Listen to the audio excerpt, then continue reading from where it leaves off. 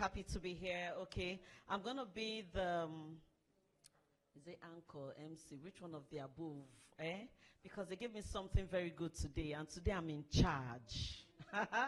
I determine who speaks and who does not speak today. Please, a round of applause to Francisca, because that's actually my name. Some people are not clapping. They want to leave this hall. Or else I'll tell whoever is serving the meal. Some people are not clapping. Whoever is serving the meal will miss you. Ha, you better clap. Okay, I welcome you all officially to today's event. Okay, so a little tidbit into what we're here for. Okay, so today we're having the Task the Build project. So Africa's, just a little bit insight on what we're doing today. So Africa's economic growth is hindered by a scarcity of ingenuity amongst its entrepreneurs. Are we all with me? Yeah. Constraining innovation, healthy competition, and also job creation. If left unaddressed, this deficiency threatens to stifle entrepreneurship ecosystem development, limit market expansion for thriving businesses, and perpetuate economic stagnation. You would agree with me that presently we're experiencing all this in Nigeria. So now, Project The Build is set to establish a comprehensive entrepreneurship training program empowering 50,000 African business owners and potential entrepreneurs across the nation to drive economic growth, job creation, and improved livelihoods by 2030. I was expecting by now people will be jamming their hands and clapping to that awesome news. Who here will want to see a better, bigger, sweeter, mightier Nigeria? Please, a round of applause, because we know we are going somewhere. So, by partnering with us, and by us we mean TAS, the All African Startups, to reach 1,000 African business owners within a year, you get increased brand visibility. That, as a business owner, you get increased brand visibility as a leader in SME CSR activities across Africa. You'll also be positioned as a leading organization that creates jobs, funds businesses, and improves the GDP of our great continent, Africa. I'm not hearing that clap. And finally, we'll be able to position you as a key player for business growth and development in your respective sector and industry. That clap is not accepted. That's good. Okay, so for us to begin, I'm going to call on the COO to give us the opening prayer. Please, a round of applause for her while she majestically walks up to the stage. Please, something is happening. Please, can we be up on our feet and welcome her? Please, can we be up on our feet and give her a round, sounding applause to motivate her? Can you turn around for us? Turn around. Oh my. Please, a round of applause for this beautiful damsel here. So please give us the opening prayer. Thank you so much. Good morning, everyone. Thank you so much for being here. You see, TAS is founded on spirituality as one of its core principles. So everything we do in TAS, we start with prayer so that you get the nitty-gritty of why you are here. Right? Our focus is not that you just come here, you just hear things, and then you don't get the word for you. So please be serious with prayer. It's very, very important. So please join me for a short prayer. Our Father and our God, we thank you. Ancient of days, we worship you. I am that I am, we give you glory. Lord, we ask today that you take control. We ask, Heavenly Father, that you speak through the speakers. We know they have prepared. We know that they have done their research. But Lord, we ask that you take over and they say what you want them to say. Lord, we ask for everybody that is here, We ask, Lord, that you speak to them as to the problems that they have. You speak to them individually, as even though as they hear the speakers, in the name of Jesus. We ask, Lord, that at the end of the day, everybody has something tangible to action from here in the name of Jesus. We thank you, Lord, because this is going to be the start of something new for all businesses in Africa. And we thank you because it's going to be a blessed day. Thank you, Heavenly Father. In Jesus' name we pray. Amen. That's good. Please, another round of applause. So right now, I'm going to call on Just Omomo Ibe, the president. Oh. Okay, please, can we be upstanding for the national anthem?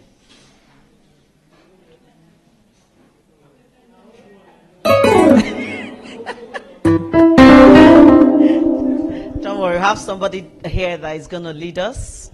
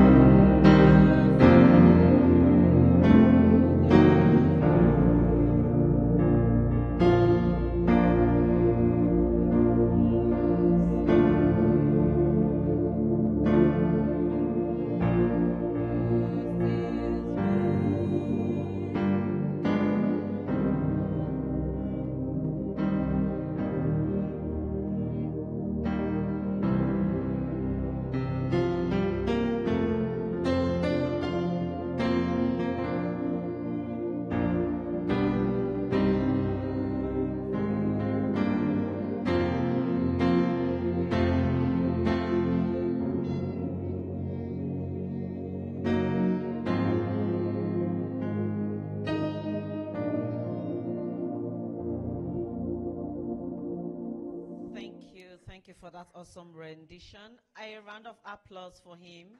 Thank you so much. So next, let's quickly go on to the opening remarks. And this will be handled by Just Omomo Ibe, the president of the Association of African Startups. Please, a round of applause. Ma, sorry, you might have to take your seats. They are not ready to listen to you. I can't believe this. I can't believe this. I can't believe, hold on, because we actually need to get it right. We actually need to get it right. I actually introduced the president of this mighty organization, and we actually seated. Please. They said, give honor to whom honor is due, so that when it's your turn, people will also stand for you. Are we on the same page? Please, a round of applause again for Just Omomo Ibe, the president of the Association of the African Startups.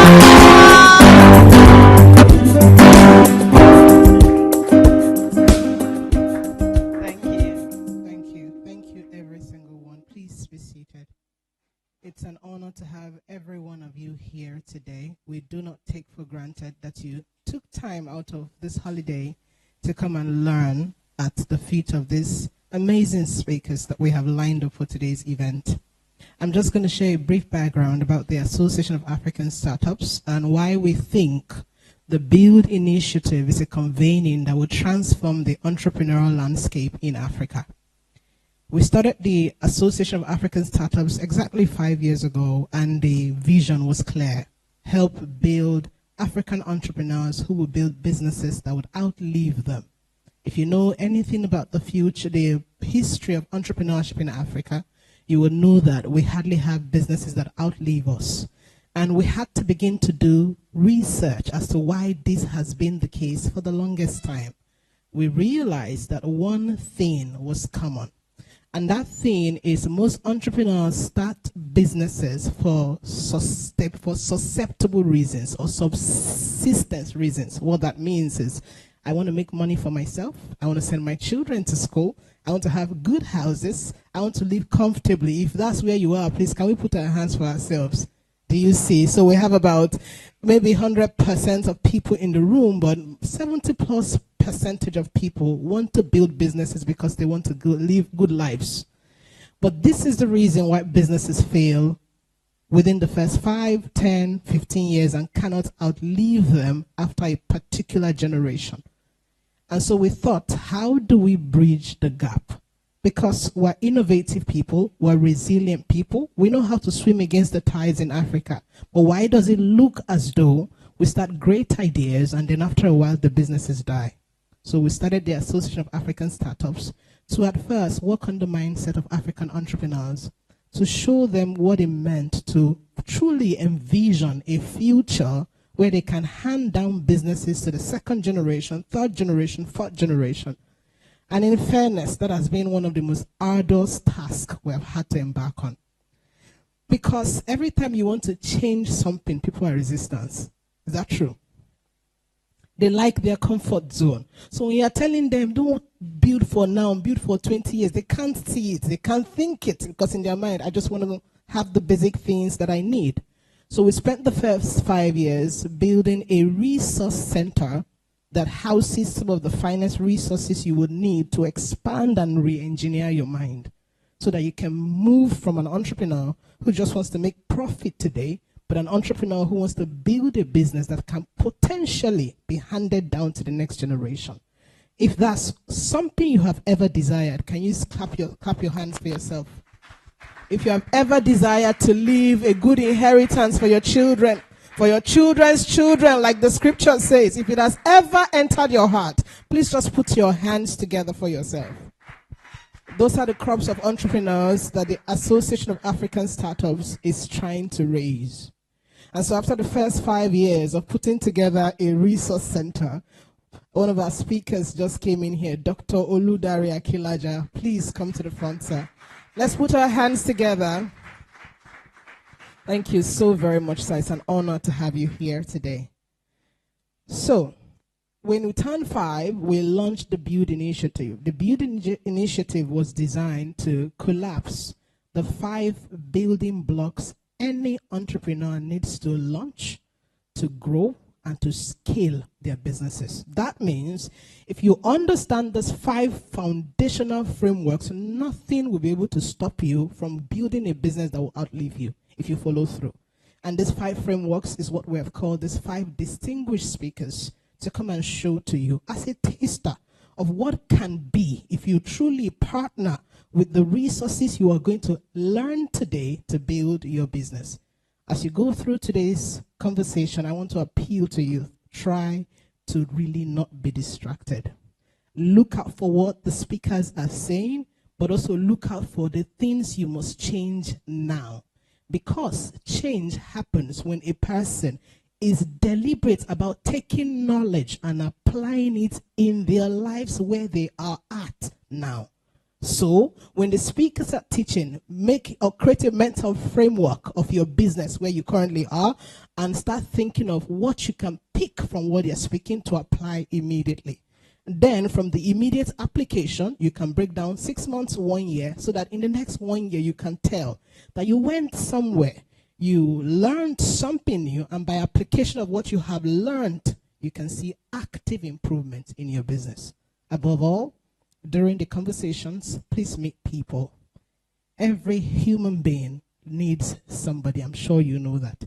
Sometimes in just sharing an idea, the link to helping you build out that idea is one new network or connection that you make. So meet people during the networking event. And I hope that this will be one of the best experiences of your year. God bless you.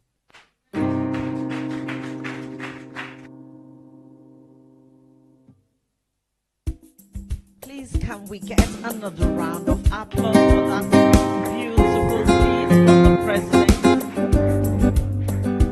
Okay, before we go on to what we have next, you know, even in Freetown, nothing is free. And I'm sure you all agree with me. For us to be seated here for this event to be free, some people made sacrifices. And please, I want us to appreciate Innoventure Solutions.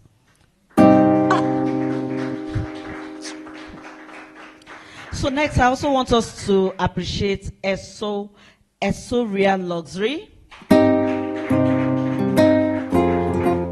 And also here I have the Teal Tree Company. And also I have here Oludare Akinlaja Research and Development Company. Then also we have the African icon, Miss Just Omomo Ibe. Please, another round of applause. Okay, right now we're moving on to the next agenda. And permit me to take some of your time to read out the profile of our next speaker, Dr. Oludare Akinlaja. I did not hear any clap to that. So, okay, please, let's be up on our feet while we read his profile. And please, where you deem it fit to clap, please clap. So Dr. Oludare Akinlaja is a seasoned management consultant and international development expert with specialized expertise in learning and development, strategy, design, and innovation. His career spans multiple sectors, including startups, education, social enterprises, non-profits, and public sector organizations, where he has contributed his strategic insights to drive growth and impactful change. As a lecturer and published author, he further extends his influence by sharing knowledge and fostering a culture of continuous learning within diverse professional communities. As managing partner of Oludare Akinlaja Research and Development Company, he leads a dynamic ecosystem of products, programs, and projects focused on harnessing learning, research, innovation, and technology to address complex challenges. His commitment to Africa's development is evident through his board roles across various companies and non-profit organizations, where he actively promotes sustainable solutions and his continent's boundless potential. His vision for Africa is grounded in a belief in the possibilities inherent in its people and resources. And he remains a dedicated advocate for progress across the region. Please, another round of applause for Dr. Oludare Akinlaja.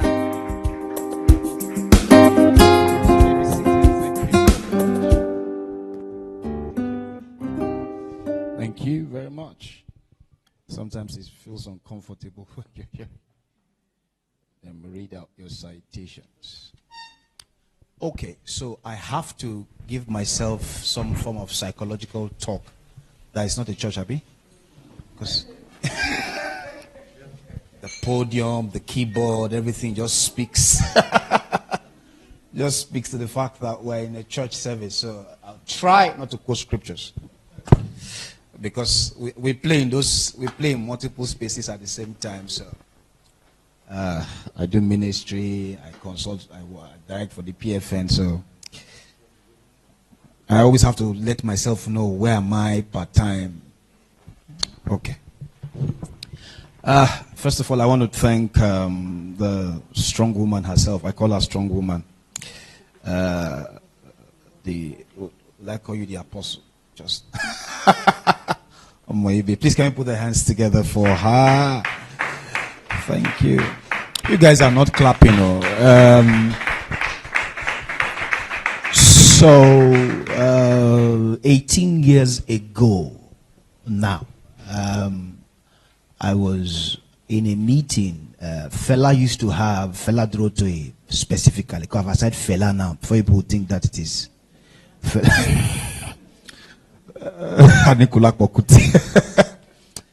FD used to have a meeting those days in TerraCulture. I don't know how many of you remember those third Saturday public speaking meetings where speakers were trained. And FD used to say clapping was an investment.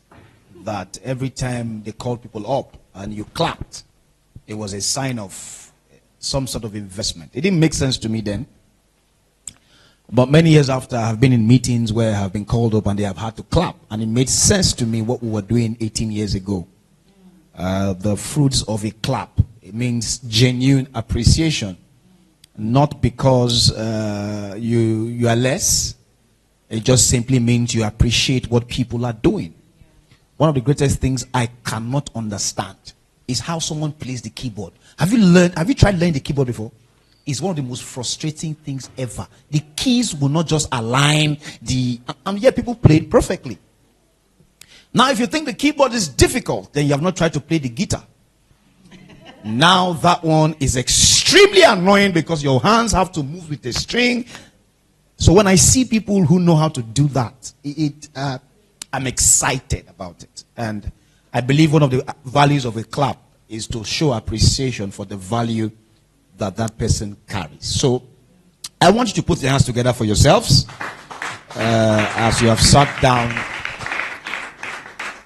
to share certain things. All right. So this morning I've been asked to talk about proactive systems, right? To drive productivity and growth, either in your individual lives or business.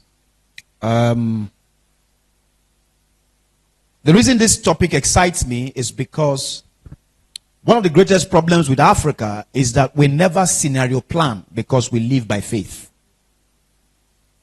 That's why one of the most difficult things to do in Nigeria is to sell insurance. I don't know how people who sell.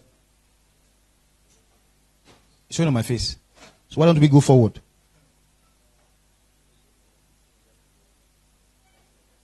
It's not going to be good because at one corner I'm going to lose this woman. So it's going to be forward. No, here, like this. Let's stand like this. This space is better like this. Yeah. Yes, fine. Yes. If I go to that angle, this woman will be disconnected. Right? Sorry? You will find it's better for me for this woman not to be lost. Exactly. So bring it here. Me to this small lighting. Because I did many things when I was young. I was very restless. I did martial arts. I've done Boy Scouts. I've done Man O' War. Yes. Thank you. And so it's difficult to talk about proactive systems because proactive systems is literally like anticipating that risk is going to happen. How many of you have tried to do a business before and you are so sure that you are going to blow? Pam, pam, pam. We'll make 10,000. Pam, pam, pam. 10 million. If we do this and do this, 20 million will enter. Then you get into the game. And find out that assumption is the lowest form of knowledge. And that's why no matter how passionate you are, a job will always ask you for work experience. They are not trying to say that you have lived an unfulfilled life. They are just trying to ask you, have you been in the game long enough? Because there are certain decisions you can never make if you have not been in the game.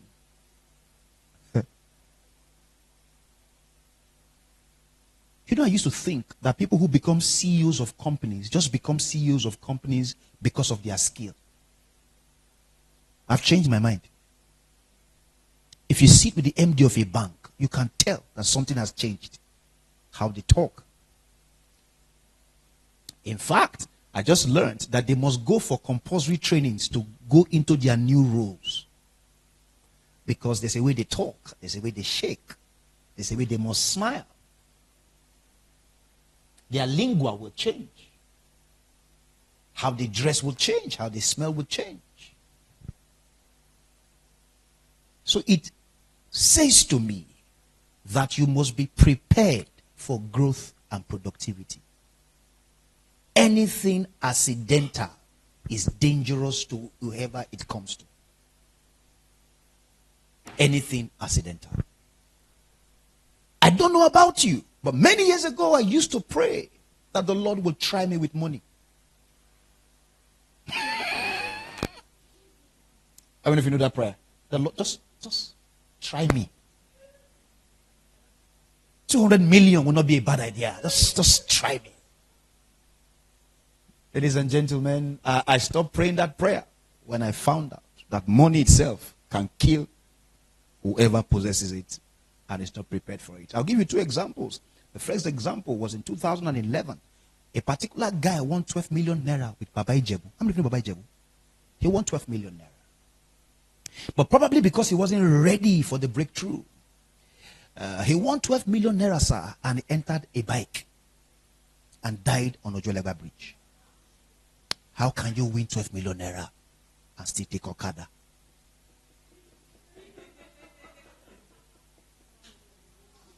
In those days, 2011, when dollar was 100 and something, he took bike. He wasn't prepared. He wasn't prepared.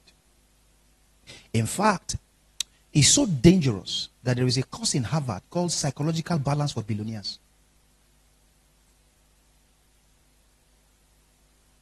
That means that there's a psychological state a billionaire must function in for him to be normal. Because you might die or kill your neighbor. Why am I giving these examples? I'm just trying to say you prepare for productivity and growth by building proactive systems. Are we together? What is being proactive? Active is acting in anticipation of future problems. Nigerians don't like hearing this one. You know, we're people of faith. But it's anticipating future problems, needs, or changes.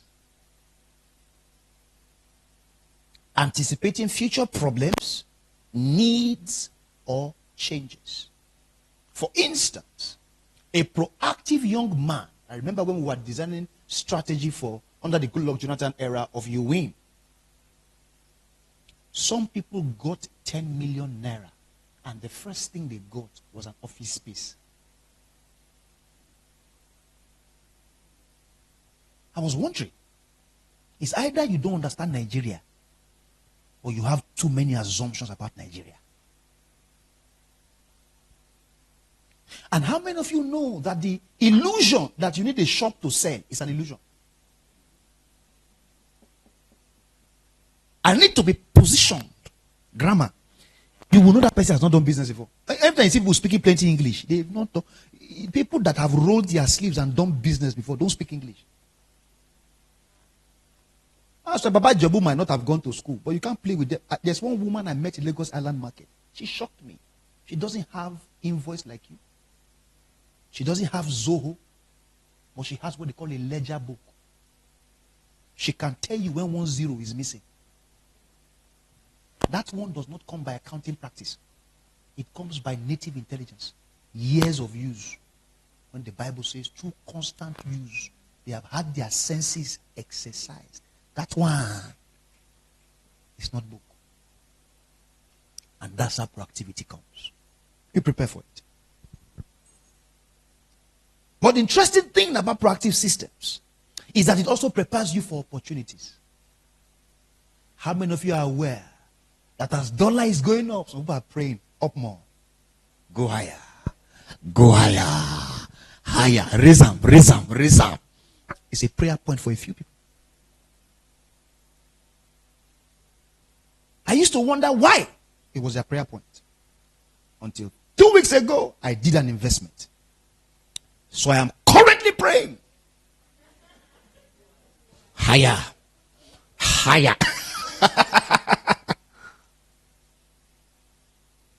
So a proactive system is also being able to anticipate opportunities.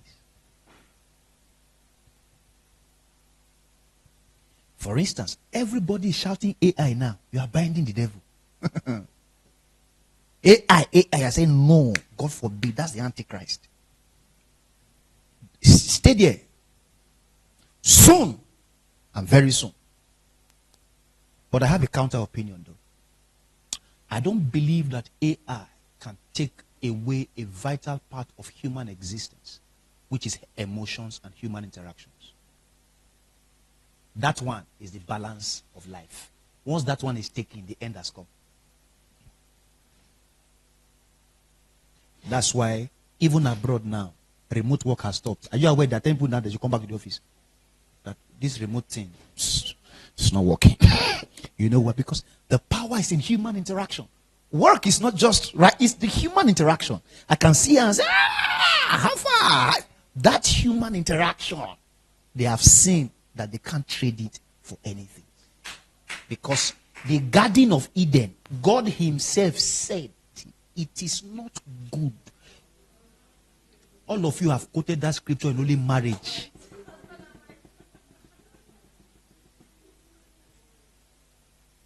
But Adam was only living with animals and trees. And the Lord said he needs another human interaction to make the ecosystem complete. So anything you are doing that is keeping you, in fact, they tell the people that work freelance now, home, are getting more depressed, is data. On your computer, you are getting up, toilet, you come back, computer, you go, you eat, you come back. Depression is set because I should be able to see, I say, hey, have fun. Omo, you're looking fine. What's going on? You see that 5 minutes interaction. But our businesses must begin to prepare for the shift in technology and how it happens. First, proactivity is a mindset. You must have it as a mindset. You must understand that things change and seasons change. Even human beings change. It's like parenting. One of the greatest frustrations of mothers is to have 4-year-old boys who are now 16. Is that you, mommy? I don't think you don't think what? But that's a change. That's a change. I have a friend who has 3 girls. As I'm talking to you now, the boy is going paranoid. Because his first child is 15. The second is 12. The last is 9. He lives in constant paranoia. I still saw him last week. I said, Ogbeni, he said that you don't understand. I'm seeing my daughter screwing. I'm saying, you mean one boy will not come? No.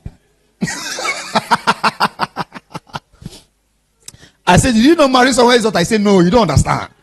Don't understand. He said, now I know when I went to go and meet my father-in-law and he was telling me, what do I do? So you mean after paying all these school fees now, man will now come and say, I'm a tailor, but I'm in love. You are what? No.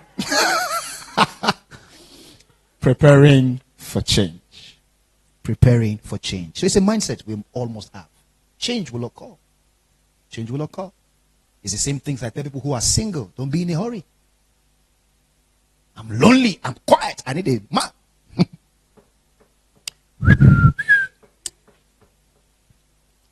Change will occur. Secondly, proactivity leads to better decision making. What you anticipate, you probably will prepare for. And in fact, there's a course in business school they call scenario planning, right? Scenario planning means you anticipate every possible problem. You people are people of faith. You don't like problem. You have to anticipate problem. What if people don't buy your product? What if a competitor comes 2 houses away?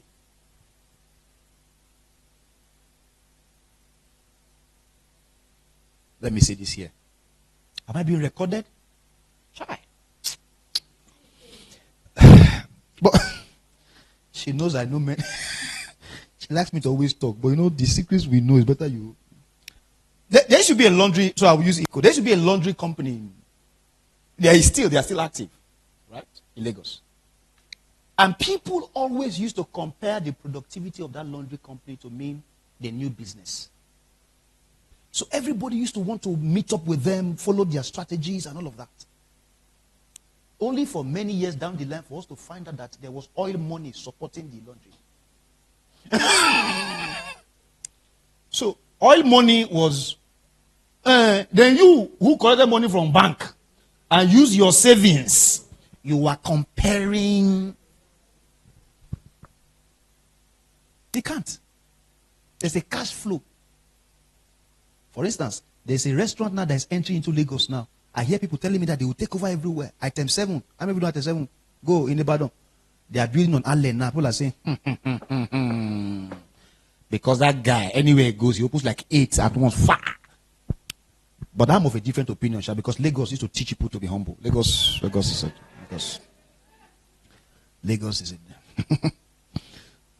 different. You know, ShopRite used to make so much money at a particular point because people from Alimon Shaw, Ikotwe used to come. But now there's just right there. There's gender there. So everybody saying to me, I went up bus 25 to come to because ShopRite. You understand? So behavior is important. And Lagos looks small. But what you don't know is that commuting is stress in Lagos. Commuting. Check it. That's why Just Right is smart. They put their store in every extreme end. Anywhere you have to enter more than 2 buses to go to in Lagos, Lagosians won't come. Wisdom 101. Proactivity will foster resilience because once you scenario plan, it's what makes you going. Have you ever met people you are wondering what's still keeping you going?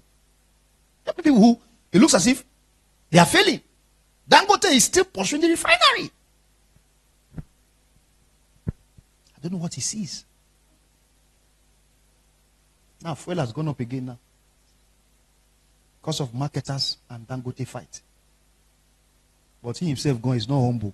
They are giving you crude oil in naira. You are trying to spoil their own market. Right? But that just shows you the beauty of capitalism, right? Fourthly, proactivity will always lead to better outcomes. When you are proactive, you will have better outcomes. I hope we understand that proactivity here means in the sense of you are anticipating opportunities, right? For growth and productivity. You are anticipating change. How many of you sell products here? Let me see your hand. Like you have a store? Half of the crowd. How many of you are in the service market? The most difficult market in Nigeria. Our greatest problem is pricing. Because, for instance, I prepare slides to come here. People don't know how long it takes to do slides. Especially when you're going to a level where you don't want to be copying people's images and not giving them rights. People don't know. Is it not just to just say 1, 2, 3, 4? Why haven't you? So you hardly find a Nigerian who is in the service market who doesn't sell a product. Because there must be Balenciaga somewhere. Right? But you will agree with me that products in Nigeria, especially products with shelf life. You know, these are things people don't talk about. Does a product have a shelf life? Do you have a ready market? Everybody shouting, go and farm, go and farm, go and farm, go and farm. After farming, who will buy it? If you plant cassava, is it you that will use it to do gari? No, but because you have to have a market, you will sell to. And you can't beat the price of Malam and Bandosa. Those ones literally dash the tomato. But they've gotten smarter now. Now they have increased their price because they know that Lagosians come from here and come and buy it in baht. They've gotten smarter. But you have to scenario plan. It helps you make better decisions. So how do you develop this? You must first of all embrace a positive attitude. Let me tell you. Nobody goes into business out of frustration. Only very few succeed with that kind of mindset. You know, you always hear stories of, oh, I was frustrated, then I started a business. The people who succeed with that kind of notion are not 5%. Because, except you are not of this world, there's a kind of positive attitude you must have to still be in business now.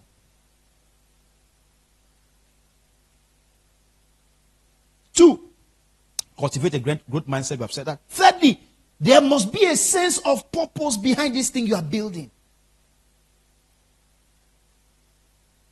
That's why I like, well, men want to get angry, but it is data. They say women have grown more businesses than men. And women have more returns on loans collected. It's not emotion. I'm a man. Data says that women return loans more than you people. And women have more productive businesses because a woman is a natural builder, is it not? Right? And for many reasons for her, the productivity of her household is tied to that business. So the business must work. Right? So there's a sense of purpose behind women who do businesses. For a man, it's a sense of ego. That's why we have our first income, we buy car. A woman will probably not be under that kind of pressure. For her, is her child has changed school. Used to go to one less school, the child is now going to a better school. The food in the house before is now more healthy. Those are the things that. But for us, Afana, this is your research tight. You have carried. Do you know there are people who don't know that the difference between income and profit? You'll be shocked. People don't know the difference between income. So people, we made 624 million naira income. My next question. What is your... So people make decisions based on income. They employ more people. They buy more staff car. Then they find out that 624 million, next year they make 780 million. But they are in net zero. Why? Because they have added more overhead and not calculated whether their profit can accommodate the overhead. So when they're able to go to business school or come to meetings like this, it's not because they say you don't know how to do it. Because people just think that it's by trading. I'm on live again, Abi. I met someone who says that, how many of you know that Dangote is not a businessman?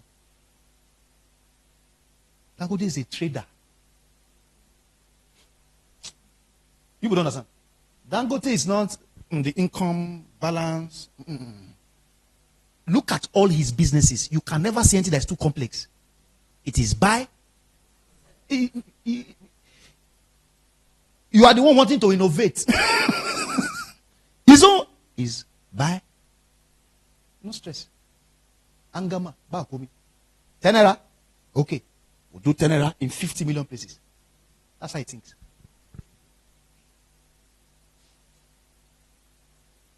And the richest men in Africa are traders. But I have plans to change that because I'm in the service market. But I'm thinking, how? I've not cracked it. When I find the answer, I'll let you know. But from India to South Africa to Tanzania, the richest men in Africa are traders. Why am I giving you these examples? So that you can also be proactive with your business. Right? Let's move quicker, right? Reactive is, I wish I could project what is on my screen, but reactive means reacting to a problem after it arises. How many of you know that we are very reactive people? Even our government is very reactive. Right?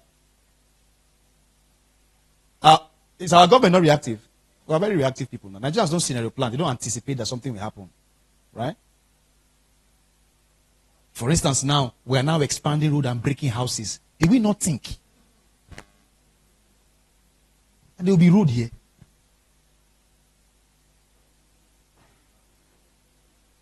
You do the road finish, you not break it to put cable.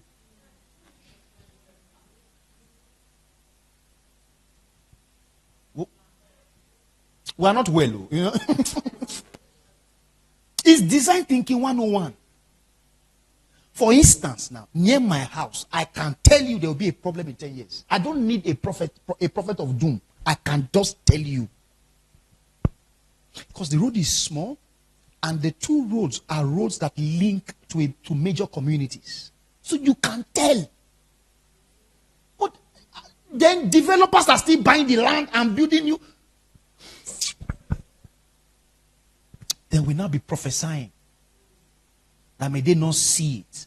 Let the Lord cover the eyes. God will not answer those kind of prayer.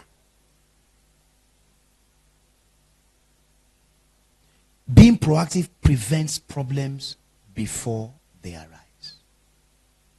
I really wish that we begin to think about design thinking in our schools, teach people design thinking. Let people begin to. Being proactive does not mean lack of faith. It simply means I'm anticipating. And let me tell you, if you have read your Bible correctly, you will understand that even the God you serve is a systems intelligent God. God did not create fish before he created water. Watch the systematic growth of creation. He is the all-powerful God. He will have kept the breath of the fish till water came. He said, no, why am I stressing myself? Water, come. Then water, be the one to now bring out systems. As I'm talking to you now, we are going to be getting our first office in September. Because that office is tied to a retainership project we just got that will last for 4 years. So I have calculated that I can pay salary consistently.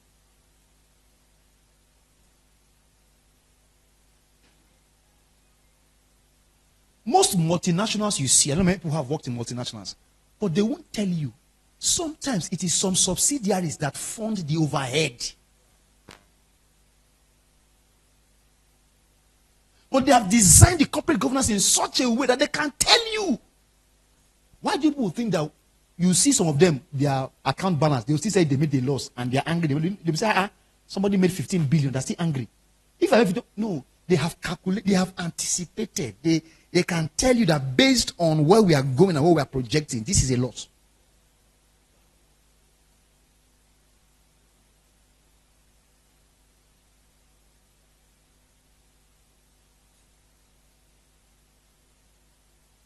The less middlemen you have, the more profitable your business. I just have to say that. The less middlemen you have, the more profitable your business. For people who trade, eliminate the middleman. Number 2, stop being emotional about your business. Some of you have developed so much emotions, the business have died. It's my cousin that is doing the supply. My mother starts to find job for my nephew. And they have used middleman to kill your business. I just said, it's not on my slide. I just said that you say that. Because people who trade especially, you can't put emotion into business. When I go and trade for companies, and the first thing you hear staff say is that the company is not paying our salaries. They are not increasing our salary. I always ask 3 questions. I said, number 1, if this company does not make profit this month, can you choose to go home without your salary? Can you? No. People don't work for people in Nigeria because they want to be of productive help. Only very few do. It's a survival, it's a dangerous survival instinct that has been cultured into our consciousness. We are not natural builders. If you find a builder, keep them. They are rare. And it's now worse with Gen Z. The other day I saw a particular guy and I asked him to do me a flyer. I just met someone introduced him to me. Say, that I must first pay 10,000 for even starts. I said I will pay. He said no, that before he starts, he collects 10,000. But I asked him how old he is. He said he's 19. I said your journey is far. It's far. Because people are reacting but not acting. Now, because of how people have taken advantage of people, which is a fair conversation. People have been taken advantage of, right? Then people now go over the bar and are not instinctive enough to know this person. No. I asked him the question 4 times. I said, I should pay you. He said, yes. I smiled. Forever and ever. Ever. It's not, I'm not God, though, but forever and ever, if I have the opportunity, I won't call him. I will call my boy Dio, who did job for me for 2 years. I've given him 3 jobs after them to the glory of God, and I'm praying for more to give him. Did they tell that if people have opportunity, they won't give you?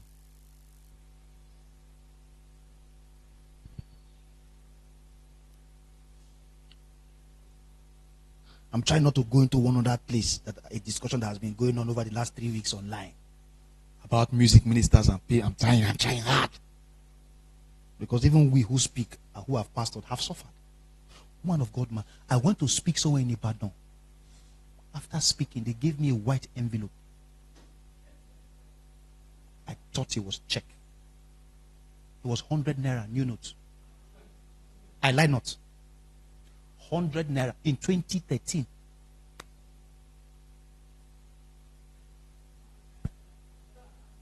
So, if everybody wants to react, we can be reacting. We all can. Yes, 100 naira, 2013. If I did not go with money, I would have trekked from Ibadan. I know someone who still collected chivita and small chops last month. Man of God. They put your face on the flyer, apostle. They give you chivita and small chops.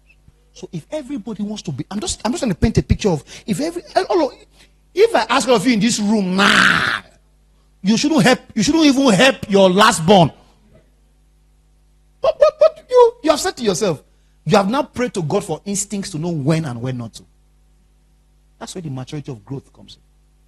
How to know when to and when not to. With all these proactive conversations, the highest level is your instinct.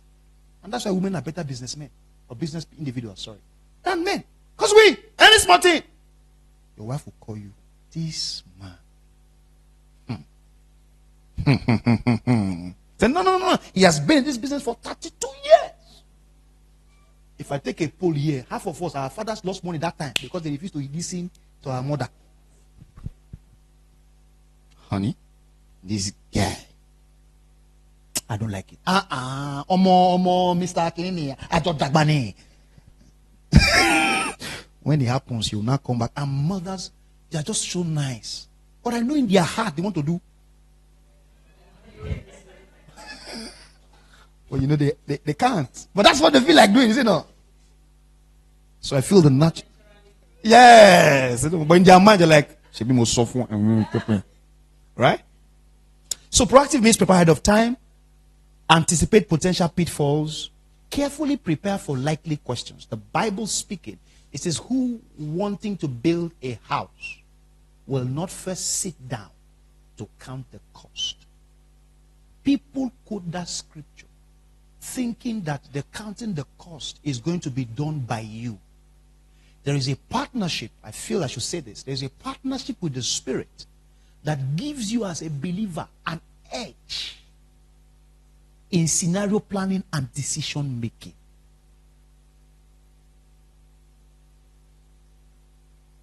For instance, I stay in Omololu.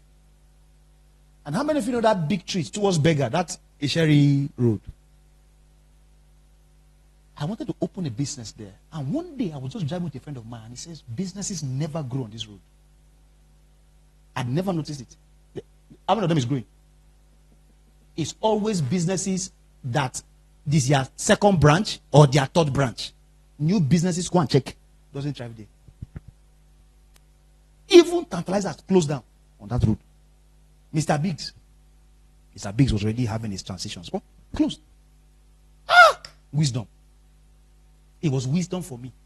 He says, because any boy that is on that road is not planning to stop. They are going home. I never thought about it. I'm like, this one is not a Harvard Business Review. That's native intelligence by the Spirit. I've known somebody who has opened, they told her, don't open shop here. 4 people are selling what you are selling. But she heard. And she opened the store there. And God gave her an extra idea to offer an extra upsell value. Bam. That one is not in Harvard Business Review.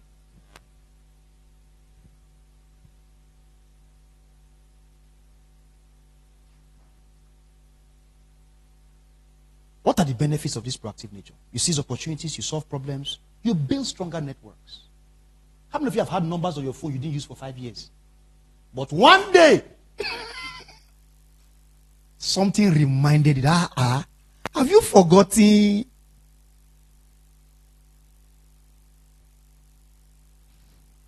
Let me tell you why I'm not in a hurry to jackpot.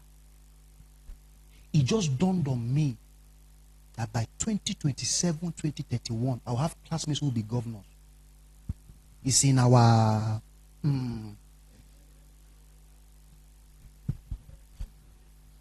It is in our... It's around our neighborhood. 8 years ago, we were all SSA, special assistant. But 2027, 2031 is dawning on me.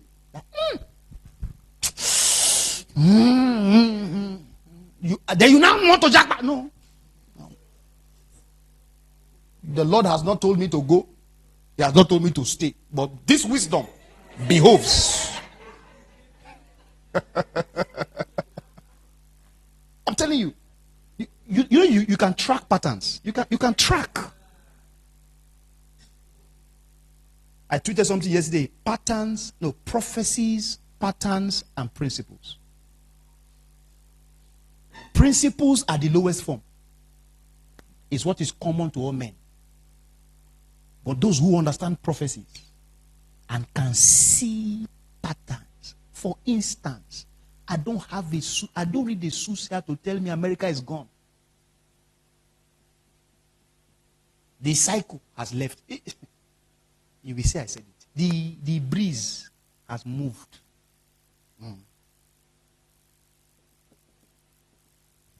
Asia is still holding it because Asia they are I'm looking for the right word. They are hosting that thing well. With systems, with decency, with a high sense of morality. Have you noticed? So they are hosting that thing. They are keeping it. Why we in Africa that had it as a natural default, we are now going. But thank God for a few people who are still saying no. We will keep it. We will keep it. Does it not shock you now that America has more ghost workers than us? Thank God to Elon Musk. Are people not shocked that? Let's leave that one. We're on live because I have plans to collect visa. So, also develop a continuous learning system in your life. One of the most difficult things is adult education. Who has tried to do masters after children? Right? You'll not be looking like you didn't go to school because you're contending between your emotional pool, your mental state, and your mind. It's not because you are daft. It's just because there are too many things pulling you in different directions. That's one of the most difficult things to do is as you grow older. I was part of a project that studied lifelong education with UNESCO and ILO. And we found out that lifelong education is one of the most difficult things to do for Africans. Because we are just trying to survive. We're not telling us to go and read. Why? We have not fed. Right? So it has to be, it must be part of your design framework. Probably, I will read one article every week. It has to be intentional. I'll take a Coursera course. Do you know you don't know me that Coursera, we used to pay 6,000 naira for the certificate. It's now 50,000. Not because the money increased. Wow. How many of you are conscious about earning in foreign currency? It's not about emotion or you hate the naira. It's wisdom 101. You don't have to open the branch in America. Just create a system where you can. And how many of you are doing Forex and crypto? Be time sensitive. He said, hey, I am like you too.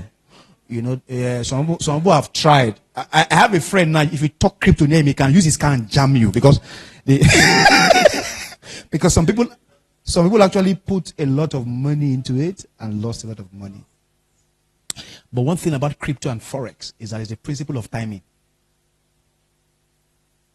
Sometimes too, number two, there's something called the greed of man. When I hear 10 million to collect 40, when you hear 10 million to collect 40, run. You see, all those things put you in trouble. When I hear 10 million to collect 12 million, so if my money hit 12, I can move the 10. That's what I'm doing now. I've been monitoring them since yesterday. Once I saw the thing go off, I remove the principal. So the remaining one can go and collapse. Right? So understand timing. I wish. I'm online too. I was going to say something. One of the biggest men of God you know in Nigeria that you all celebrate. How many of you know he's invested in it? There's a man of God you all love in this country. He's a heavy crypto and forex investor. In fact, all the frontline forex guys you know, he trained them. He trained them. So, heavy is massive. You think it's your title offering? The man has gone. They've been doing it since 2011. Right? How many minutes do I have? You better just listen to me. We'll be here till tomorrow morning. No. Nobody will tell me how many minutes I have. I'm not sure people understand. You'll be here till tomorrow morning if people don't stop me. How many minutes do I have? Me, I'm a lecturer. 9 hours we are teaching here. It's the people that are listening to me and pitying. Long. Praise God now. And I was jumping. Beautiful. Now, I wanted to say something. I need to say this, okay? How many of us are still actively in career and business? Career.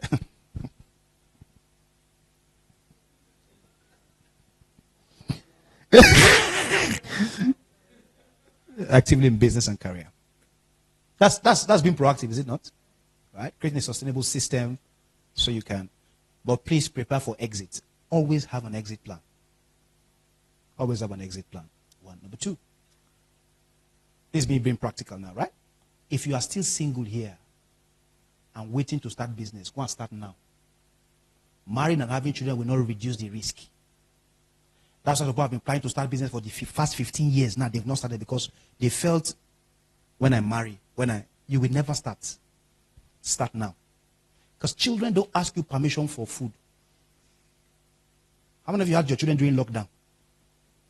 Some of us wanted to dash them to our grandparents. Take, come. Take. I had a friend who locked their what do they call that thing? Pantry. He locked it. He said, hey, Nikoba me. You know, boredom make them eat. Mommy. He just took like, say, hey. Oh yeah. He said one day he just put them in the car and drove them to grandma's house. Grandma and grandpa are doing crowdfunding. They don't collect salary, so everybody's giving them money. They won't mind. So they drop them as a seed. You can have them for 2 weeks. Children don't ask for permission. And because you're a good parent, you want to give them the best, is it not? So it increases your income. No matter who you are, your neighborhood matters to you. It's only poor people that talk that nonsense. This space is a beautiful area. It's not beautiful. It's your money that's causing it. Don't be threatening us. It's your money. It's like people tell you that economy is the same as first class. Slap anybody that say that on nonsense. You carry their head and sorry, don't be violent, but use their ear. You know what our parents did was when we were small. How can you say economy and first class is the same thing? That's a poverty conversation. It's not a conversation because it's a need. You don't have the money. It's okay. We won't judge you. But don't say it's the same. I've sat at the back. I've sat in front. Sir, do you know there's a Benedict in Arik? So if you say, yes, that Arik, they used to serve you that midget. Listen, there's a big kaiko in that flight. But you don't you don't smell it because the people in front don't eat it. They just have water. Right? But it's there. It's in the menu. It's in the menu. And I know the comfort of the business class and first class because I've entered the economy to Heathrow before. And I woke up in the morning 4 a.m. I was hearing praising the Lord in our flight. Because church mother will do devotion. I remember I've entered flight with grandmas. You know those kind of people when they're in the flight, they don't care whether they play. What they used to do in their room, they will do it in the flight. Grandma will bring out her hand towel and be cleaning her face and her hand and start a devotion. I nearly passed out. That went between the front of a plane and the back. So you see, finances gives you options. It's not to make you proud. It just gives you options for creativity. It's like someone tell you that driver in Lagos is a luxury. That person is a poor person. If you have sat in traffic for 8 hours driving, you will know that a driver is not luxury.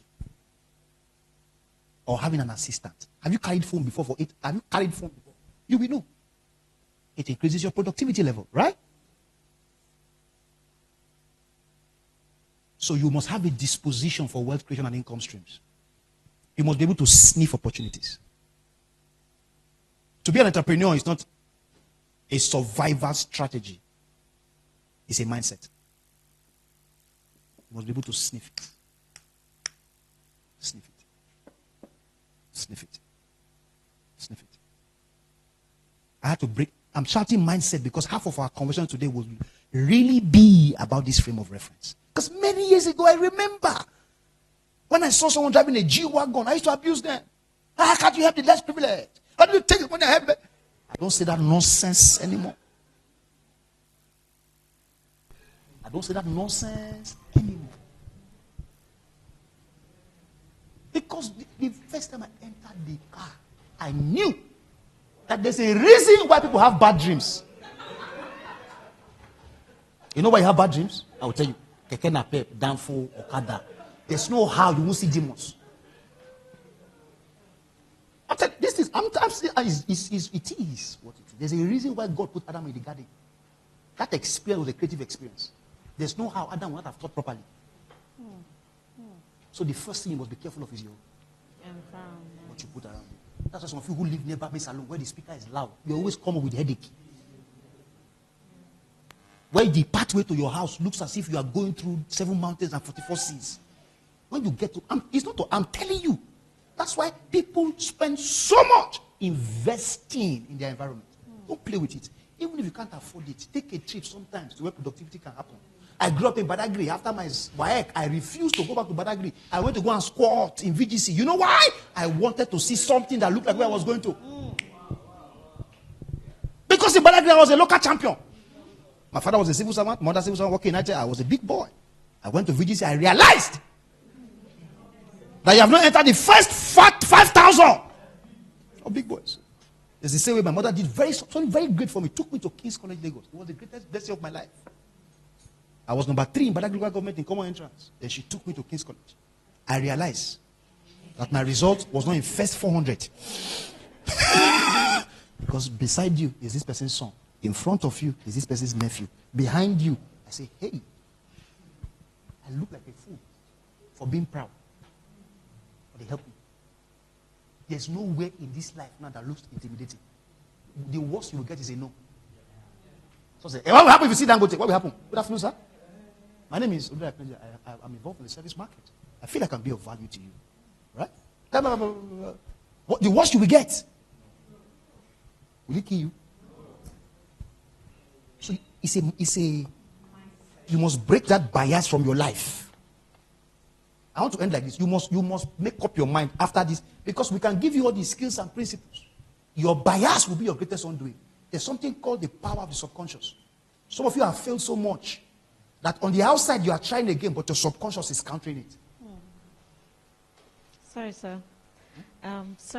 Please, can we get our questions ready? Yes. Put them down so that immediately he rounds up, he can handle Fire the me question, questions. Abi. Yes, And yes, this auntie sir. on pink, look, I will ask me plenty of questions. But please, it was my greatest undoing. Trying to do too many things on the outside, but your subconscious was fighting you and telling you this is not the place for you. If I ask some of you now to write down the amount of money you did in your life, some of you write 300 million. On the outside, you have written it. Your heart is telling you who are you to have it.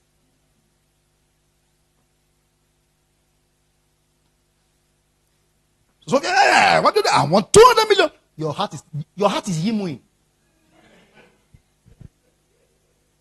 Your heart is in you. Because your subconscious has told you that you are not in that region of people that can have access to it.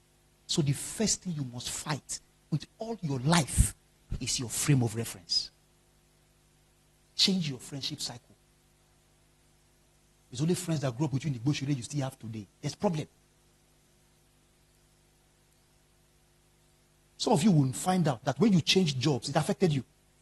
Probably you moved from a sole proprietorship, you moved into a FMCG, you then moved into a multinational. It scattered your head. You see people who have power but under control. had an uncle who was in charge of logistics for Shell. You know what it is to be in charge of logistics for Shell? He was driving Honda 2008 for almost 10 years. I was very angry. But when he explained to me the other things he was doing, I understood. Like, see, there's some people you relate with. It's our culture. How many people did Barrow? It's our culturalization process. It changes your. It's like traveling. So if you think that your family is the ancient of days, when you travel and meet people, you know that. Hey, travel. If you cannot go to America, drive and go to Benin. Go to Togo. Go to Ghana. What I say during the networking time, it's not the time to be pressing your phone. Have sense. Sitting in this room can be your answer. Okay. Jimmy, what time is that talking? You will see me now. Everybody here, everybody. Even the one that's not smiling, I'll go to you and say, how are you? Or else your problem is forever. Your problem is from far. There's no how you will not laugh. Yes, because you're not smiling, it's not going to be a reason I won't be blessed. If you like, smile. If you like, don't smile. If it is you, I'm a cancel you. You must have that. You understand what I'm saying? That's how. Listen, I read a book 3 years ago. It's called The Prostitute's Approach to Business. How many of you, I know all of you are born again. None of you have seen that before. But how many of you have seen prostitutes? When they are approaching people, they don't care how you dress. Whether you are on suit, smelling nice, they believe that everybody is their customer. How did I know this? One day I was walking through Shrine. Why are you smiling? I was walking through Shrine. I was throwing across. And I was well dressed with my normal Nigeria that I used to wear. I just said today I will not go to wear my school uniform. I have a school uniform. I don't wear suits. I don't wear tie. I wore it for 8 years of my life. I'm done. So I only wear Nigeria shirts. But today I say I will wear. So I was walking past. And they were like, Alpha, you want? I'm like, upon how I am dressed. He just showed me that the people who come to buy from them, some of them leave Shell and Chevron or bank and drive there to buy Igbo. So everybody is a potential customer, no matter whether you are dressed fine, smelling nice. They don't care. Every single person is your doorway to the next level. So if you go to weddings, you don't talk to people, you are pressing your phone. Why are you there? You sleep in your house. Every time I go out, it's an opportunity to meet another door. Not to take advantage of people. Now, that's not what I mean. But I'm saying, everybody should. Why are you going out if you won't meet people? And my business is not great. This is not great. You don't talk to people. You are staying in an estate. You don't even know your neighbor. My estate. They know me from the beginning of the gate to the end.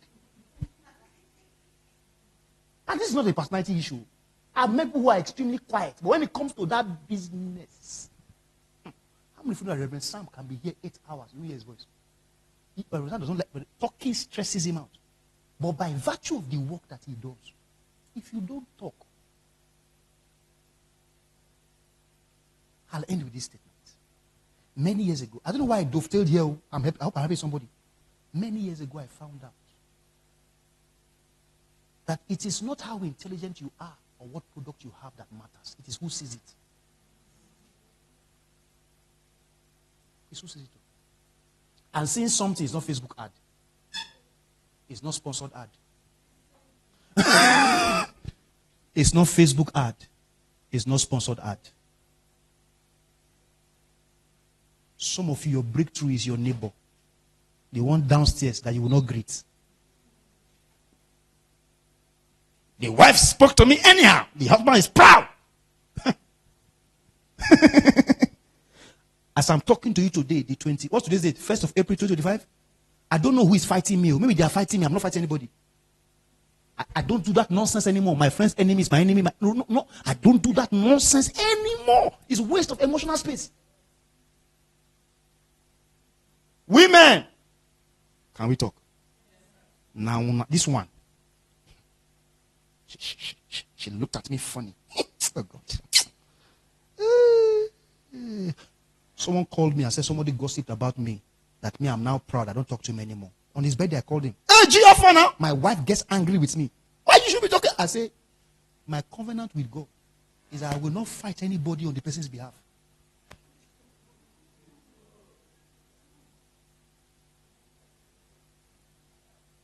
And it has dawned on me that most times the people who fight me end up blessing me. So I don't fight. I don't fight. You fight people. No. I won't talk to him again. You know why? What's wrong with you? It's oxygen. If the oxygen go now, maybe you gave you still be fighting. I don't fight people. No. I don't fight people. What? Fighting for what? That's part of my proactive strategy. In advance, I think there's nothing you will do that will make me fight you. I can shout the instance of, after we're done, because most of the time, your blessings will always be in tight places. And let pride, ego, and arrogance not stop you from your next business alignment. Thank you very much.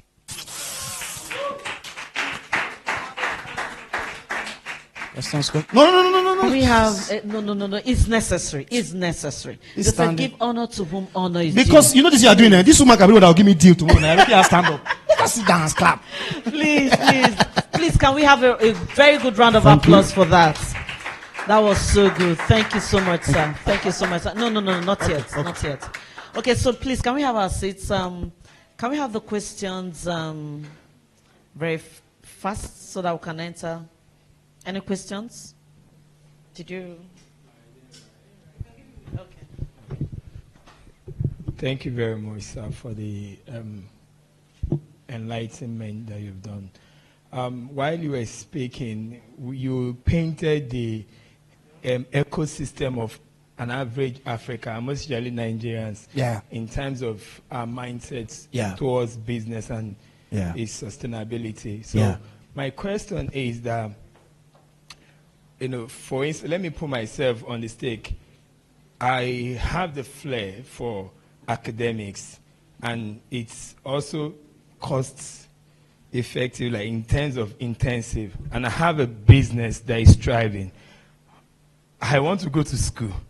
I want to keep my business, but I need money to support my education. So how do we navigate that in terms of, and again, we know oftentimes that, I don't know whether it's a mindset also in Nigeria that when you put people in business to manage for you, they will spoil your business. It goes out. So the fear of putting people, how do we manage that? Or the way to transition into pursuing academic advancement and also sustaining the business that could fund that. So how do we go about that? Thank you. You need prayer, but okay. Another question. I think we should just take all the questions so we... Good morning, everyone.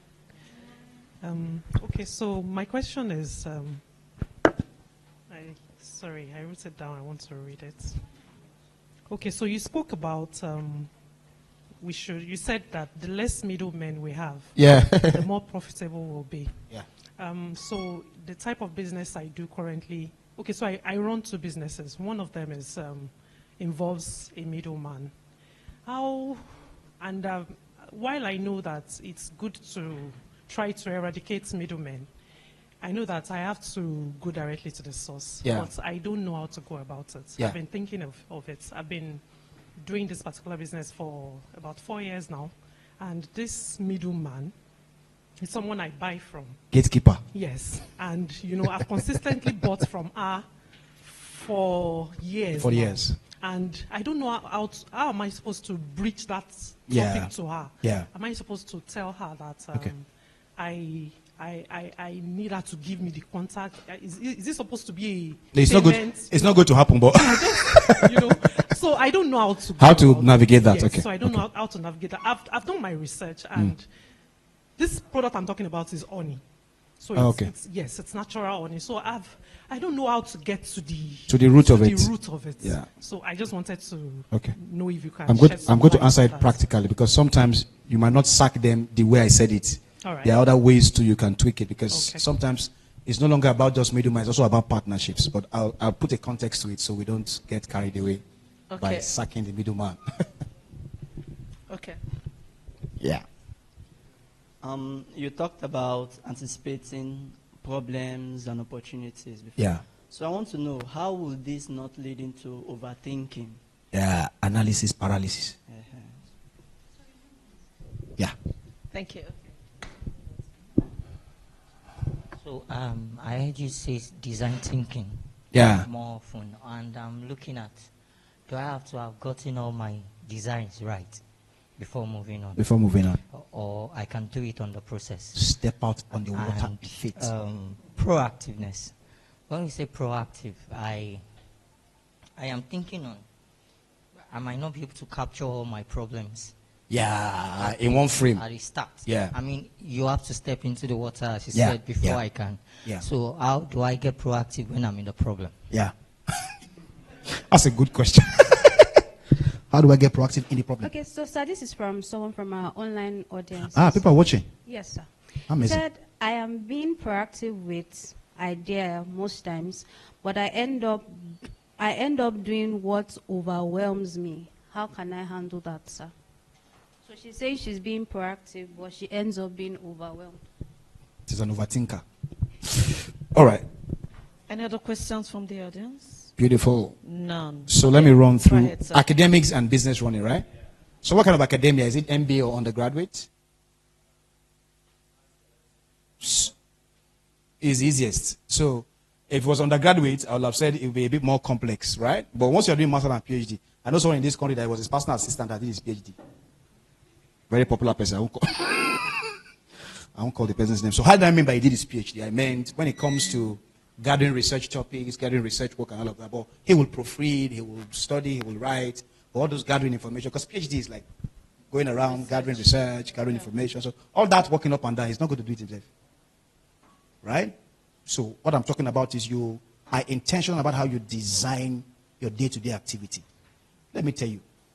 Yesterday, for instance, I found out that I spent 4 hours just lying down doing nothing.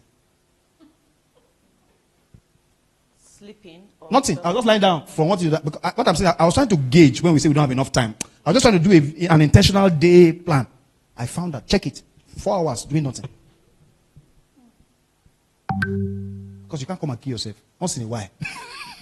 So every time you be thinking about problems, this guy will soon talk now. You hardly have Nigerian businessman who is not growing white hair. The most difficult time of a businessman is when he's paying salary. On Friday night, some people are celebrating his house. Yes. Check most people's books. Salaries take almost 20-something million every month. For some people. So they just look at if I fire everybody and I'm eating this money. People think like that too. There's no CEO who has not one day sat and say, wait, all this money I'm paying out. Oh yeah. Right? So it's about intentional planning, okay? So if it's a PhD, it's even the easiest. Trust me. It's the easiest. Except you are doing a technical and a scientific MBA, a PhD where you have to enter lab and be titrating. That one, I can't help you because that one, you have to be inside lab. Then I don't even know why you're doing business and doing that one. Just go and lecture. But what kind of PhD is it? Yeah, that's where it comes in. It's more or less religious versus theology. Man of God. It's not a little bit tedious. So the most difficult thing about PhD, I've said, is research gathering, right? Information gathering. If you can get people who will gather that information, your own is just to iterate the information, interpret it, right, in the best possible way and make presentations. I did one too. I didn't do one research. I don't have people in my life for nothing. You, take this book. One some. Right? It helps you. What kind of theology are you doing? Systematic theology? What's your work? Biblical theology. That's when it's even easy safe. Right? So just do it, and it's about time planning, if you ask me. Then about getting people to do your business. I don't think it's difficult. I know it's hard, right? But if you're a person that has built people, one of the things with Nigeria I know with leaders is that people want ready-made people. Okay?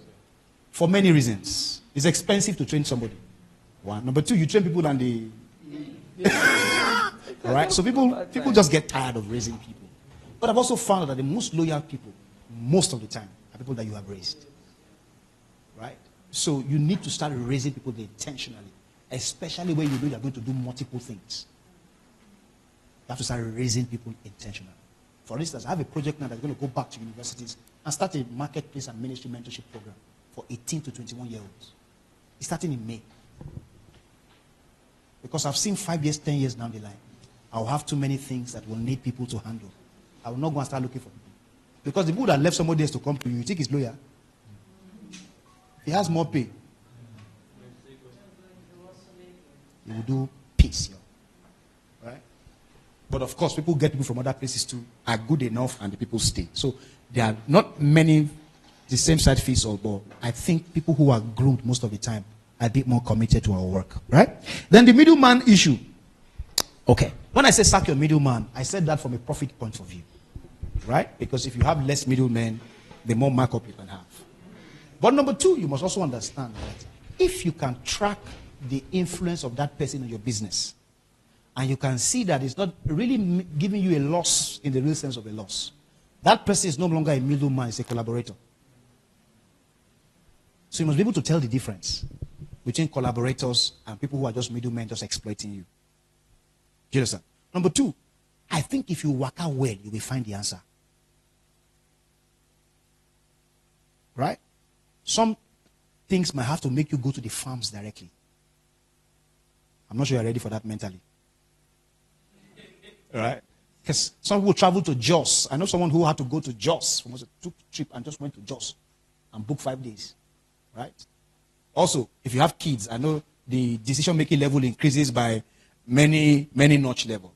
But if you have somebody you can trust, tell them to go find out the market for you. Maybe any of your staff, you can pay to go find out the market for you. Because most of these things you have to enter into, especially if you're dealing with products, with food, you have to enter inside creek to get certain levels of information. For instance, there was a guy who was selling yam. And he used to sell his yam 1,200 when everybody was selling his own 3,000. I said, where are you getting, you know those yam that be like human being? Where are you getting this yam? Do you know they grow yam in Ondo State?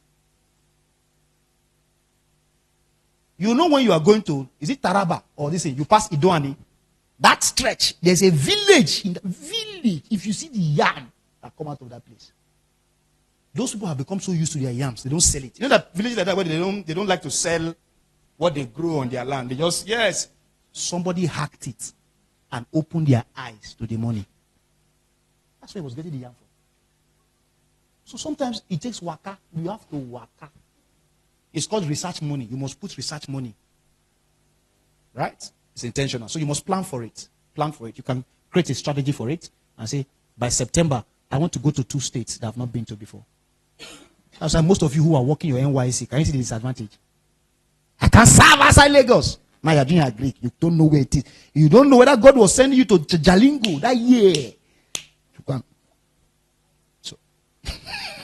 So I think you should be patient with yourself. Don't be in a hurry to want to remove her, but also understand that she's a collaborator or a middleman. Then you need to spend money on research. You need to spend money on it. Just budget yourself. Next 6 months, let me walk around a bit. I'll find an answer to it. And sometimes God might tell you, stay with her. Stay with her. Then when you hear stay with her, you can go and meet her and do better negotiation. I say, I want to increase my volume. What can you do with markup? It's 100 naira before. Can you make it 15 naira? I want to buy more. Do you understand? So sometimes it's not about completely pursuing them. It's just getting a better deal. Can you get a better deal? Right? Analysis paralysis. Abi, we all will do it at different stages of our life. I want other business people to come and talk, so I don't look at I'm saying everything. You will hear it too. At different stages of our life, we have done like this. The people who are quick to jump have not lost money before. If you have lost money before, and you don't have another way you are collecting the money from, your heart will be doing bang, bang, bang before you do another thing. You understand? I know someone who knows Dangote. Dangote, for the first, he didn't sleep well. As rich as he is, he didn't sleep. He didn't to take all that money and put it in the refinery. Billions of dollars. And you'll be sleeping. The sleep will not come. So at different points of our life, we have had that. Now I'm having one as I'm talking to you. Because I'm tired of doing development curriculum programs and people are not paying for it. It's stressing me out. You spend your time design curriculum, design everything, design, you put that, people say it's too expensive. That's you. Get tired. We have looked at the curriculum, we have done research, we have done case studies, everything you are putting into a program by saying it's too cheap. How much can you pay? 5,000. 5,000 for 6 weeks of architecture program that have got to go and harass men like this to come and be faculty. Even if they won't collect 10 kobo, common sense should tell you that, how am I going to honor him? Do you understand what I'm saying? So it takes a lot, but we keep at it. That's why your business must be hinged on something bigger than profit making. I don't know what it is. For some people, it's your spirit. I don't know. Because I don't want to say it's spiritual because it will look like I'm boxing you. It must be hinged. Some people is purpose. That's plenty English. But it must be hinged on something that is bigger than just profit making. For some people, it might just be to prove a point. It's enough hinge. You don't know. So, but to prove a point, yes. They told me I won't succeed. You, watch me, I'm coming. If that's your reason, that's okay. I won't judge you. But make sure it's bigger than just the profit. Because days will come when you will need something bigger than profit making to hold on. Right? Design thinking. Of course, design thinking, there's a loop. You get to the end, you test, you go back to the phase one, right? So you are constantly going through that loop. My wife will tell you an anointing I have is how to kill an idea that's not working very fast. Once it's not working, kill. In 2 days, another one has come. Kill. Kill. A mentor of mine told me, an idea that you have not tested, you can't tell its outcome. So I test. Especially when it doesn't require, of course, if it's expensive to implement, then maybe you think more about it. But if it's something that doesn't, like, Oga might be thinking of, let me start doing podcasts now. It's not expensive for him to start doing. Just get camera, get mirror. Probably what you expend for him might be time. Right? Oh, there's nothing to lose. Camera, light, action. What do you think about? It can blow tomorrow. Half of the people who blow on TikTok will tell you they were just playing when they blew. Femi Lazarus will tell you it just.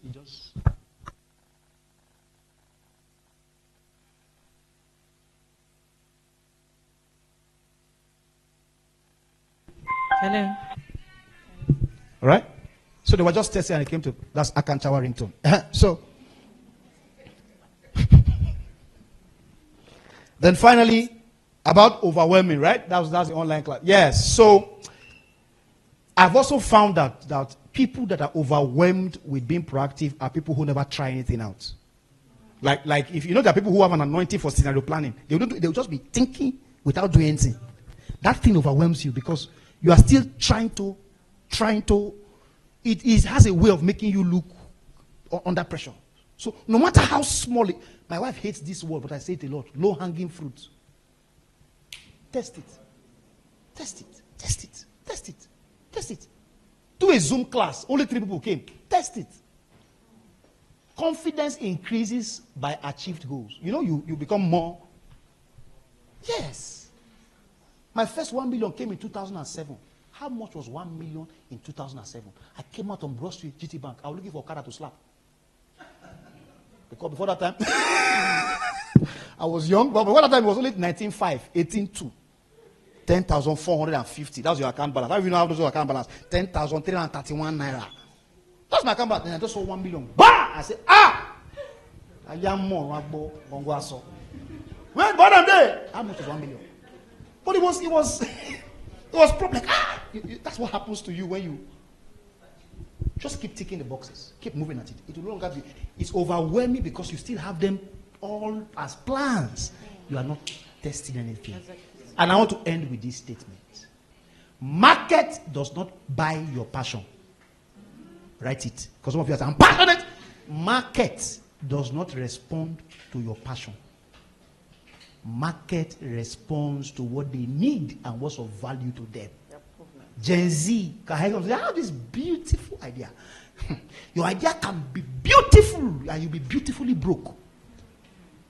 For instance, now, I like cricket. How do you know cricket they play on TV? I like cricket. But I'll be stupid now to say, let's start selling cricket equipment.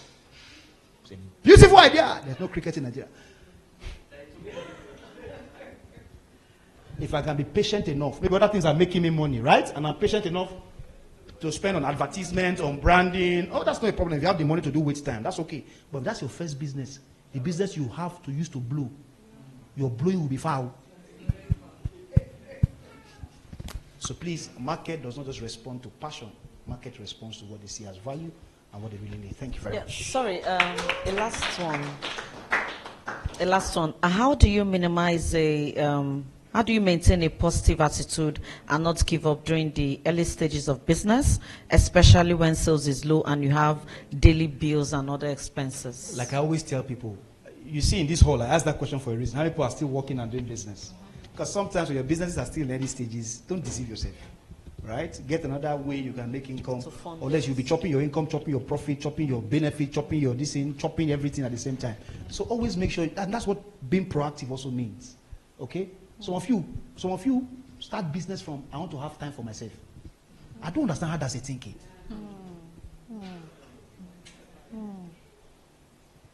When did you sleep this morning? Haja. When did you sleep yesterday? Past 11. I was still getting up for day 2. If I sleep at 11, I will have headache in the dream. My body will tell me, Ellie. I'm not telling you to do it. I'm just telling you that you are under that pressure. So you must plan and you must have an exit strategy, right? You must have a system in place. Okay? What is going to fund what? Especially when you have children, rent and school fees. Those ones don't care about your business you are building. Mom, I have to drink ice cream.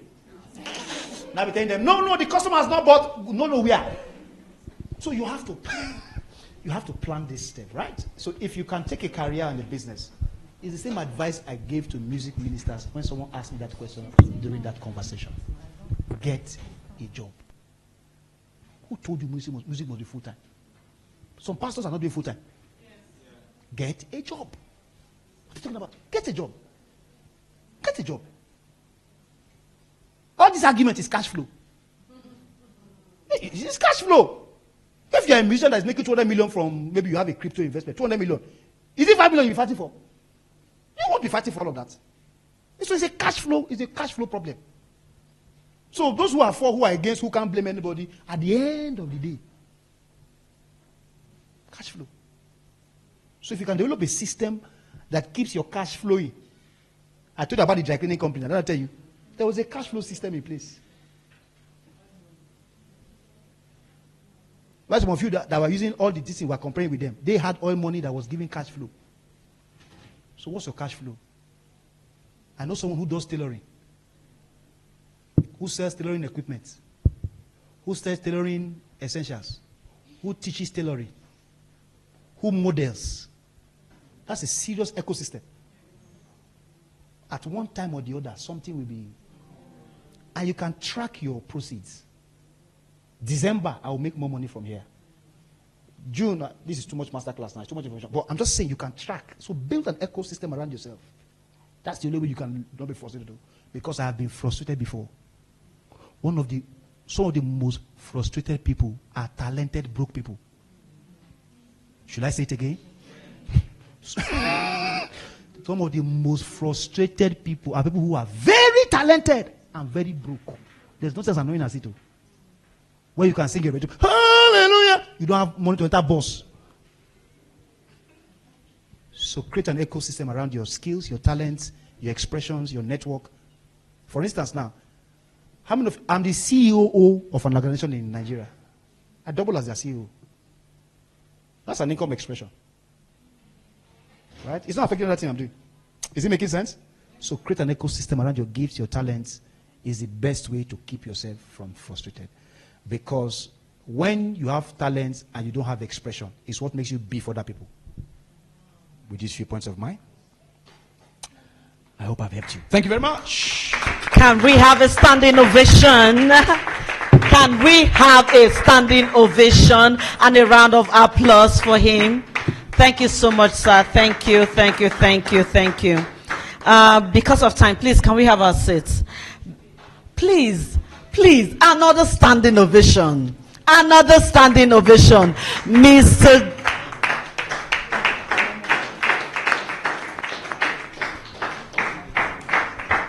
Okay, Mr. Anthony, the husband of our president, just steps in. Please, I want a standing ovation, because you know what happens when your head is not supporting you. You know there is no movement. Please, another round of applause, because he has been there. Thank you so much, sir. You're highly welcome. Thank you. Please, can we have our seats? So right now, we're moving into the next item, and our next speaker is going to be talking about understanding and leveraging retailing, wholesaling, and distribution. And for that, we have, just give me a second. So for that, we have Mr. Ewaen Sorae. Am I right? You're welcome, sir. So please, a round of applause to that. Thank you so much. So let me give a little bit background of who our speaker is. So Mr. Ewaen Sorae, a dynamic and visionary leader, has carved an illustrious path marked by remarkable achievements in both the business and political spheres. Born and bred in the vibrant city of Benin, Nigeria, Ewaen's journey exemplifies the fusion of academic excellence, entrepreneurial acumen, and a fervent commitment to community development. So Ewaen's entrepreneurial spirit ignited during his tenure as a development manager at Providence Management Group, United Kingdom. Upon returning to Nigeria in 2010, he embarked on a transformative journey by founding Esorae Home, a pioneering hospitality service business. Under his visionary leadership, Esorae Home burgeoned from a modest venture with 2 employees into a thriving enterprise, now boasting a workplace of over 60 individuals spanning 13 years and stores in multiple cities. That clap is totally not acceptable. So in 2020, they expanded his entrepreneurial footprint with the establishment of White Tree Retail, aimed at revolutionizing the retail landscape and fostering backward integration to support the food and beverage industry. His astute business strategies caught the attention of South Africa retail giants, leading to the acquisition of White Tree Retail by Pick and Pay in 2022. A round of applause to that. He has also founded Opes Venit. Opes Venit is a private equity fund based on investing globally in education, health, retail, food and beverages, energy and sustainability, technology, and real estate. A round of applause to that. So Opes Venit invests in all growth and development phases of a company with financial resources and strategic support, as well as giving access to a global audience and capital markets. Ewaen co-founded Pershing Hills Elementary in 2019, a testament to his unwavering dedication to education, a school with focus on early years and elementary with the mandate to build confident, creative thinkers and delivering an education that is truly relevant to their future. Pershing Hills also utilizes extracurricular activities as a tool to build character, team spirit, and social skills in young children. I think this is a good place to clap. Esorae Urban, the real estate arm of the business ecosystem. Esorae Urban epitomizes sophistication and innovation. Operating under Opes Vet, Esorae Urban adopts a groundbreaking build and operate model, exemplifying excellence in every aspect.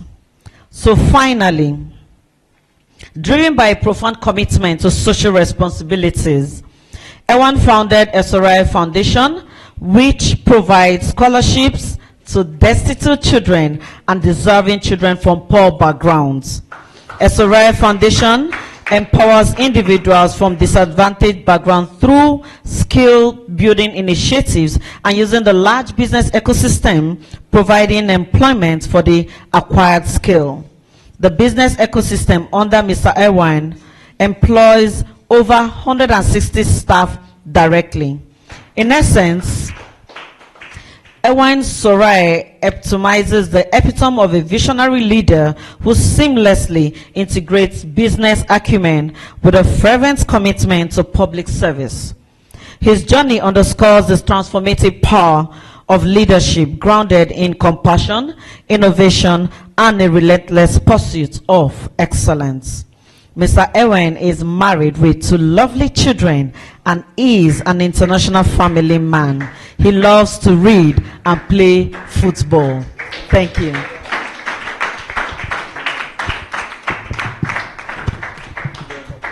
You're welcome, sir. That was a great introduction.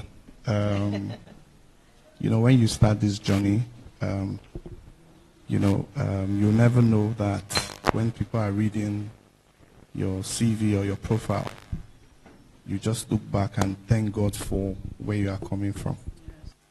I just want to appreciate the lady that introduced me. This journey has been a very interesting journey. When it comes to entrepreneurship, before I delve into this topic, when it comes to entrepreneurship, I always tell everyone that business success doesn't necessarily depend on how sophisticated the idea is. It could be the simplest of things. When we started this journey in 2010, it started by accident, and it's one of those businesses that, or those ideas that I never had it all figured out. It wasn't part of those businesses that I did business plan, had all the structures. It was just a business that we just delved into.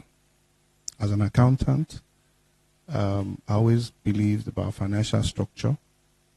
But with Esorae, when we started, it was just a business that we saw a gap in the hospitality space.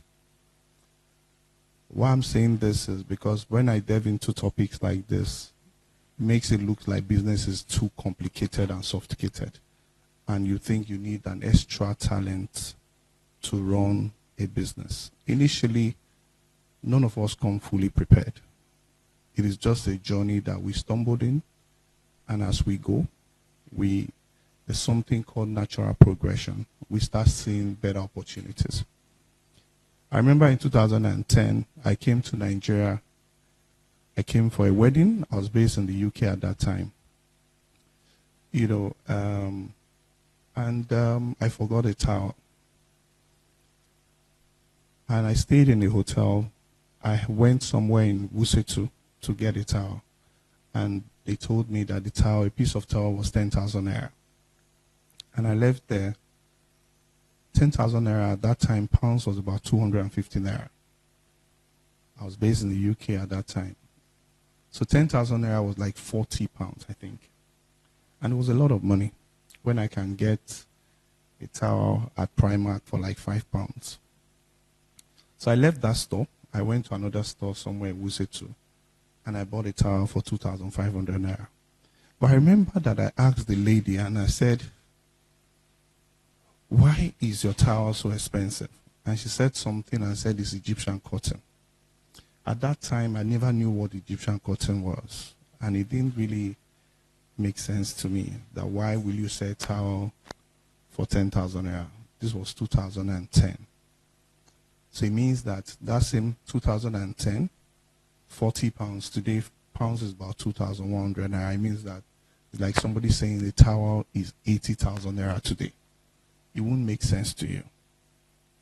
So when I left that store, I went back to the UK after my holidays in Nigeria, and I was in a store, and I stumbled on a towel, and I saw 100% Egyptian cotton. So I picked up the towel, and I looked at it. I said, "Oh, is this the Egyptian cotton that they are talking about?"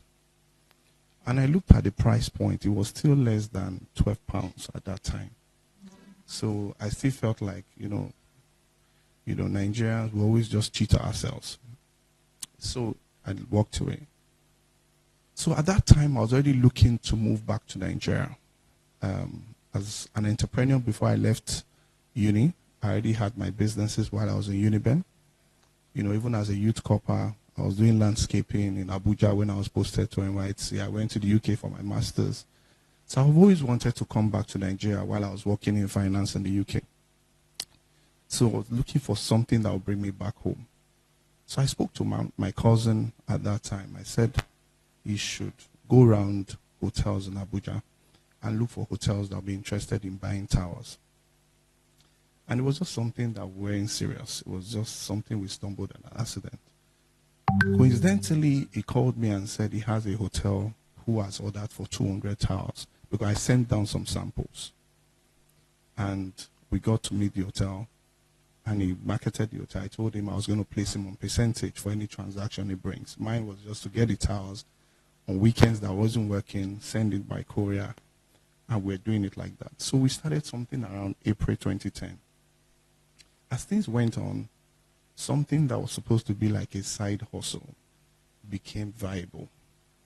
We're doing 2,000, 3,000 towers a month. And, you know, considering the fact that I'm coming from finance, so I told my friends sometime in September and my family that I was going to resign and move back to Nigeria.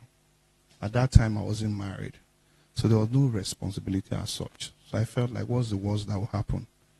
Whatever happens, I dust my certificate and I go back to the UK and I go continue. I had a work permit at that time.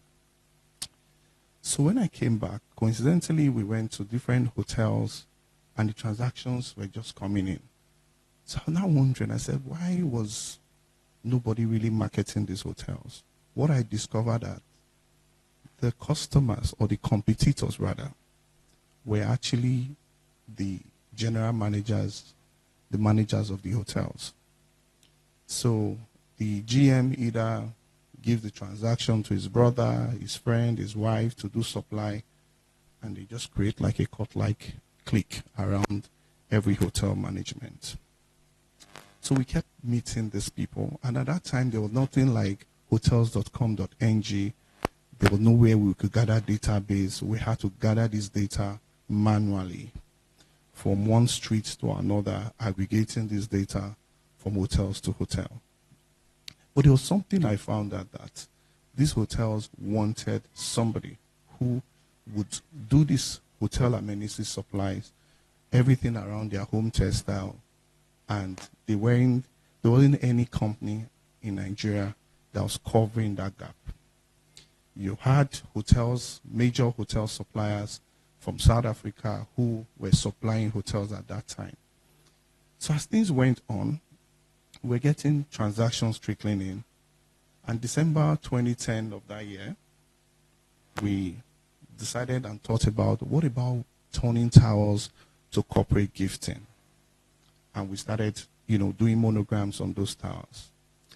Why it's important to say this story is that I do see a lot of people thinking that without working capital or without raising money, they are not able to build a business organically. And somebody comes and says, I'm trying to raise money. I get a lot of proposal on a daily basis, considering the fact that I invest in businesses. But I always look at the tenacity and the ruggedity of those people trying to raise money and their financial discipline. I always say something that is better to sell bread and akara to 1 million people than sell Rolex wristwatch to 5 people. It's about the size of the market. So we discovered that as of today, you have 28,000 plus hotels in Nigeria. Lagos alone has 2,890 something. And there are many hotels who are looking for people to just supply. In Benin, pineapple is sold for 150 naira in my village. And that same pineapple is sold in Lagos for 2,000 naira. Watermelon is sold for 200 naira. That same watermelon is sold in Lagos for 3,000 naira. And the distance from Benin to Lagos is 3-4 hours. So if you hire a truck and by bringing pineapple from Edo to supply to hotels.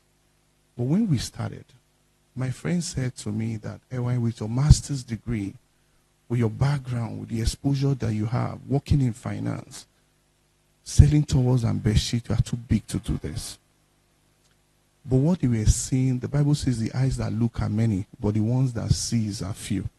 What they were seeing was different from what I was seeing. I was seeing an entire industry, and they were just seeing what they were seeing at this point.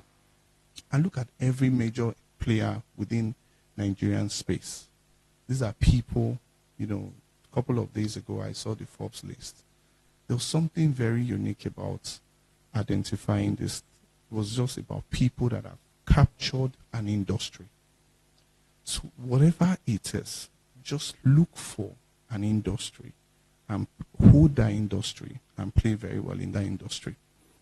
So when we started, it was just something that started, wasn't really, yes, most of the businesses that we've started today, we do a lot of research, we put a lot of things together to start these businesses. But before now, it was just grit, passion that drove everything that we did. And December 2010, we were able to get as many transactions as possible. That's where the working capital we had. I opened my first store in February 2011 at the Silverbird Galleria. At that time, because we understood the clients that we wanted to target, our rent at that time was $20,000. The entire money we made in 2010 December was put into renting a store, because we wanted a store that was on the same floor where the cinema was. So as people are coming out of cinema, maybe because of my marketing background, I also understand that, okay, yes, I did accounting in my first degree, then I delved into masters in marketing management. So I understood the power of positioning. And I knew that going to Silverbird Galleria and paying $20,000 at that time for rent wasn't because I had so much money. But I knew that if I'd spent that money on billboard or whatever it is, people will not have the opportunity to experience my product.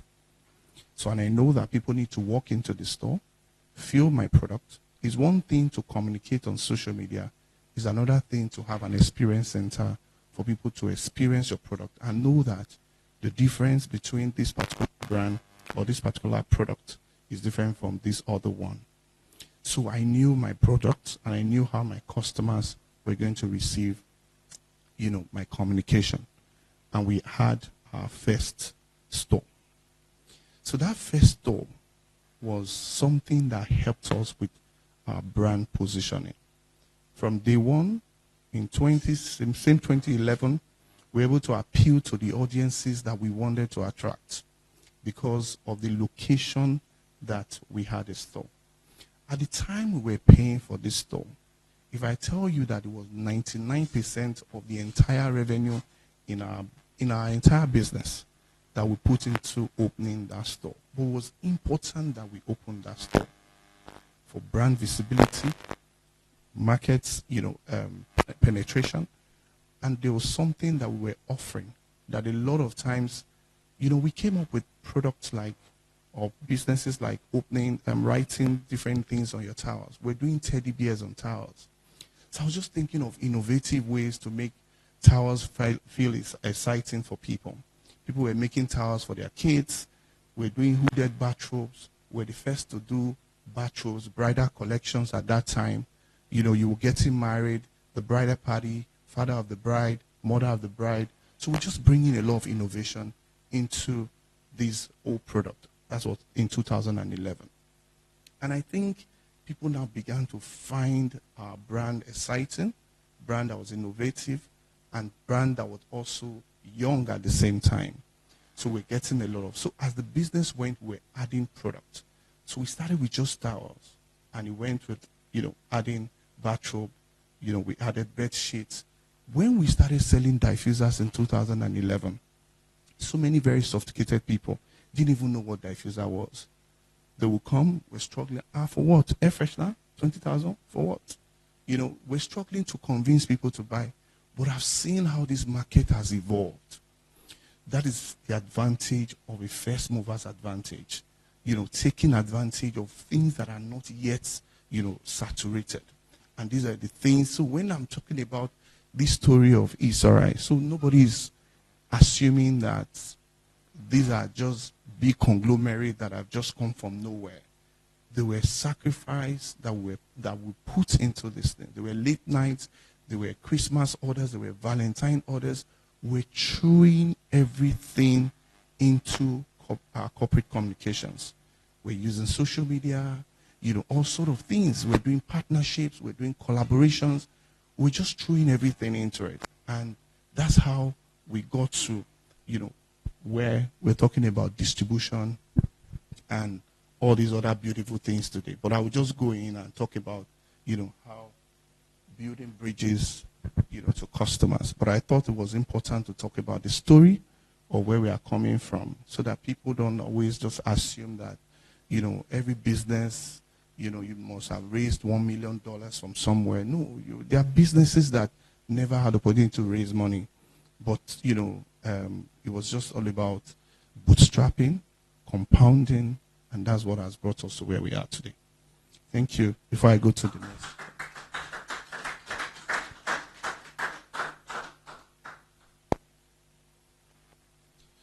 Okay, so when we're talking about retail, I think retail, wholesale, and distribution. So we know what retail is. Retail is selling one product to a customer, right? I'll just so that we can move fast, right? So analyzing the role of retailing, wholesaling, distribution is quite interesting. Or I can use my phone, sorry, instead of turning my neck.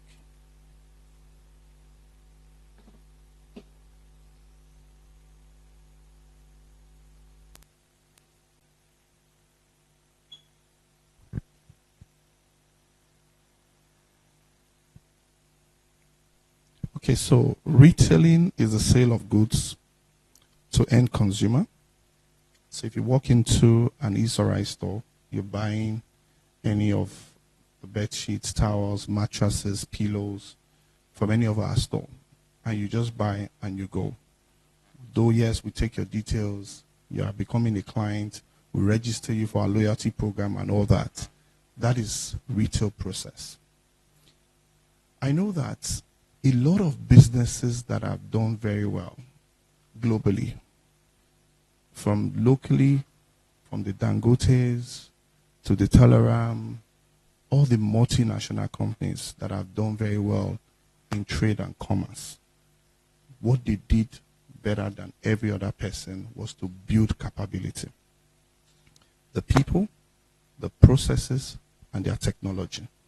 That's where what they did better than every other person. Not because they were the smartest people in the room.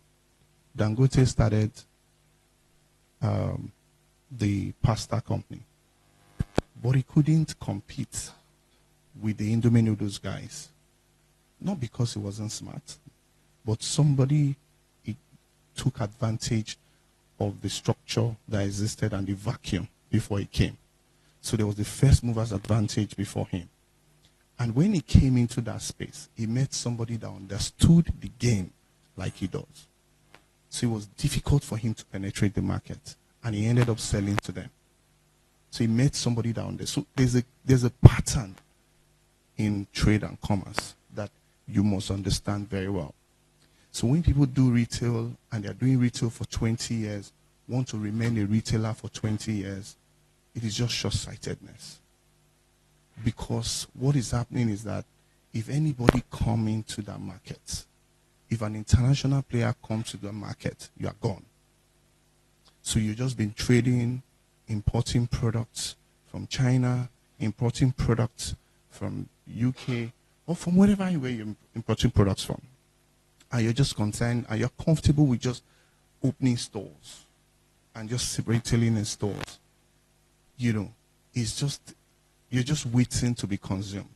Because if somebody comes, and it's an emerging market, international brands are coming in every day, and the moment they come in, and they're going to look at the local players, what discourages people from coming into the business is the fact that somebody owns the market. So when people think about not gambling with their money, they think twice. How many of you would say, because you have $1 billion, you want to go into cement business? You first of all think about Dangote. Not because you like him so much, that's why you're not going in. because you know that he has the capacity to crush you out of the market, right? And that's what happens in the business world. You play the game of attack and defend. And the best way to defend in a trade and commerce business is to build an wholesale business. So what is wholesale? Wholesaling involves selling goods in bulk to retailers or other businesses. So I know some of us are still thinking, I do not have the capacity to do retail enough. And they're telling me I need to be looking at wholesale. I'll tell you guys the easier tricks to that and the cheat code to building an wholesale business in my slides, right? Why you are still small. And I will tell you how we did it, okay? These three things are very important in getting to understand how to build a trade and commerce business. Distribution. Distribution is the process of moving goods from manufacturers or wholesalers to retailers or consumers. How should I just speak without looking at the slide? Right? I think the slide is slowing me down. So I will just talk about the experiences of the journey of this business and how, so maybe you guys can read the slides later. So sometime in 2014, I like to tell stories with my business. I think it makes people remember more. Right. Sometime in 2014, I was just bringing in diffusers at that time. So I tried to get a very particular diffuser brand. I went to an exhibition in Paris, and they told me, I'm sorry, there's already somebody in Nigeria who is our exclusive distributor. You need to buy from him. So, and I really liked the diffuser. And so I reached out to the person. I said, okay, I was told that, I should reach out to you for these fragrances. And the person gave me conditions and said, you pay deposit, we use your money to order. And I knew what the price margins was. And I was just, so what are you doing? So if you are not buying with your money, I will give you the money. You use it to order for me, and you still take a margin for not doing anything. So I tried to get another brand. So I discovered that what's happening to me was I would go to the stores, retail stores, buy diffusers, bring to Nigeria. And these people that own the exclusive distributorship, their price points were cheaper than mine, and I couldn't really compete. And I knew that if I wanted to scale, I need to understand my brand, my pricing strategy very well. So when it comes to, so all the Dangotes they are doing is all pricing strategy. The reason why you're going to buy a Nido milk or a Nestle or whatever is price. So they've been able to understand what price can do to the consumer. It affects the choice of what they do. So we're not talking about price with low quality. We're talking about everybody having the same quality. So what now determines the choice you make is the price, not necessarily about the location. So if everybody brings an iPhone, there's iPhone, if it's iPhone 13, it's all standard. So if a slot is selling iPhone 13 or a Royal Line is selling iPhone 13 and you hear that Royal Line is cheaper, you're going to go to Royal Line because all iPhone 13 are iPhone 13, okay? So this is not a service-based business that you talk about and say, you know what, the service experience is different. But we're talking about the product quality. When the product quality has been defined as the same, what is now important is the price. And to be able to compete with that price, is the price that you buy. And the price that you buy is dependent on the arrangements that you have with either the manufacturer. So what was happening was that within that space, as I was concentrating on just selling diffusers, people who understood business better than I was at that time knew that all they needed to do was just to sign up exclusive distributorship with this brand. So as at the time in 2011 that I started selling diffusers, these persons already at that time, as they saw that the market was growing, all they just needed to do was just to identify good quality brands and just be signing the exclusive distributorship. And that's all they were doing, without even having retail stores. So they bring in the product and they give to us, the retailers. We pay operating expenses. They just have a warehousing cost at somewhere cheap on the mainland, and they just have it there, and you are incurring costs in high-brow areas, retail outlets, and you are paying millions, and somebody is just bringing and have a distribution. So they built a fantastic distribution business. And I said, okay, in building capability, these three things must be interwoven: retail, wholesale, and distribution. You must understand these three things if you want to build a formidable business. Everybody that have built major businesses that controls market shares in different industries today, these are the three things they've done very well. Now, in identifying these three things, I knew that the three of them has their benefit. What retail does is that retail gives you the margin. Retail gives you the margin. So the margin that you enjoy as a retailer is healthier than the margin you enjoy as a wholesaler. But what wholesale does for you is owning the market and controlling the market. While other people are playing with you, you are controlling the market, right? So what distribution does for you is also your opportunity to be able to offload. And second benefit of also being a wholesaler is that, or a distributor, is that you can sign up suppliers credit arrangements with brands. So for example, I remember sometime in 2018, one of the biggest challenge we had that became a big blessing. We were approached by Mocha Foam. You know, we just started thinking about private labeling. And Mocha Foam came and said, Esorae, we need you to do, people have been saying that you have very good pillows. We need you to supply pillows to us. And we need you to do mattress stopper for us. At that time, it takes an average tailor 1 hour, 30 minutes to make a mattress stopper. One tailor. And at that time, we had about maybe 30-something to 40-something tailors. And Mocha Foam gave me an LPO to supply 2,000 mattress stopper in 10 days. We had just 3 stores at that time. You know, I remember when I went for the presentation, I was told that, okay, this is what it is, you know, do you have this capacity? I said, yeah, we can do it. The whole idea was, how do I put pressure on my people and outsource some of the production? But I discovered that we couldn't. First 1 week, we've not even done up to 200. And it was a big problem. And I started thinking that there would be a better way to do this thing.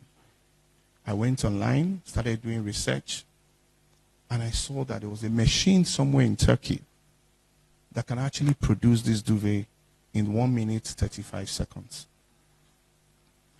We raised money, borrowed money, serious debt, and we bought the first machine. That was December 2018. So we brought in somebody to come and install that machine. And I think that's when the business transformed. You know, I didn't even, you know, and I thought that, I didn't even know that, you know, one thing I always say about businesses is like a leap of faith. You just go in. And as you move, you begin to see bigger opportunities. You know, people will come here and tell you, this is the best way to run a business, this is a strategy. But the truth is that it's just a step. And as you go, yes, it's good to have a plan, but most importantly, it's very important to be focused. And I thought that, you know, it's very important to emphasize on focus. Because when we got that machine, you know, we're able to speak to our team, we got operators, brought in an expatriate to, you know, roll out that machine for us. And we saw that our jobs were neater, and we're rolling out duvets as quick as possible. For a couple of years, we're producing for this client. Then we now thought about the risk of just having one client. Then we now started thinking of creating a new department called the resellers department. So this resellers department's job was to, you know, make sure that we get people that were ready to do private label. So you come in and say, my name is Josephine, I want a bedding company called Josephine Beddings. And we started saying, okay, you know what? We can do this for you. We're reaching out to people that have high following on social media and saying, you know what are you doing with your followership? Why don't you start a bedding company? We'll create an Instagram page for you. We'll market your product for you. We'll help you label your product. So we're driving a private label department that we never thought 3 years before then. We never even had a strategy of even doing that. If the client did not come to say, produce for us, we would never have thought that these things were possible, right? So when we talk about distribution, I'm talking about how technology can help with distribution. I see you. About how suppliers credit. Suppliers credit, there are a lot of suppliers outside Nigeria that are looking for new markets and emerging markets like Nigeria, where, you know, that can just say, you know what, sign up an exclusive distributorship and control the whole of West Africa, control the whole. So I had a client sometime in 2016, and I got this exclusive distributorship in 2016. But I was careless with it. I would say I was careless because, you know, at that time, I didn't really have the structure to drive the distributorship for diffusers. And sometime in 2018, 2019, they reached out to me. They gave me target, and I was meeting the target every month. 2018, 2019, they said, oh, we're getting a lot of interest in Nigeria. Nigeria is just a big market. We just think that you alone should not be the exclusive distributor in Nigeria. So, you know, we want to have 5 exclusive distributors in Nigeria. So that's when it dawned on me what I'm about losing. And they said, okay, if you're going to meet this, I said, okay, you know what, I'm going to double the target. And if you're going to meet this target, we'll let you have it. So at that time, you know, when you're about losing something, that's when you begin to value that stuff. So at that time, we reached out to them and said, look, we can do this numbers. If it's just about the numbers. No, it's not just about the numbers. We just want you to sign up more resellers in Nigeria.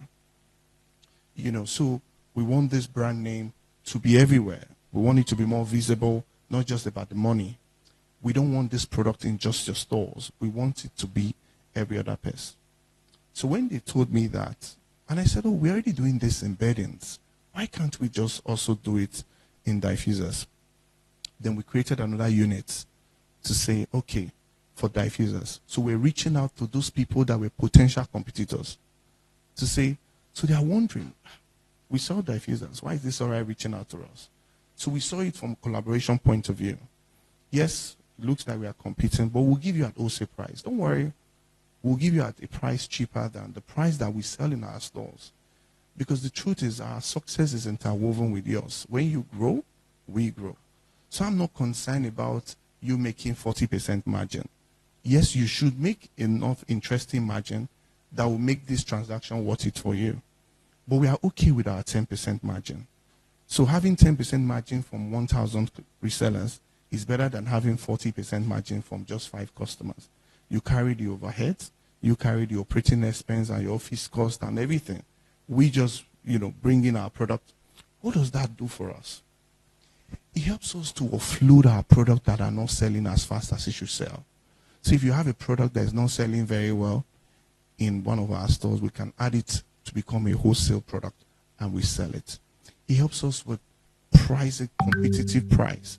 For the product that we sell, nobody in this country can sell those products cheaper than us for the same quality.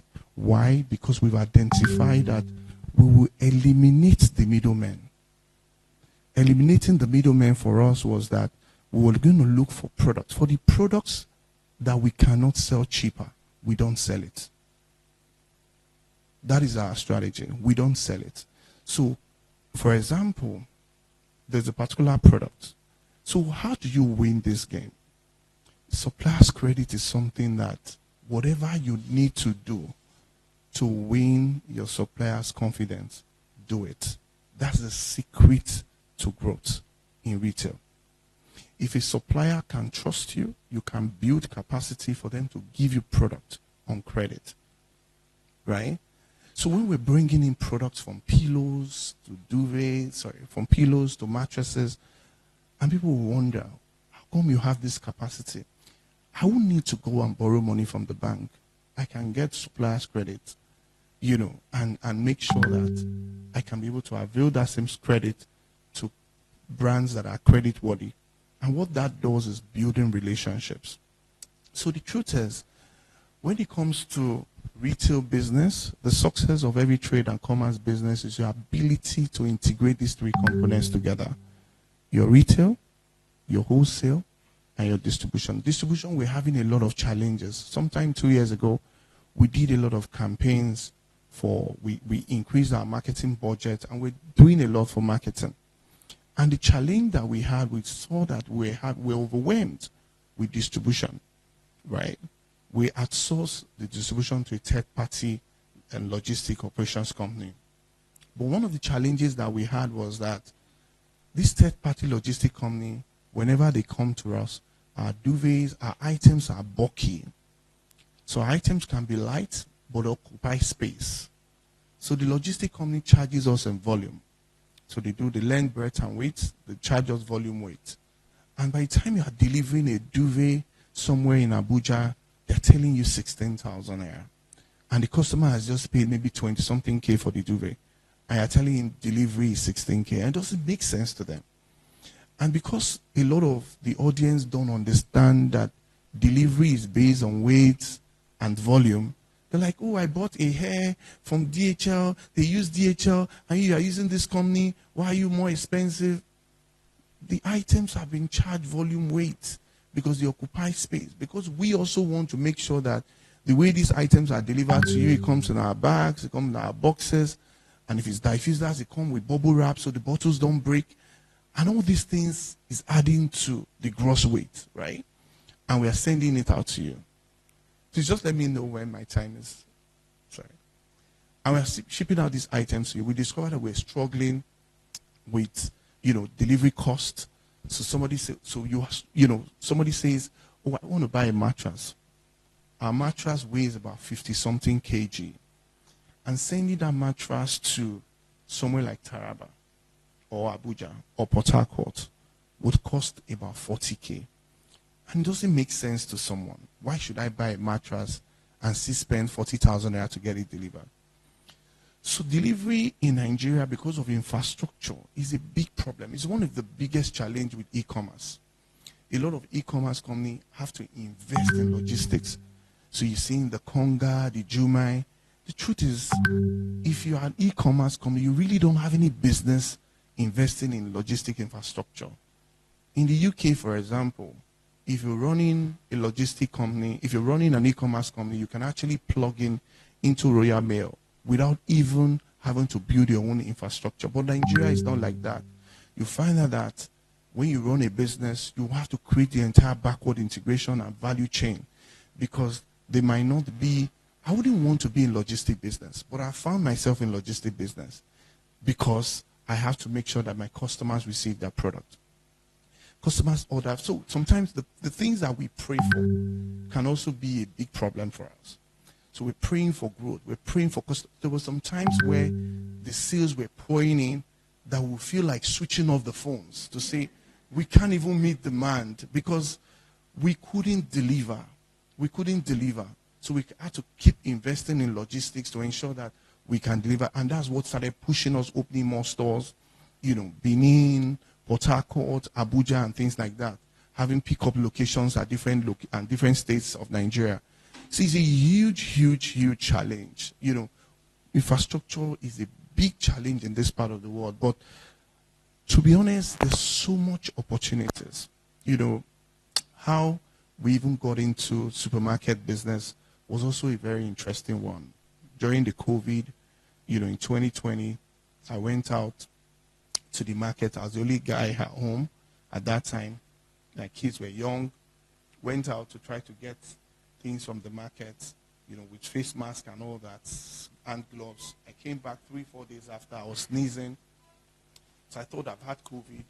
Checking, at that time you were seeing on your screen 2,000 deaths in New York, 4,000 deaths in Italy.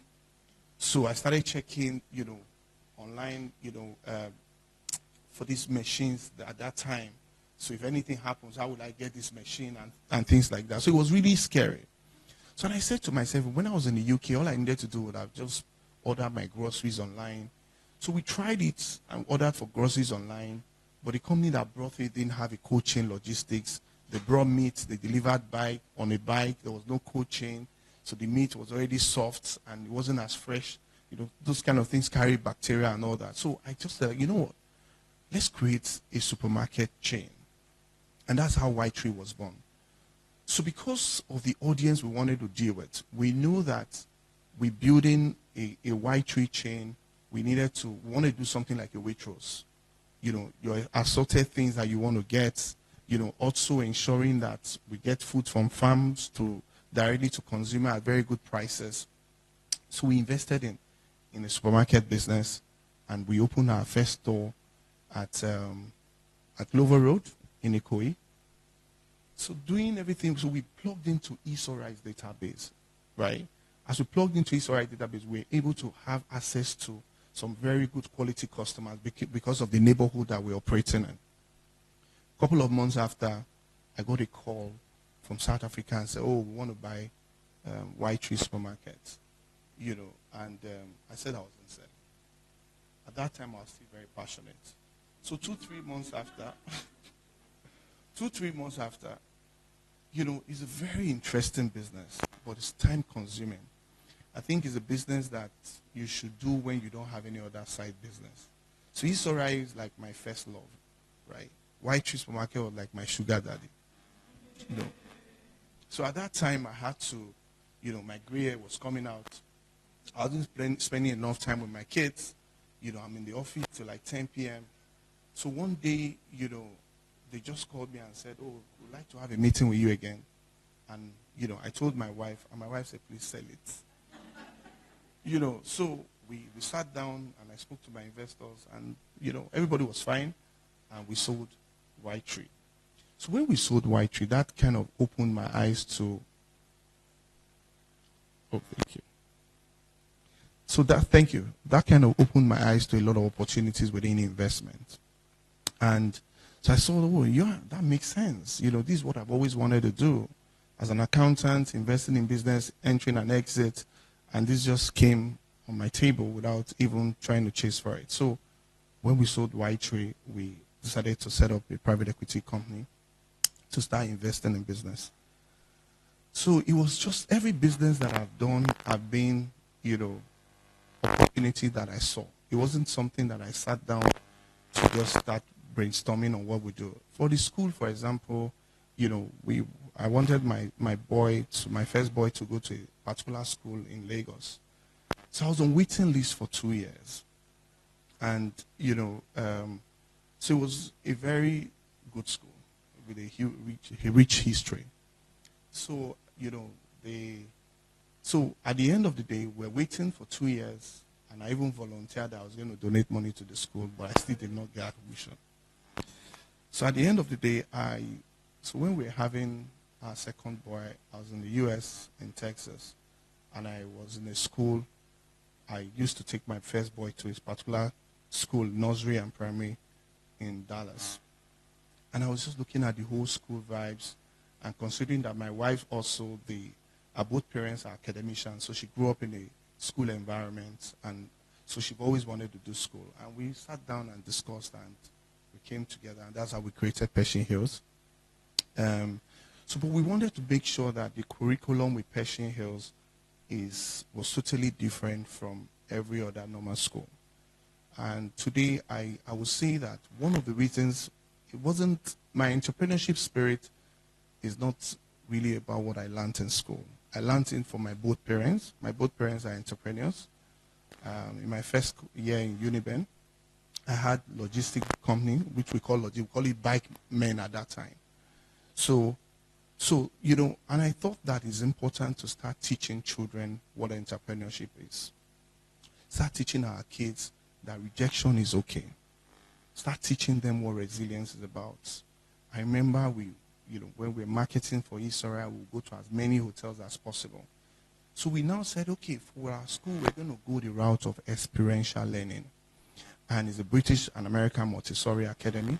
We do a lot of extracurricular activities, from your air ticket to, robotics, financial literacy, and intelligence and things like that. One of the things I think is very important, when I hear people talk about generational wealth, I want to build this for my children, I want to buy land so that my kids, I think the biggest investment for kids is education. And the quality of education that they get, and the people that they interact with, the confidence, because the truth is, with everything going on social media, you're wondering, these people, where are their parents? Where they, and where the abnormal things are becoming the normal. And you are wondering, where did we get it wrong? And if we are not careful to bring and develop confident children, you just have a situation where, kids will you let the society train your child. You are in soup. Because, what is out there is absolutely rubbish. There's too many rubbish out there. And I think it's very important that we need to build and develop confident kids. And for us in Pershing Hills, it's very important, that, dream, believe, and excel. We're pushing it, experiential learning, and we're very big on that. So all our businesses is all about how do we give value to people. Esorae is about getting the right price to the customer. Customers need to sleep well. How they're enjoying their sleep. So everything is about that you want to do at the end of the day is about the spirit of excellence is to make sure that whatever you want to do, how do you want to make sure that you are the best? You're the best in product, you're the best in quality, product pricing, you're the best in quality, and you're offering speed. And those are the three things that have driven us in Esorae. As an entrepreneur, you think about these three things, just know that you beat anybody any day if you can do these three things very well. Product quality, product pricing, and speed. These three things are the secret of every entrepreneurship journey. Thank you very much. I'm more of a storyteller. So thank you. Thank you so much. Please, can we have a standing ovation? Can we have it? Sir, please. You are running. You are going nowhere, please. I want you to stay beside me. I like saying, please, a round of applause for us now. Didn't you see what we just? Yes. Sir, I hope you are with me. We did that together, right? Yeah, yes. So please, do we have questions in the house, please? We're not done with you yet, so please. We need to make sure that we get everything. Okay, sir, your mic, please. Okay. Who is okay. Thank you very much, sir. God bless you. Bless you too. One thing that I saw all through your presentation was the fact that education actually play a large role in all the things you're doing, from identifying opportunity to maximizing it and to growing it. And it just boils down to the point where we have a particular saying now in this generation that education is a scam. So how I want you to speak to, because also we have online audience, to prioritize the place of education and self-development. God bless you. Thank you very much. So when we talk about education, I think it's very important that we get it right that education is not just only about academics. Exposure, travel is also education. Whenever I do travel, and I've learned a lot of more ideas have come to my head when I'm on vacation, when I'm outside Nigeria or I'm outside work. I know that about 6 months ago, I went to Uyo and I went for an event. While I was going back to the airport, I saw some very beautiful bananas. And I bought that banana and it was very beautiful. And considering the fact that when we were running White Tree, we were importing bananas from Holland because of our expatriate customers. We needed to, the expatriate customers want some very exotic fruits, like the cherries, the foreign cherries that you don't get here. And a kilo of that foreign cherry is 32,000 naira. And that's what we're selling it for. So considering 32,000 naira in 2021, that was about $100. And this same cherry in Holland at that time was sold for maybe about $15 at that time. So you can see the margin spread. So, and when I saw these bananas, I snapped the picture and I sent it to the governor. I said, sir, what about if you get your farmers to just package these bananas in nice cartons and just supply Lagos? They don't even need to export it. If you go to Delhi supermarket, you see the foreign bananas, and they're still there. And people are buying it. And we have more beautiful bananas in Uyo. In my idea book, there are more than 40 business ideas that I've not even done. And I'm thinking, why are people not doing it? So the challenge is that the very sophisticated people like you and I in this room, we look down on the little things. As my friends told me and said, Ewaen, you're too big to be selling towel and bedsheet. My nickname was Towel Boy. They were laughing at me. But they don't understand that the journey of entrepreneurship is something that you learn from. There's a natural progression. And that's what education is. So why education is important is that you need to be able to have kids who are confident. If I wasn't confident in my own self, at that time when they were talking about 2014, 15, 16, a friend said to me and said, Ewaen, you can't be wearing Apple Watch. You should be wearing a Rolex watch. You just wear Zara. And I was like, what is wrong with wearing Zara? And so you can see how, again, you can see how people can consume their seed, right? If you don't have a confident person, right, you probably would just think that, oh, if I have my first 20 million, I have to go and buy a Rolex wristwatch. You don't have to. My father always says something. There's never a time you will buy a shoe, you will not have a leg to wear it on. So delayed gratification is something that I always just tell even all my mentees to say, come, listen, education that we're talking about, let's forget about it. It's not just about classroom. So it's about how do you make sure that your child is leaving the house. And it's okay to tell your child that rejection is okay. You ask for something and they don't give it to you, it's okay. It's not, if I ask you something or I ask for do you know how many rejection proposals we get on a daily basis? I have a call center that all they do from morning to night, they have a target. Each person must call 50 calls a day. And you have over 10 people doing that calls. And they must call these hotels. Sometimes they get 1, they get 2, they get 3. So, but they have to do the calls anyway. So the thing about rejection is the thing about building confidence or education is just about making somebody understand that it is okay to get a no. Right? And in getting a no doesn't make you a less person. So education for me is not only, so why I talk about experiential learning, in Pershing Hills, we teach kids everything about character. we're looking to start a secondary school now. Right now, we have about 200 and something kids in our primary and nursery. And we're looking to start a secondary school. What we want to do with our secondary school is an entrepreneurship academy, where kids in secondary school start understanding that you can be in GSS2. We'll give them a coursework of doing a business plan and thinking about strategy of how to raise money and how to build wealth and how to raise finance and manage debts. And those are the sort of curriculum we need to start teaching them. So you don't want a timid child in this generation that will come in and say, because there's wealth in everything.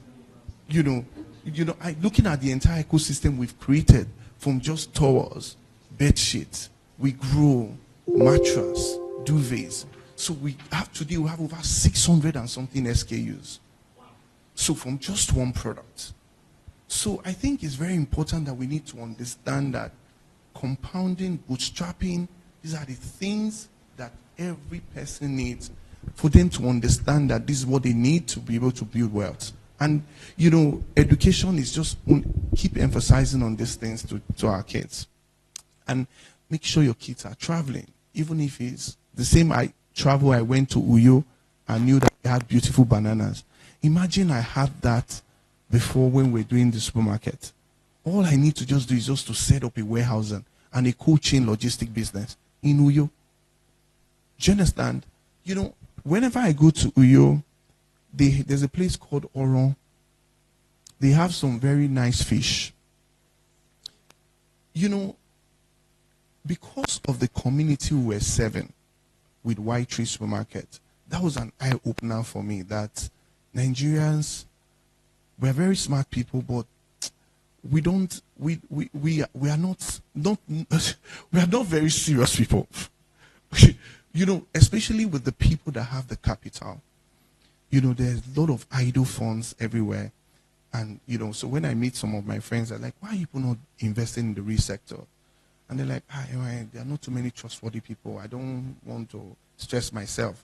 I'd rather the money just be in a particular bank and yielding interest. When we're running supermarkets, we're bringing in salmon fish from Billy's Gate in Canary Wharf. Because we had a lot of customers who wanted salmon fish.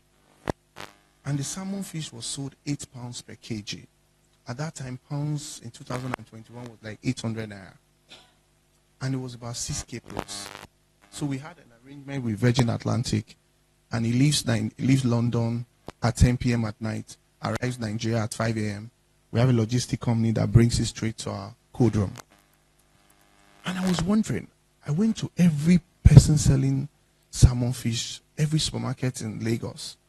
They were selling the cheapest kg they were selling. The biggest supplier was selling at 23,000 naira. And my salmon fish was landing at 9,000 naira. So I'm not like, if I sell it at 30-40% margin, 15K, it's still okay. But what I was saying to myself? If I sell it at that, people will say my own is fake. My own is, maybe I brought it. I said, okay, you know what? Let me just join and sell for 23,000 naira. So you can see what lack of competition can do to this economy. So you just see people. And I was bringing by air freight. And I was still paying about £4 per kg at that time. These people bringing in bulk are bringing with sea container. So the cost is in somewhere like Orom, and just concentrate on supplying restaurants and hotels, fish, seafood. You don't even need to do so much. Restaurants and hotels, they just call you fisherman supplier. Just name it and trademark that name. That's enough to build a billionaire business. That's enough. Just that. Just bring in seafood. Just have 20 suppliers in Oro and build one cold room there. And say, oh guy, for now, carry on the fish. Just put here, we'll buy it by kg. You don't need to go and get the fish yourself. Just buy from people that are doing it and put it in the cold room and just transport to Lagos. That's enough business to give you a billionaire. Thank you. Thank you so much. Everybody, let's be upstanding. Let's be upstanding. I think we need to do an exercise, a quick exercise right now. Everybody, call your name. Say Francisca. Hold on, because the way you're calling your names, it's obvious you don't know who you are. Listen, Francisca is freedom fighter, emancipator. I'm here to help you. I'm your solution. I don't know who you are. So if you know you don't know who you are, just call my name. Say Francisca. I did not hear. I said Francisca. All I need is around me to succeed. Oh, you did not hear me. I said Francisca. I say again, Francisca. Hear me today. Tell yourself, say Francisca. Hear me today. All I need to make my billions is around me. No, you're not moving. No, say it's around me. Say Francisca, look. Hey, Francisca, look. Are you all ready to look? Because it is only when you seek, you will find. We have not been finding because we have not been seeking. Please, a round of applause. Please, let's. Oh, no. Sir, I'm going home with you today. It's settled. Oh, I'll just give my husband's number, Yes. So please, let's have our seats. And the next question, sir, please, we're not done. Okay, hold on. All right, thank you. Thank you so much, sir. Such an insightful time listening to you. I have two questions. Number one is, understanding the various businesses you run, how have you been able to mitigate risk, knowing that there are risks in the business? And I'm going to share a few things just to, buttress my point. Number one, you already run an e-commerce business. You run, hospitality business. There are definitely risks, especially when you have to invest money into something, not knowing where. So have you been able to mitigate risk across all the chains of your businesses? That's number one. Number two is, I know that one of the things I do personally is I study people. I've studied you, and I know that you have relationships. I think I was watching one of your birthdays where you had, the local government chairman. So you built relationships across as you grew in the business. Have you been able to maintain your relationships? Have you been able to, what are the ingredients, if I would use that word, what are the ingredients as an entrepreneur that you've been able to put into your business, and you've drawn such relationships and you have maintained them over the years? Thank you. Thank you so much, sir. Thank you very much. So let me start from the last question, relationship. So there's a book I read in 2011 called Thinking Like a Billionaire. I advise everybody to go read that book. It was written by a guy called Scott Anderson. What I learned in that book is one of the things that I've been using today. Especially with managing and building relationship with a lot of people who have access and influence.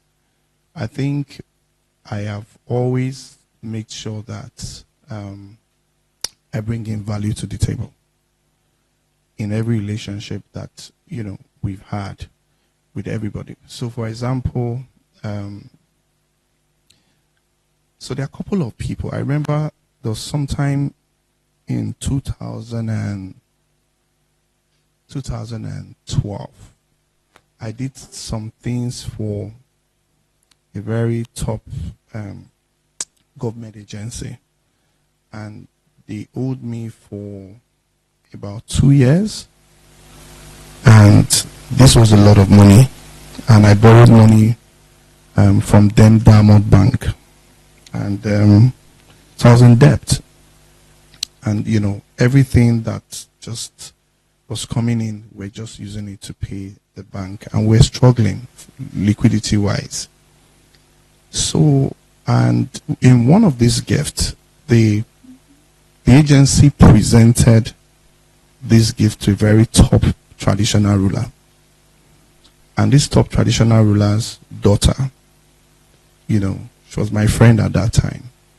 We were in the UK together, and she sent me a message and said, "Oh, these people just gave my dad this gift. So, and I said, should I tell her that they haven't paid for this gift? So I just said, you know what? Even this gift they gave to your dad, they've not paid me for this gift. And I told her the story that this gift almost sent me bankrupt. And I did, this very amazing artifact gift for them. So, and she said, should I tell my dad? I said, please do. And before she told her dad, I sent a gift. And the dad did a handwritten letter and sent to this government agency. He's a class A traditional ruler in Nigeria. And my phones were ringing. Come and take your money. Come and take your money. So I know the power of network, and it's been the most important thing. In my mission statement, there was so much emphasis on relationship building. Even on our website, I don't joke with relationships. I don't wait for the day that I need an assistant to check up on someone. My EA will say the monies that we spend on gifting every year can set up a business. For me, it's part of the things that we've just added as a business to say, you know what, every year, Christmas, birthdays, we just keep sending out. And we're sending out is not because we're expecting to give back. Just recently, in the last 2-3 years, so I said, look, so as we're building our ecosystem, I said, you know what, we need to fortify our finance team.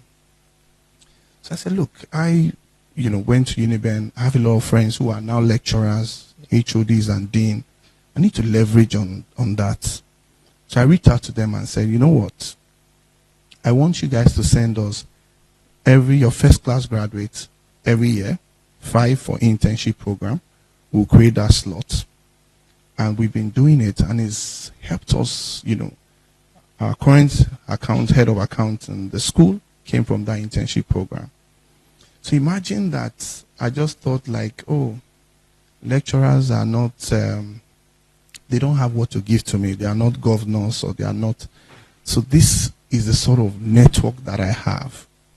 So from government agencies to regulators to business people to lawyers. There'll be there I need that lawyer. There'll be there I need that OPC guy. There'll be there I need that businessman. There'll be there I need that regulator, that politician. So these are the things that I think that they've also seen our sincerity in our relationships. And we're there. 2 days ago, I flew for somebody's that lost someone. It was my friend, and his dad died, and he has died almost 20 years ago. So I had to go for his dad's burial. So I didn't go for the burial because he died when we were in uni. But his dad died 2 months ago. So I went even when my friend was not alive. Do you understand? So it's not, the relationship is not only about what we can get. Because how we build the relationship of people that are important to us, people watching would also know how loyal we can be to them. So somebody tomorrow can say, oh, is Ewaen my friend because I have? Or is Ewaen going to be there even if I'm not there? So those things are very important. And I think that for us as business owners, I know that we want to chase money, but what's the essence of money without relationship? And I think at some point I've taught myself how to need less, right? So yes, cost of living is expensive. You want to work really hard, but I've conquered poverty in my mind, not because of money, but because I know that I don't need so much. So it's about what are we going to be remembered for? And what sort of relationship are we building? Are we there for people? And I think when you begin to see things like that. And you also need to realize potentials. Sometimes some friends would not have. So there's a story about my family, and there was this lecturer. He was a lecturer in Osun State University. At that time, they just created Osun State University. And he was made a DVC. And this lecturer was in architecture in Edo State University. Then, so he's my dad's friend. We come to the house, and, suddenly, they played draft together. And from nowhere, he went to Constitutional Conference in 1994. Before he was happening, Abacha made him the Minister of Works. At that time, he was first made Minister of State for Agriculture. So I have seen, with that meteoric rise, I have seen how not to underestimate people, especially people that are intelligent. So they might not have today, but they are an asset. I have friends who are very resourceful that I can call at 11 p.m. at night and say, there's this strategy we need to do. We are setting up. Right now, we are launching a sports academy. And in the next couple of days, we're going to be launching a sports academy like a sports club. So that sports academy, we've just built it, and there's a football club. So we are starting a league competition, like a Premier League. So there's a football club, there's a swimming pool, there's a basketball court, there's a lawn tennis. So the whole idea is to create a membership, and it's woven it with Esorae Prestige. So when you are a customer of Esorae, you can get free membership to use our sport facility, a wellness center, and we are tying everything together, right? So this is the sort of relationship that I built. A lot of customers have become my friends. And, you need to also be a good conversation starter to be able to. It's one of the things that we teach people in our school. We don't want to encourage or have kids that are timid and say, oh, I'm shy. No, that is not what you need. You need a social skill of a conversation starter in this generation for you to be able to build that relationship. And people must see that genuineness. I need to be able to offer value. And you need to be there for people, genuinely there for people. And I see that sometimes it's only when I remember when in the journey of Esorae, there's some celebrities at that time who stood by us, and that's why I have so much respect for them. We signed up RMD this last year as our brand ambassador, and I remember that it looked like, so before, when we started doing a lot of marketing campaigns, a lot of people were coming. And so, I can do brand ambassador for you, I can do this. But for us, it was natural for us to choose RMD. RMD was just doing all the art for us for free. He never asked us for a penny. Do you understand? 2016, 2017, 2018, 2019, he's been doing all these things for us for free. So now, God has blessed us. We now have money to sign up a brand ambassador. You now say I should go and choose somebody else. I don't work like that. There's somebody that stood for us when we were struggling and building. So this is what relationship is to me.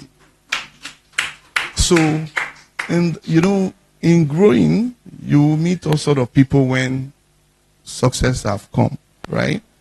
But you need to also be stable enough to know where you are coming from. And that's why I respect those people who believed with us, from the RMDs to the Ketentials. These are people that even when things were looking like we will not get to where we are, they will give us a shout out. They will say, oh, I bought a bed sheet from here, I liked it, without anything. But there are some younger ones who will tell you, you have to pay me 2 million before. Then you are coming now when we are already big. We will not listen to you. Do you understand?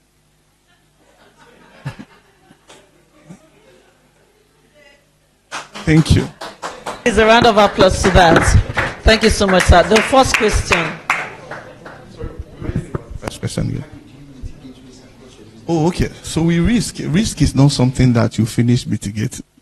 It's a continuous thing.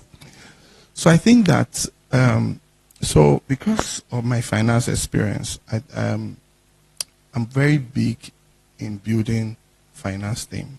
And I think internal control measures is one of those things, especially with our kind of business. At one point, I didn't even know the amount of inventory that I had.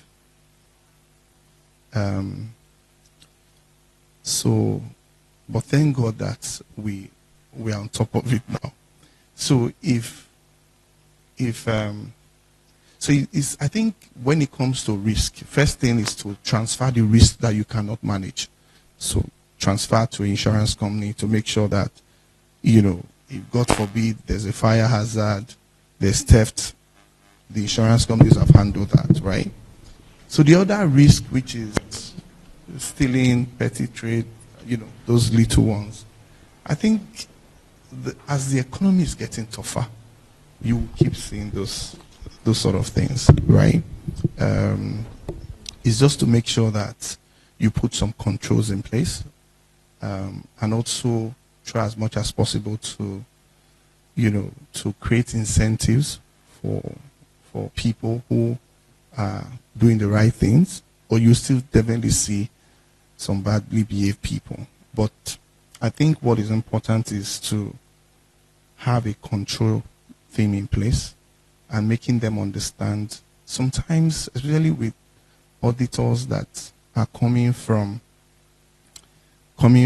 a place that is not retail. So what you need really to be successful when it comes to managing risk is street sense and intelligence and academics intelligence. Street sense is very important, because if you do not have that street sense, there are a lot of things that doesn't look like it's fraud, but it's actually fraud, right? And somebody makes it look like it's a mistake and say, oh, you come into and say, I want to buy this mattress. He says, oh, it's 900,000. I say, scan it. And I say, oh, sorry, 700,000 was a mistake. So they are still going to have those bad eggs in the system. But I think what is just important is to have a control measure in place. So as you get them, you keep flushing them out of the system. And also encourage and rewarding those people who, are trustworthy. It's tough. It's tough. I won't, especially because we still have a small business like a restaurant, and those sort of businesses are kind of volatile, so you just put a percentage to theft and fraud, and just know that your margins are healthy enough to absorb it. So it's a tough environment. So you find out that you get to a point where you're now looking like you're accepting some. So we have to do a budget section and just make some percentage and call it wastage. But we know that is, especially with some kind of business that has to do with depreciating product. So like a restaurant, for example, those things will happen. But again, you just need to make sure that your margins are healthy enough to just accommodate that. You can't monitor everything. It's really difficult to eliminate risk in this difficult climb where there's so much poverty and all that. So it's just to make sure you reduce them so they don't hurt you so much. To a point, yeah.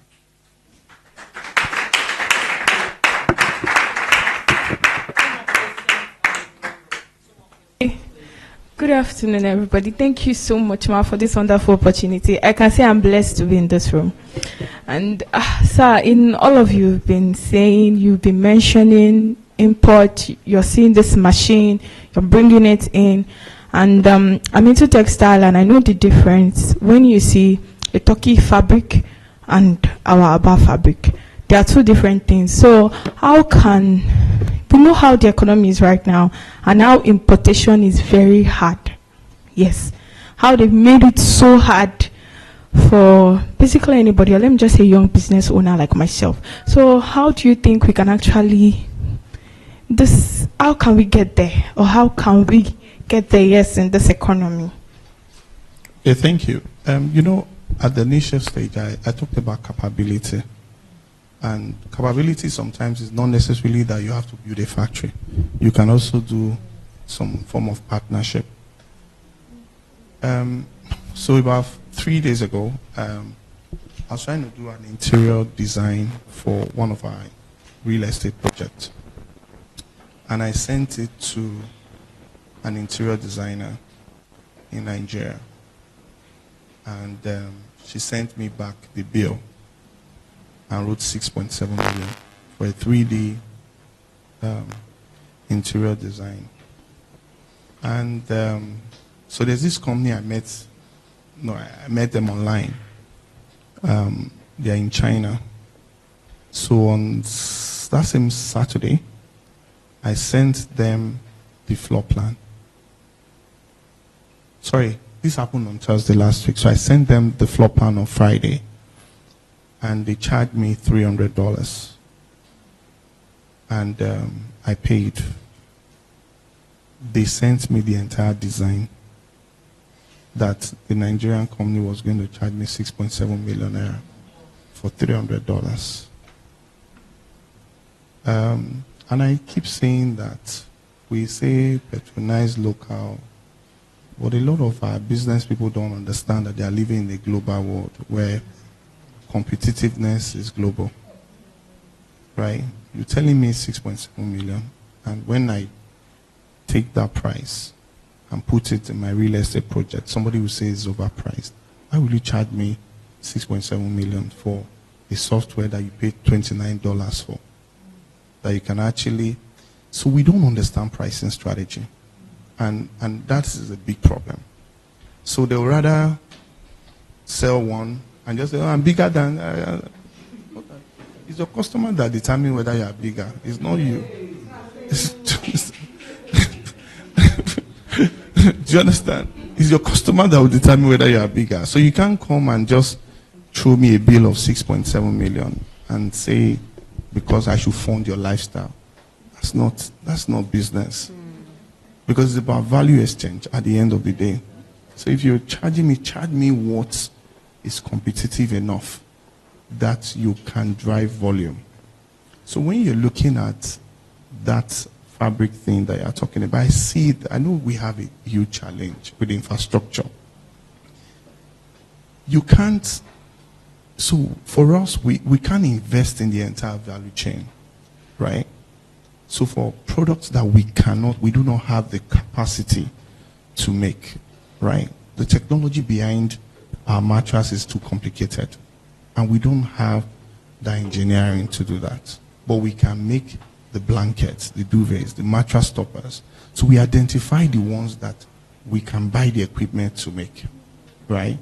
And, because we looked at it and said the components that makes up this mattress, even the pocket spring, the engineering behind it. So we need to still import steel to make that pocket spring. So what's the point? We're just going to be an assembling company.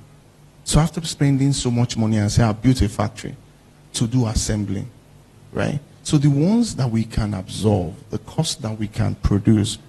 So I think for us to just look for, I know that we're talking about the Turkish fabric, even the Turkish fabric that we are talking about, sometimes some of these fabric are not even made in Turkey. I was in a factory in Italy some years ago, and 2023, and I saw a scarf. This factory makes scarves for Louis Vuitton. And a meter of that scarf that they produce for Louis Vuitton is 38 euros for a meter. And Louis Vuitton uses half meter to make a scarf. And they sell that scarf for about $400-500, right? So what they've done is positioning, branding, their stores, it's about the perception. So I think it's very important that we need to, as business owners, to play the mid and long-term game. So because when any business that cannot scale, I try not to even want to be in that space because competition will swallow you. if you can't scale that business, because you just see, sometimes people that don't understand retail will probably just look and say, why is MedPlus just opening? I remember when MedPlus opened a store beside us in 2021, and I asked them, they told me that particular store was their 38th store in 2021. And just recently, they opened a store, and I asked them, what number are you? They say 142. So in 4 years, they did over 90 stores, right? You're wondering, but you know what they're trying to do? It's attack and defend. A Boots in UK will not think about coming to this space without sitting down with a MedPlus to say, what's up? Should we acquire them to make our life easy? So you have to play an attack and defend. You don't defend in a football, in a business game. So when we are playing, so today, Esorae factory can produce 1,713 duvets in one day. Right? All the tailors in Yaba cannot produce more than 200 duvets in one day. So we can produce 1,713 duvets. See, the game is capacity. It's nothing else. It's just capacity. So what you can do is, I know I've seen some very local fabrics. I know a lot of top Nigerian brands that buy local fabrics. And they are making some very healthy margins, 300%, 100%. Right? But I think it's still exploitation though. But they are making it, and they are doing well. So you can, because the truth is, there are many Nigerian fabrics. So if you go to parties in Texas, in Atlanta during summer, the Nigerians are happy. So it's a big thing to wear Nigerian fabric. So while you are here, you don't value that, and right? But if you go to those parties during the summer holiday, they want to have it. They know you are coming. Please, can you help me buy this? Can you help me buy this? Can you help me buy this? So we can begin to look at that. There's AGOA Treaty, African Growth and Opportunity Act. You can export to the US without paying duty. Not many Nigerians know that. And textile is part of it. So you can, just read about it. It's a treaty to encourage African entrepreneurs. So I think there are just too many opportunities where you can look and just say, you know what, let's even just ignore this particular fabric. Let's focus on the ones that are local. And there are so many, without trying to advertise Nigerian brands, I just don't want to mention it, but there are so many Nigerian local brands that are getting it right, honestly, when it comes to our local fabrics. I think you need to just look for how to also tell the story. Because storytelling is part of the things that connect people to a brand more. People can begin to see you, understand, who are you making for? You probably will just be making for, I met a young lady recently who told me that she's making for Christian women. Nice, sexy clothes for Christian women that are not opening up, but are also, so a target audience and niche is very specific.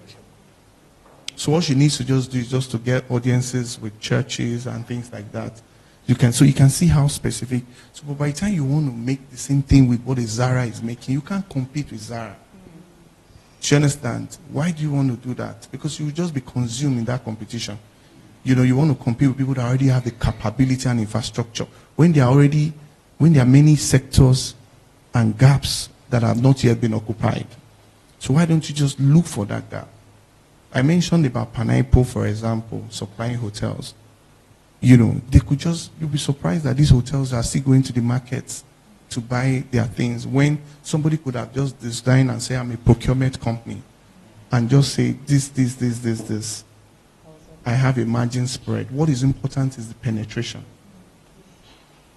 Do you understand? That's just what is important. That penetration. So, so when you see a brand like Nestle, and Nestle comes and say they are selling bottled water, what is the most important thing is building a brand that people can trust.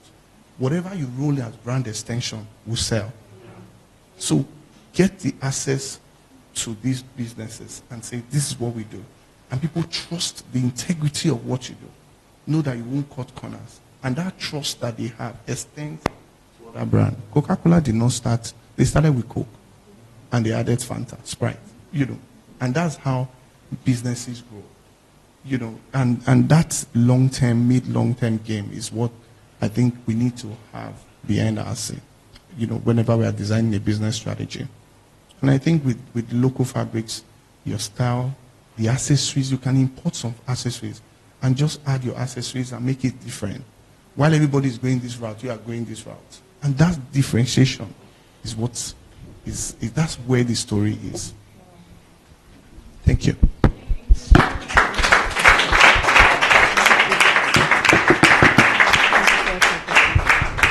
Wow, that's simply amazing. And sir, unconsciously and unknowingly, you actually spoke about my brand. Please, everybody, look at me. Classy, beautiful, royal. Yes, you can actually get this for a good amount. See me after this session. Oh yes, thank you so much. So the last question, and we'll wrap it up. Thank you so much, sir. Good afternoon, everyone. I feel like I came here and for free for something I'm supposed to have paid for after listening to you. Really.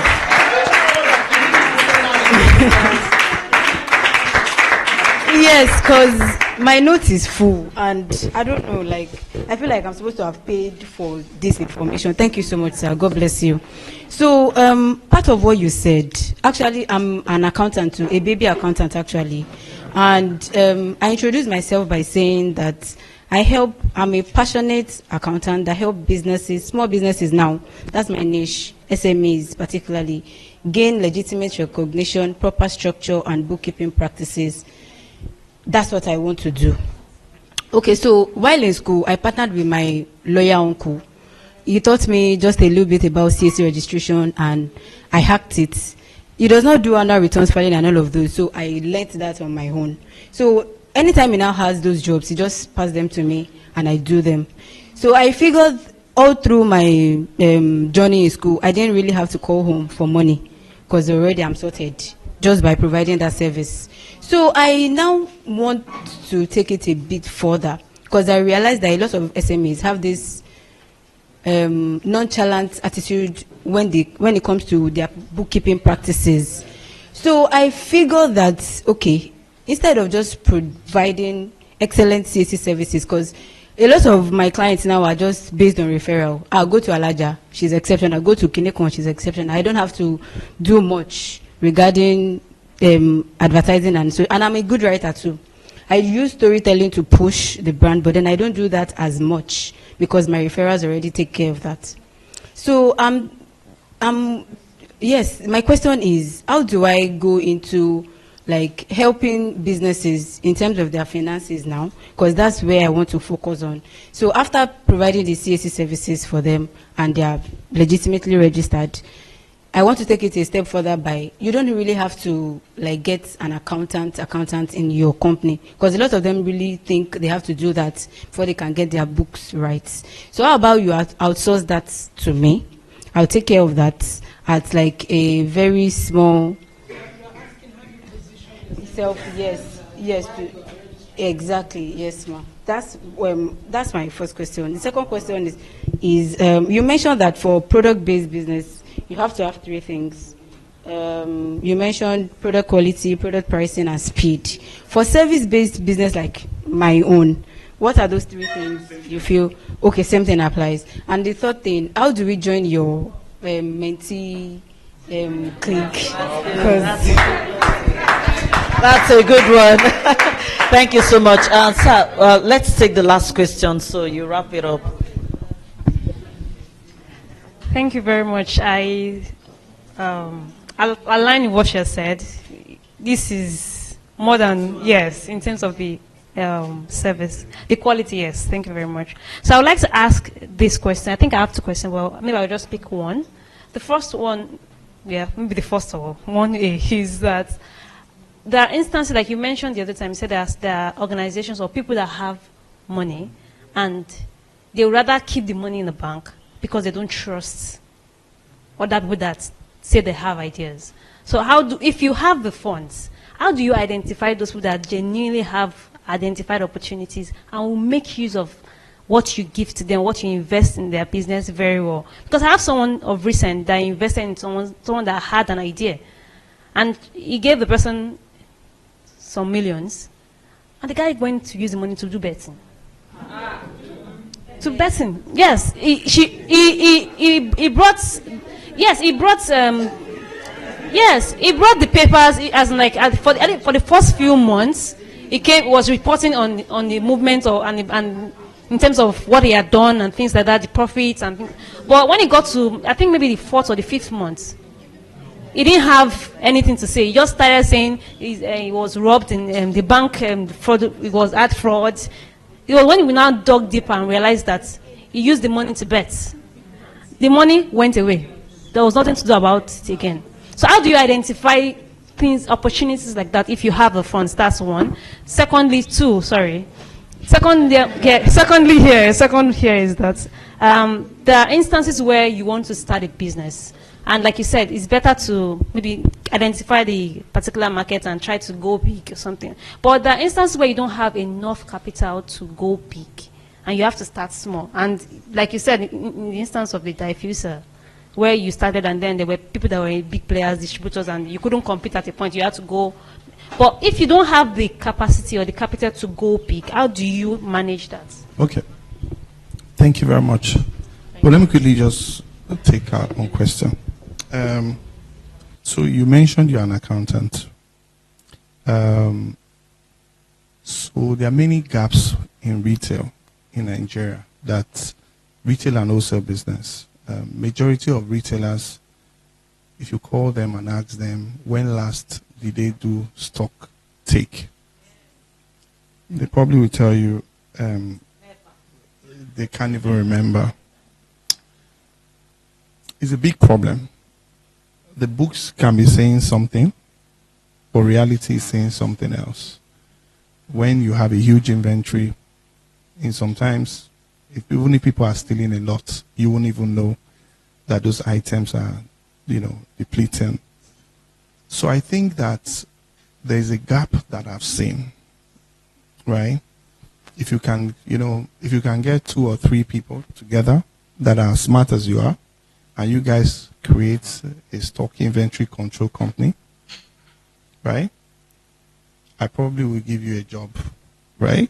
I probably will give you guys, there are many retailers like me who are looking for external stock inventory controllers who just come in and take stock to compare with what the internal auditors have given, right? So what you need is 3 very competent people. I normally call them the writer, the observer, and the counter. The person counting, the person observing, and the person writing. If you have 3 competent people like you can actually start a partnership company, and you just move from a retail business to another. And I probably will give you guys some contracts so that people can start from there. So, and there are many retail businesses that need this service. So while you are looking at, computing your accounting, this can be the cash flow first. And before you know what's happening, you can probably build an ecosystem of accountants, right? And it becomes a viable business. Because the truth is, there are already very big companies that you might not be able to compete with when it comes to financial accounting and audit. But stock inventory control, not many. The PwC is not going to do that. Nobody is doing that. And there's a gap in that space, and which is something that 2 competent people can join, and you can begin to plug into the ecosystem of universities from Pan-African University Covenant and say, anybody with a first class in accounting or taxation, come and join us internship. If you get a company that pays you 1 million a month for 3 years for that service of 500K, you have 20 interns working with you, and you're going there once a month to do their stock, and you have 5, 6, 7, 10 companies in your first 6 months, you're already building a big business. So there are just things like that you need to look at for. There's too many services within accounting space that is outside financial accounting and all that. Because the people that will need your service, the challenge that you will have is that the people that understand the benefits of an accountant will not hire you. They'll want somebody with a bigger name.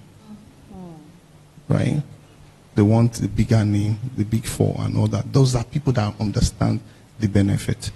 But you know, that woman importing lace from Austria that has a warehouse that have offloaded 6 containers, that has potential over 600 million naira lace in her warehouse.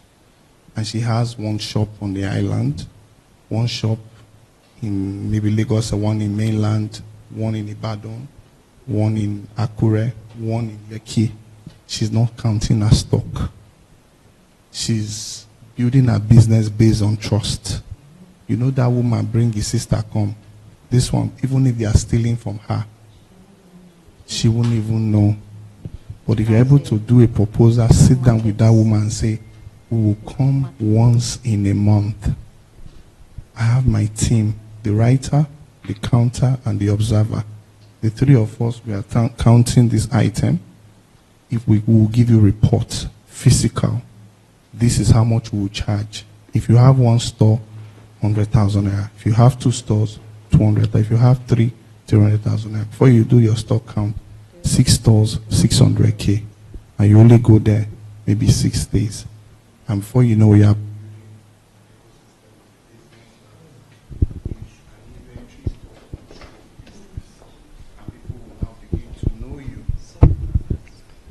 Thank you. People will now begin to know you and say, and that's the first mover's advantage that we are talking about. And you begin to build a business. People, tomorrow are wondering, as a woman, you will raise money. You are building young accountants. You are training them. And there's just so much to do in that space.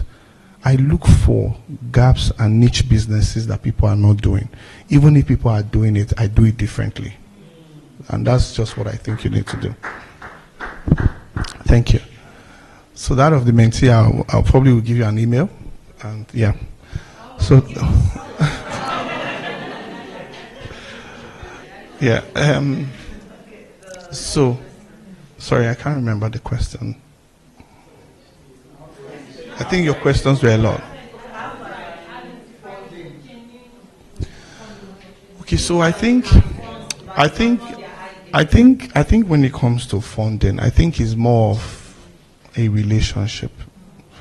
You know, people don't just see stranger and say, oh, it's a beautiful idea. I think it starts, so for example, some start from mentorship, some start, so you want to see what the person is putting in. For me, I want to know the sacrifice that person has put into that business. You know, somebody comes to your office and say, oh, I'm looking to raise money, I need 10 million, and the person is driving a car worth 5 million. And he says, I so much believe in this business. I'm very passionate. If you are passionate, you will sell that car. Do you understand? If you are very passionate, you will sell that car. So I think that it's a relationship thing, to be honest. I think it's more of a lot of great people that you see today saying, I raise money, and that it's more of a relationship.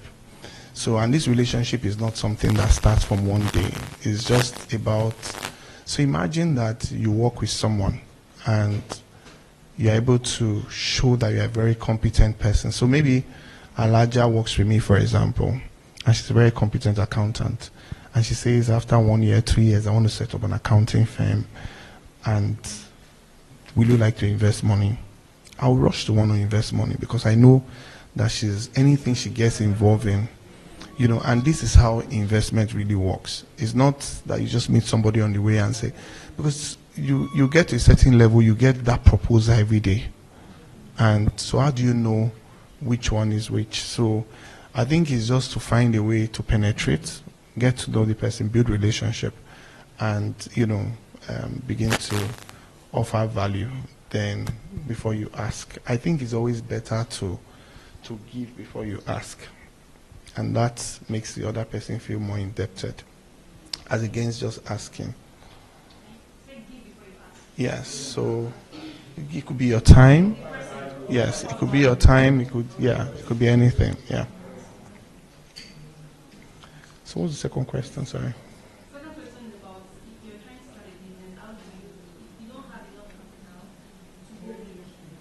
How do you scale? How do you get your... So again, I always talk about bootstrapping. And so I don't want anybody to tell you that you just do a business plan or you just raise money. And that's, people just say things that are not easy. For over 1 million people that apply for funds, not up to 5% get it. So the percentage of people that get it is really, really minimal. So when people just make you feel that, it's just that easy, I honestly think there are so many products, there are so many services that are looking for people. And it is just that there are not enough credible people. Right? There are many people that are also willing to give people opportunity, but they're just waiting, they're looking for who can say, I trust this person, right? And, so one of our real estate projects we're looking for is out of Lagos. So we thought about the cost of moving our team or the people that are building for us in Lagos to outside that location, and it was kind of costly. So we're looking for very good builders in that space, within that community, and we'll just send in one engineer to work with them and all that. Do you know that it took us over a month we inspected their project, it took us over a month to get the right team. One, you get somebody that is competent but not have the tools and the materials. So we're looking for a person that has both things, right? So, but most important, we're looking for the person that understands the job. Even if he doesn't have the materials, we can rent the materials for them, right? And somebody that also have integrity. So I think in the little things, what I think is important is, I stumbled on a video, a lady said she was selling Zobo, and how she built a Zobo business, and the Zobo business became a big business. There are many stories like that. I think the biggest opportunity is just to show people that you can do the little things very well. And if you can be consistent at those little things. There were times where we'll go and market a hotel and say, pay us before we deliver, right? And they would tell us and say, we can't pay you until you deliver. And I didn't have the capacity to deliver the job, right? So there was a major bank that actually gave us one of our biggest breakthrough, or rather, I would call it seed capital at the first 6 months of our business. And when we're trying to market them, and at that time, I just had a small kiosk. I'll call it a kiosk compared to where we are today in Silverbed. And we're marketing them, and we told them, I think we're just 3 or 4 staff. I told them, no, so I told them that, look, this is the business, this is how we can deliver, but we need 50% of the money. And they said, no, we can't pay you 50%. Go and deliver the job before we pay you. We don't know who you are. We don't know you. And again, that is what, and she said, look, I'm not going to part with the bank's money to take a risk on you. So, and my dad always said something, integrity is collateral. And I think that when you show consistency in the very little things, people will naturally just believe in you. You know, today we enjoy suppliers credit, both local and international. And, you know, people give us product on credit. And we say, oh, we don't want this, this is too much. So it means that I don't need to go and borrow money from the bank. But this was not built in one day. So it's that consistency. They'll probably give you a product worth maybe $20,000, from there to 50, from there 100, from there. The other day I was listening, I think Costaris mentioned he has credit, supply credits or millions of dollars. And that's the position any entrepreneur wants to be. So what that means is that you have a product credit, supplier's credit of maybe $10 million. It means that you can bring a product worth $10 million. You can sell at the cost price, and you put the money in fixed deposit, and you take the interest in fixed deposit is enough for you. Before 90 days, you will pay. So you are trading with other people's money. So what is important is consistency. And I think that consistency in little things. So imagine now that Alaja comes in now, and she's doing that job, and she's getting, I would say, oh, there's another company that is into, that wants to do inventory stock count. I have a friend who needs it. She goes there 3, 4, before you know, she creates a page. Before their people are playing catch up, she's already saying, this is, I'm in stock control. I'm in stock control. Mrs. Stock Controller. She creates and trademark the name. Do you understand? She's controlling your stock. And before you know what's happening, there's that person that has a juice bar. There's that woman that has a restaurant, and she comes in and submit proposal and say, you don't need an internal auditor. We will come and audit. Your internal auditor will do, they are too familiar with your staff. Even if they see the truth, they will not say it out. We are coming to say it the way it is. It's a business. And she comes, reports to the owner of the business and or the board of directors, do that report, submit it. Before we know that, what you are paying for is the fact that you are paying someone who will not compromise, who will say things the way it is. And at any point she compromises that differentiating factor, which is a competitive advantage, she has lost the business. She doesn't have a business. So anytime somebody is saying, let's compromise, oh, madam, please now, just don't say the truth, what you saw. The person is the bad person, because the person wants to kill her business. Because what makes her the business different from the person, the accountant in-house, is that she says things the way it is.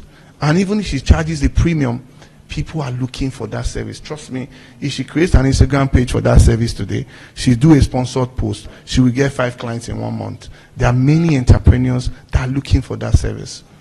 So I think we need to just look for, just be looking for the gaps in the system and build a business out of it. And I tell people, I'm always looking for problems. Do you understand? It's your ability to commercialize a solution. That's when business is born. And that's just how to make money, to be honest. Thank you very much. Thank you so much, sir. Thank you. Please, can we have a standing ovation for this? I don't know. I don't even know what to say. Please, another round of applause. This is what our time. This is what every time we have spent here. Thank you so much, sir. Thank you so much, sir. So, Matt, before we go on, please, can we all bring out our phones? Can we all bring out our phones? See, the least you can give to someone is to say thank you. And I know the thank you we're going to give to TAS is something that will be memorable. Please bring out your phones and go to your Instagram page, go to your Facebook. So which one do we do first? Let's go to Instagram first. Please look for TAS. TAS Africa. I want you to follow our page. This is important. Sir, we are paid now. We even paid in full. In full. Please go to TAS Africa. TAAS Africa. Go to TAS Africa. Please, let's have our seats while we'll do this. I don't want to stress anyone. Okay. So let's go to TAS Africa on the Instagram page and let's follow. Let's follow. And the next assignment, are we there? TAS Africa. Ma, just give us a moment. It's not building. I'm watching. 2787. Who has followed? Nobody. Okay? Okay. 2801. I'm moving. We're moving. Let's go. Let's move. Have you followed? I should take your phone. No, that's okay. Let's follow. Please, if you even have any, follow. Say to your friends to follow. Are we there? 2804. That's good. That's a good one. Thank you so much. So let's go to Facebook. Quick. There's a list we can do for tasks for this beautiful. Oh my God. I don't know. I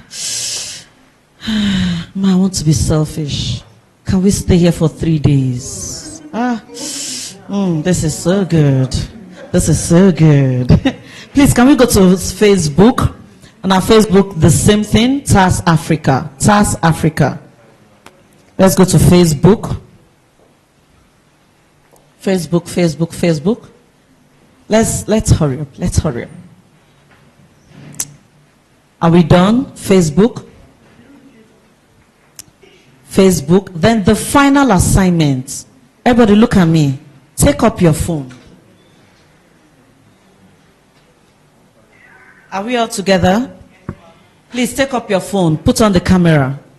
There are so many of us that we've not even taken good snapshots for 4 months. How are we going to get there? Oh yeah, take up your phone. Everybody's looking amazing today. Take up your phone. People are not. Take up your phone. No matter the type of phone you have. Oh yeah, take it up. So you can just go to selfie. For those of us that do not know how to, take selfies, just turn the camera to your face. And for me, I like using portraits because it actually, projects me like, an authority in the online space. So let's take a snapshot. Make sure people are there. Don't, this is not acceptable. Let people show. You have to show that you are here now. Show that there's something happening. Look at what I'm doing. Show that there's something happening. Show that, use portraits so that you to dim every other face and project your own. You are the one in charge. Yes. So please take a snapshot. Let's go. Then go to your Instagram or your Facebook. Go to your Instagram or Facebook and make a quick post. And please, the hashtag TAS Africa and the Build Initiative. And for those of us here that love TAS and you also love me, just put up a good comment, just something, one line. It's okay. One line so that we can go to the next thing we have to do here. Let's be fast. Are we done? Please go to your page, your Instagram. Please. Okay. So I should be calm. Okay. Okay. So please a round of applause for the last speaker while we welcome the president to take the stage. Thank you very much. Thank you, Mr. Ewaen. On the flip side, I've known him for maybe 10 years, I'm not sure. I used to consult for him some time ago. And when this initiative was about to be launched, I knew he had to be here because he's accumulated decades of experience. And I'm sure you have learned so much. Can we put our hands together again for Mr. Ewaen? And of course for my Dr. Oludare Akinlaja, who started this event. The Build Initiative was launched because we want to handhold you to help you build sustainable businesses. It's not just about the highs of today's event. It will be irresponsible if we let you go without showing you a pathway to grow your business sustainably. If you have experienced the depth of the teachings that he has brought, and the other leaders are going to bring, it means that you are aware we are prepared to take you to your destination, even if you don't have one right now. Because he said when he started, he didn't quite see the full picture. Every day was an unfolding, right? But with the right relationship, guidance, help here and there, he's gotten to this far. So if you're an entrepreneur here, you have one huge responsibility get planted here. That's one of the ways you can be mentored by him, because this is a long-term relationship. We are going deeper. We're going all over Africa with the Build Initiative. Can we put our hands together? Yeah. We're going all over Africa. And we're taking men like this, women like the people on this platform, to go and show Africa how to build sustainable businesses, because here are proof. And so, to really honor Mr. Ewaen Sorae from all of us at the Association of African Startups on the launch of the Build Initiative, in recognition of your long-term commitment to supporting the mission and growth of the Association of African Startups and African Entrepreneurs generally, please, we would like to hand over this prestigious award of recognition. Please, let's put our hands together. If it's okay, I'd like to have a few other leaders join me, my dear husband, please. Abiola, please join me. Dr. Oludare, please join me. Miss Ibukun, Omololu, Mrs. Chika Ilang, please join us. Mrs. Chika Ilang Phillips, please. Let's put our hands together.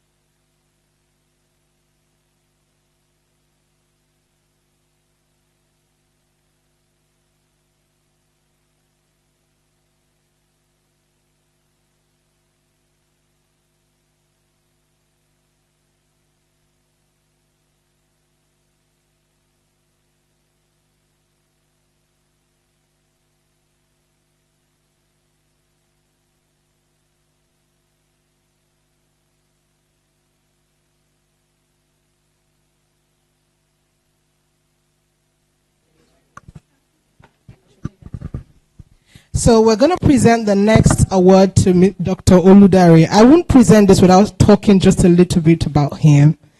I have seen him build institutions. He just looks like he played a lot during his session. How many of you know that? We laughed a lot, but we learned deeply. I've seen him build institutions that span 50 years. He's the man you go to if you want to truly build, because he's a systems person, he's a designs person, he's an engineering person, everything you need to know about growing sustainably. And so having him here is a great anchor for every person who is here. That means you're in the right hand. And so, from all of us at the Association of African Startups, at the launch of the Build Initiative, Dr. Oludare Akinlaja, please come forward. We recognize your commitment to submitting the work of the Association of African Startups and African Entrepreneurs.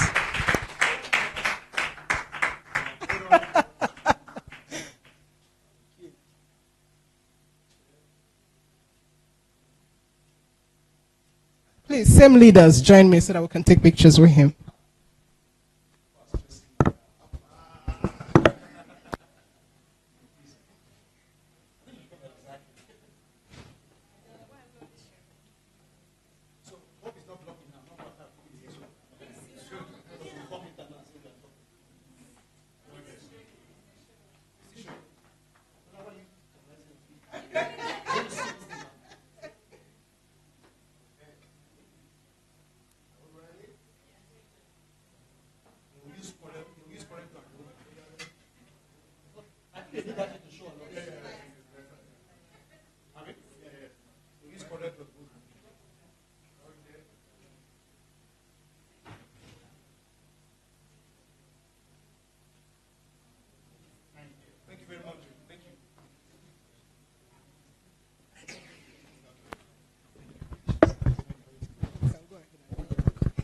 Thank you so much, sir. Thank you, everyone.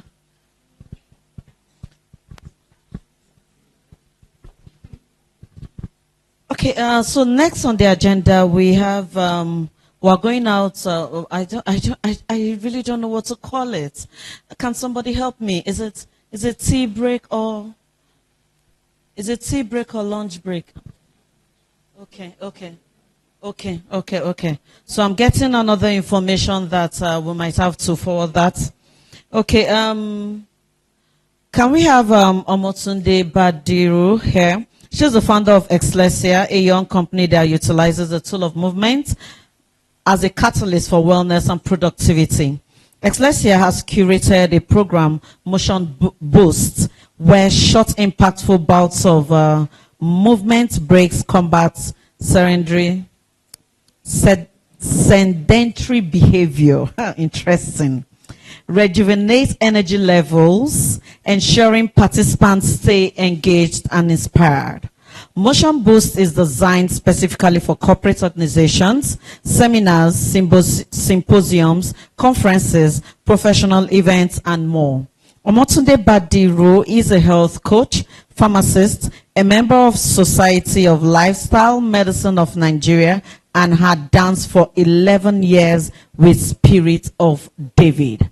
Please, if your hands are not busy, can you jam those hands and welcome Omotunde Badiru?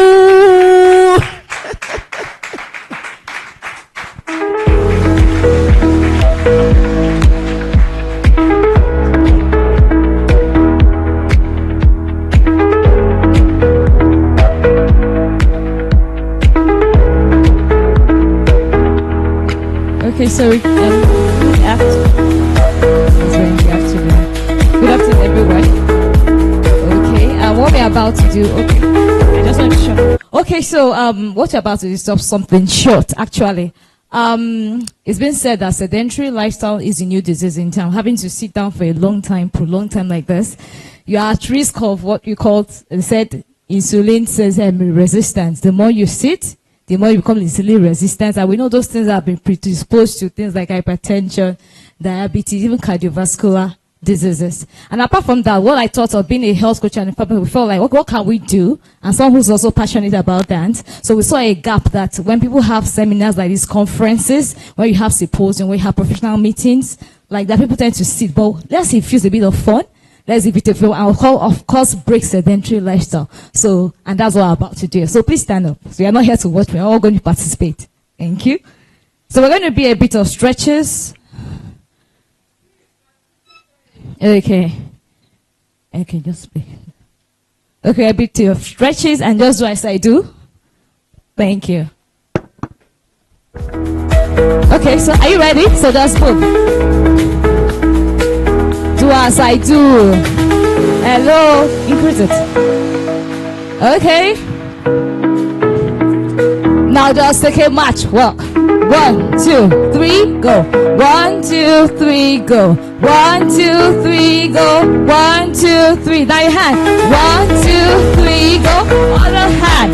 Again. 1, 2, 3, go. 1. Now stretch your legs. 1, 2, stretch. Stretch, stretch, stretch, stretch, stretch. Now your neck. 1, 2, 3, go. 5, 6, 7, 8.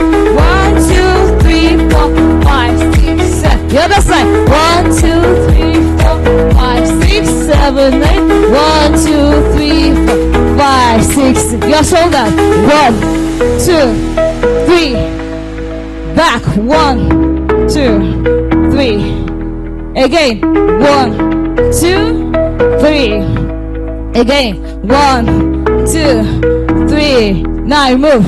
1, 2, 3. 1, 1, 2, 3. Again, 1, 2.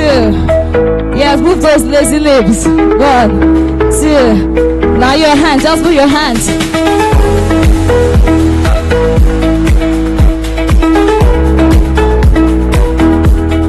Okay.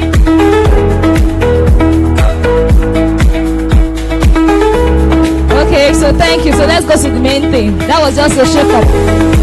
Yes. That was just a shake up. Okay.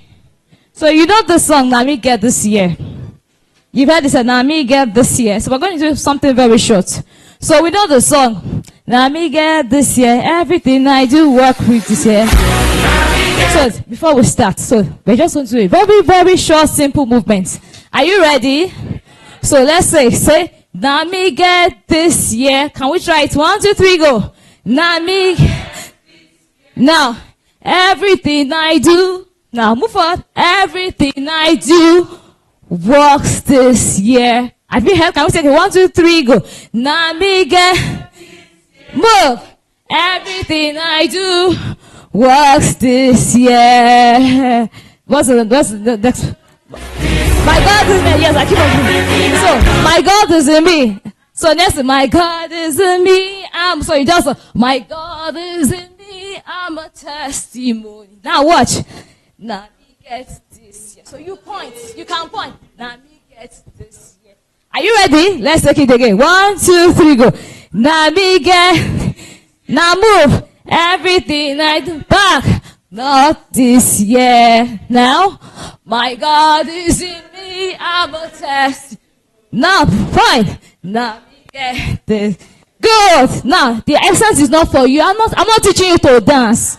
So I'm not expecting a perfect thing. What I need is you need to move and just enjoy yourself. So if you make a mistake, it's all well and good. Just move. It doesn't matter. It goes. Are you ready? So next song is higher I go, bigger I get. Are you ready? So this is it. Higher I go. So let's take it. 1, 2, 3, go. Higher I go. Now bigger I get. So you take a step. Bigger I get. So it says 1, 2. Are you ready? 1, 2, 3, go. Higher I go. Higher I go. Bigger I get. Then this is my turn. So you do shakara. You just my turn. No, just yes, because it's your turn. It's my turn. No, now me get this year. Are you ready? Let's take it from beginning. We run through. Then never that thing just do as I do. But when it comes to the chorus, repeat it. Let's take it. 1, 2, 3, go. Start.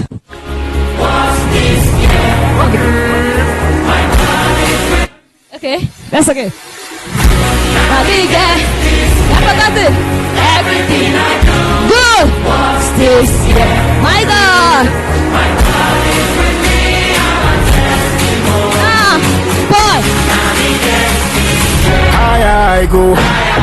Bigger I get. It's my turn, no. Higher I go. Bigger I get. It's my time, oh. Now just watch me. Now 1, 2, 3, 4. 1, 2, 3. 1, 2, 3. Let's play more. Just as it move. No pressure. Now better go they come my way. Every day. This year no steady prosperity. This year's a kind of big up. Goodness and mercy they follow me now. Lift your hands and say amen. Amen. As if you want to grab something. Amen. No struggle this year. Amen. No storage this year. Amen. Lift your hands and say amen. Amen. Everything I do is blessed. Amen. No failure this year. Amen. We're balling this year. Amen. Lift your hands and say amen. Amen. Plenty balling. Amen.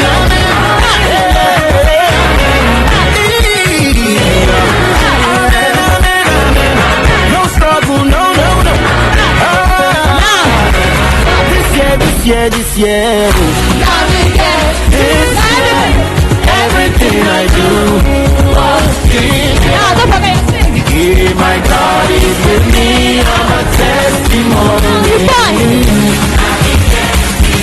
Higher I go. Bigger I get. It's my turn, no.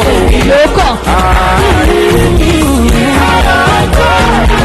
Bigger I get. It's my turn, no.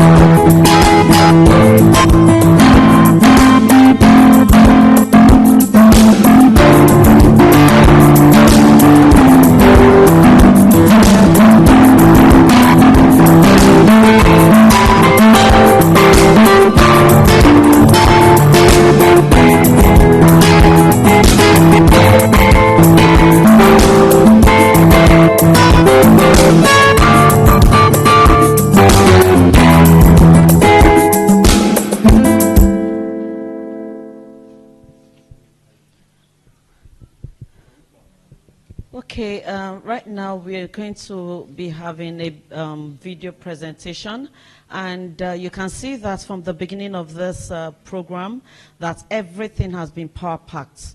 You know, we actually had you in mind when we curated and, put all these things together. So please, I want your rapt attention, and don't forget to take down notes. Thank you. So are we ready?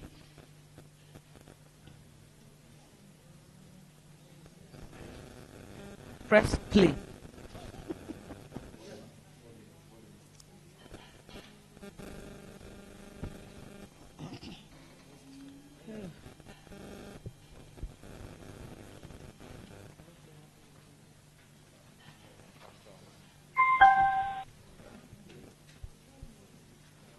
Play now.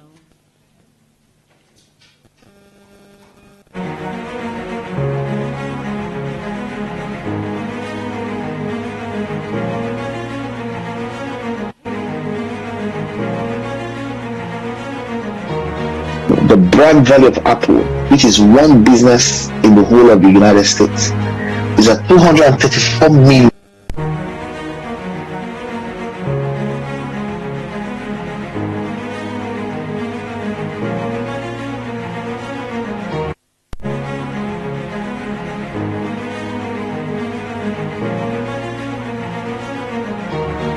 The brand value of Apple, which is one business in the whole of the United States, is at $234 million on the very average. That's the brand value of Apple. That's not the financial value of Apple.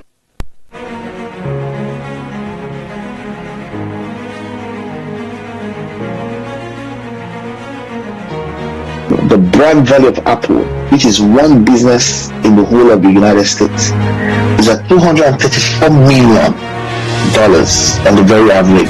That's the brand value of Apple. That's not the financial value of Apple as a company. This is the brand value of Apple. So Nigeria has about 49 million SMEs.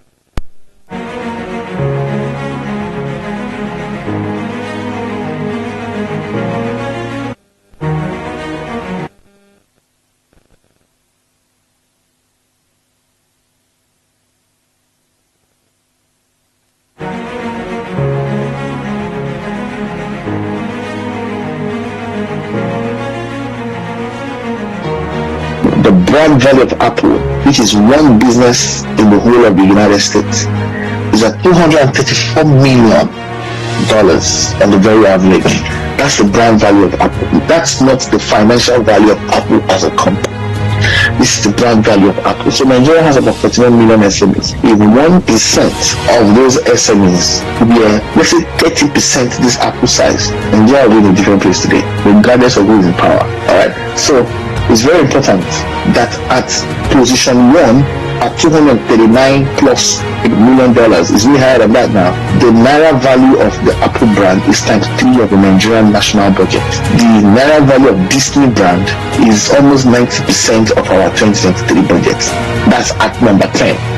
So now think of how many, if you can generate 100 Apple, 100 Disney in Nigeria, what that value will do for our national state of play. Anyone who is going to be a leader and stand out beyond, the fascinations of mediocrity, mass mediocritization, you have to sort of step back from the herd mentality of just, moving with whatever is raving, right? Just being woke.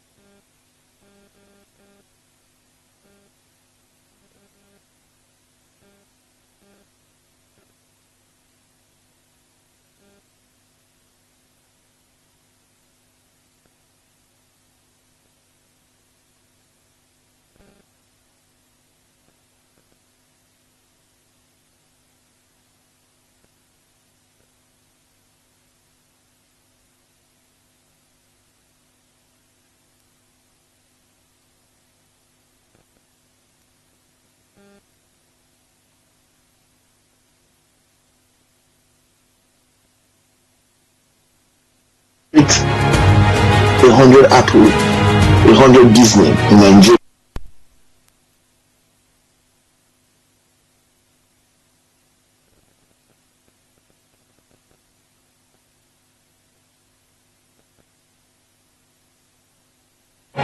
You have to sort of step back from the herd mentality of just, moving with whatever is waving, right? Just be work. They're doing drop shipping. Everybody wants that. Oh, it's now online courses. Everybody wants that. Oh, it's a food business that is moving. Everybody wants that. If you're going to really be a legacy leader and you're going to go further and further beyond the temporary adversity, the temporary challenges, you have to carry a resilient sense of vision that restricts your choices and makes you move in a specific direction.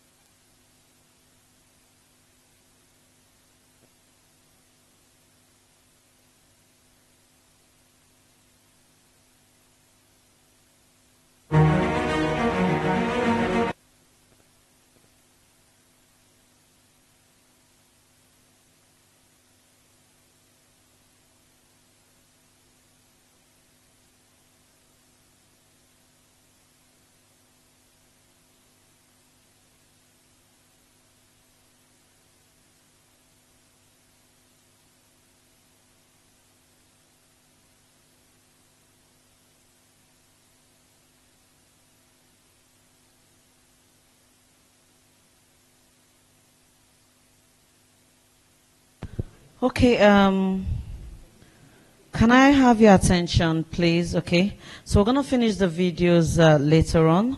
So while we call upon the next speaker, Mrs. Ibukun Omololu.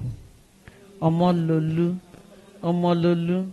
It's not my fault. I'm an Igbo girl from Enugu.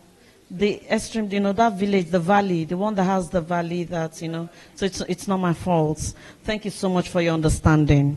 So I call upon Ibukun Omololu, and she's a gender expert and principal consultant of the Teal Tree Company and one of our sponsors. Please, a round of applause. So this is a gender consulting firm focusing on closing gender gaps and driving social economic development across communities and nations. With over 18 years of experience, she has led impactful projects globally, including initiatives for women in Africa and business, promoting financial education and inclusion that has benefited over 6,000 women and several institutions. Please, can we clap to that? Her expertise spans consulting, advisory, and capacity building for development agencies, private sector organizations, and financial institutions. Ibukun is also a passionate advocate for women's leadership and financial literacy, hosting webinars and producing podcasts that empower women to amplify their influence. Do you know why I'm smiling? This is my niche. We'll connect. She has promoted gender and financial inclusion for women across various projects, such as serving as a juror for the Flourish Africa Foundation 1 billion naira fund for 3 consecutive years, 2021 to 2024. If you know you have not done this, can you clap? Yes. What's this? Please, another round of applause. Yes. Good. Then ACELI project for women in agriculture in East Africa in 2023. Clap, please. Thank you.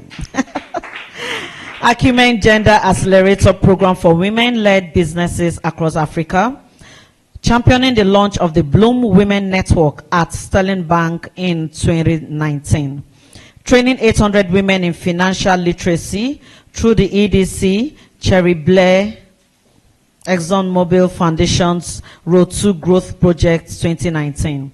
CBN Stakeholders Roundtable on the Financial Framework for Women, among others. Among others, Ibukun is a nominee for the 2021 Trailblazers Award by Strategic African Women in Leadership, an alumna and facilitator for the Academy for Women Entrepreneurs, a White House Department of State Initiative, and a member of the pioneer cohort of the Vital Voices Leadership Journey. Additionally, she is a 2022 Techsters alumni and was recognized as one of the peak performing women of the year 2024 TPP Admirable Women in Leadership. A sought-after speaker, Ibukun has graced prestigious platforms with her insight and expertise. She's also a published author of 3 books, underscoring her unwavering commitment to advancing women's development and creating impactful change. Please, if your hands are not busy, can you jam them for Mrs. Ibukun as she takes us to another level? Thank you, ma'am.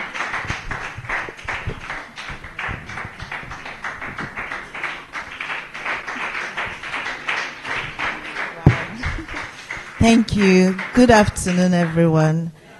Thank you so much for being patient and waiting up until now. Please, I'll just ask that they put up the slide immediately. Amen. Everything you've heard, I give all the glory to God. Not me, because it's the one who has lifted me. I can't say that I know it all, but it has been God who has lifted me. So today I was briefed to talk to you about partnerships and stakeholder engagement. And across all the sessions that I've listened to, I think questions have come up on how to scale and so many other things. So I'm also going to use the story of my life as well as some of the things I've done to bring this up, right? Should I wait for the slide, or I should just get going? Okay, great. So when we talk about partnerships, and please, because I'm a trained facilitator, I like to engage. There's no wrong or right answer, but it helps me to know that you're engaging. It helps the brain to keep moving as well, right? Why do we need partnerships? Anybody?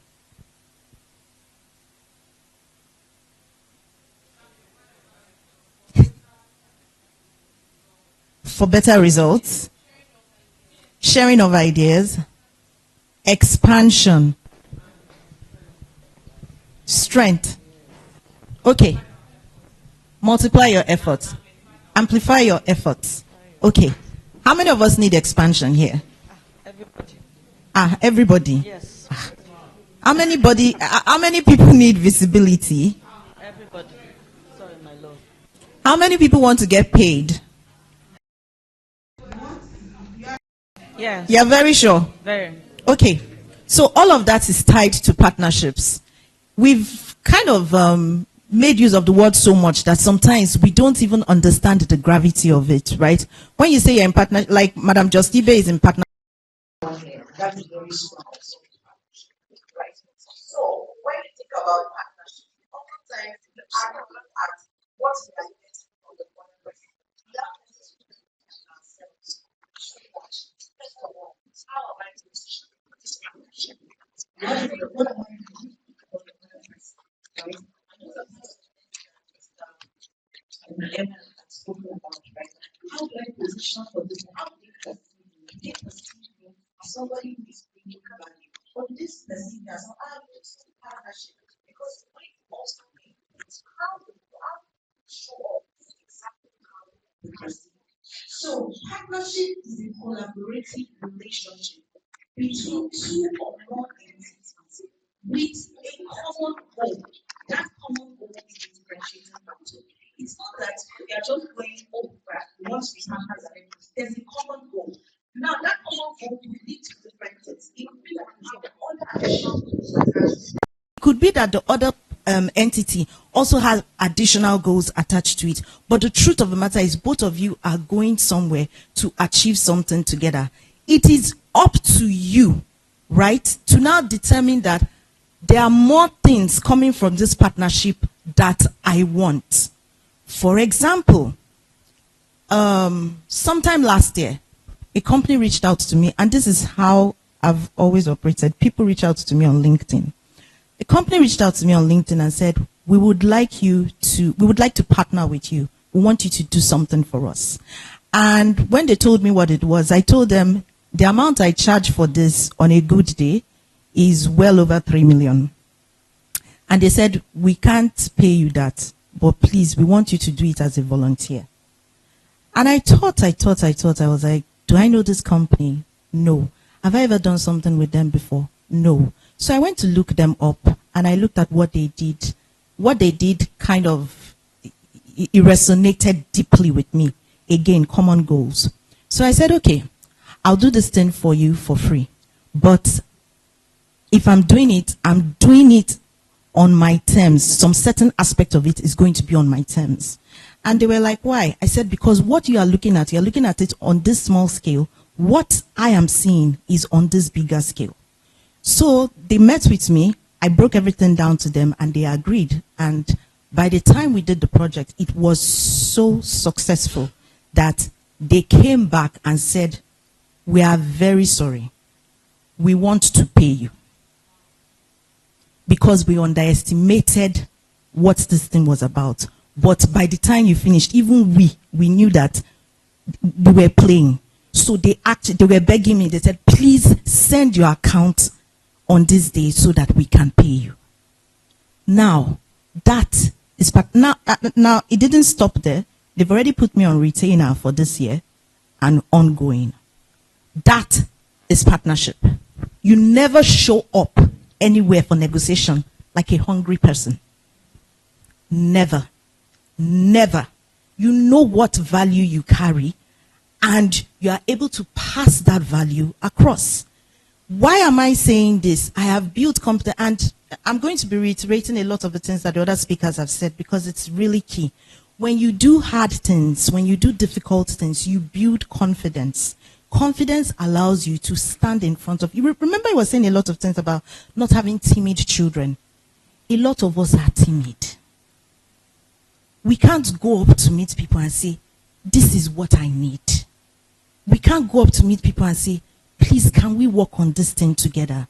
Because we look down on ourselves like, maybe she will do this, or maybe she will do. What's the most that will happen? It's a no, and you won't die, and you will move on, right? So it's very, very important that you actually get that. So the company paid me. I'm on their books right now as a partner. I wasn't planning for payment, but I got payment. I delivered value. People are reaching out to me like, what you thought? People are like, ma, you know, you are good. You know what you're saying. And it was, because when they came to me, they said, just do this. And I was like, no, you don't do things like this. This is the report. What they wanted me to do was a framework for the girl child who are out of schools, particularly girls who are like house helps, right?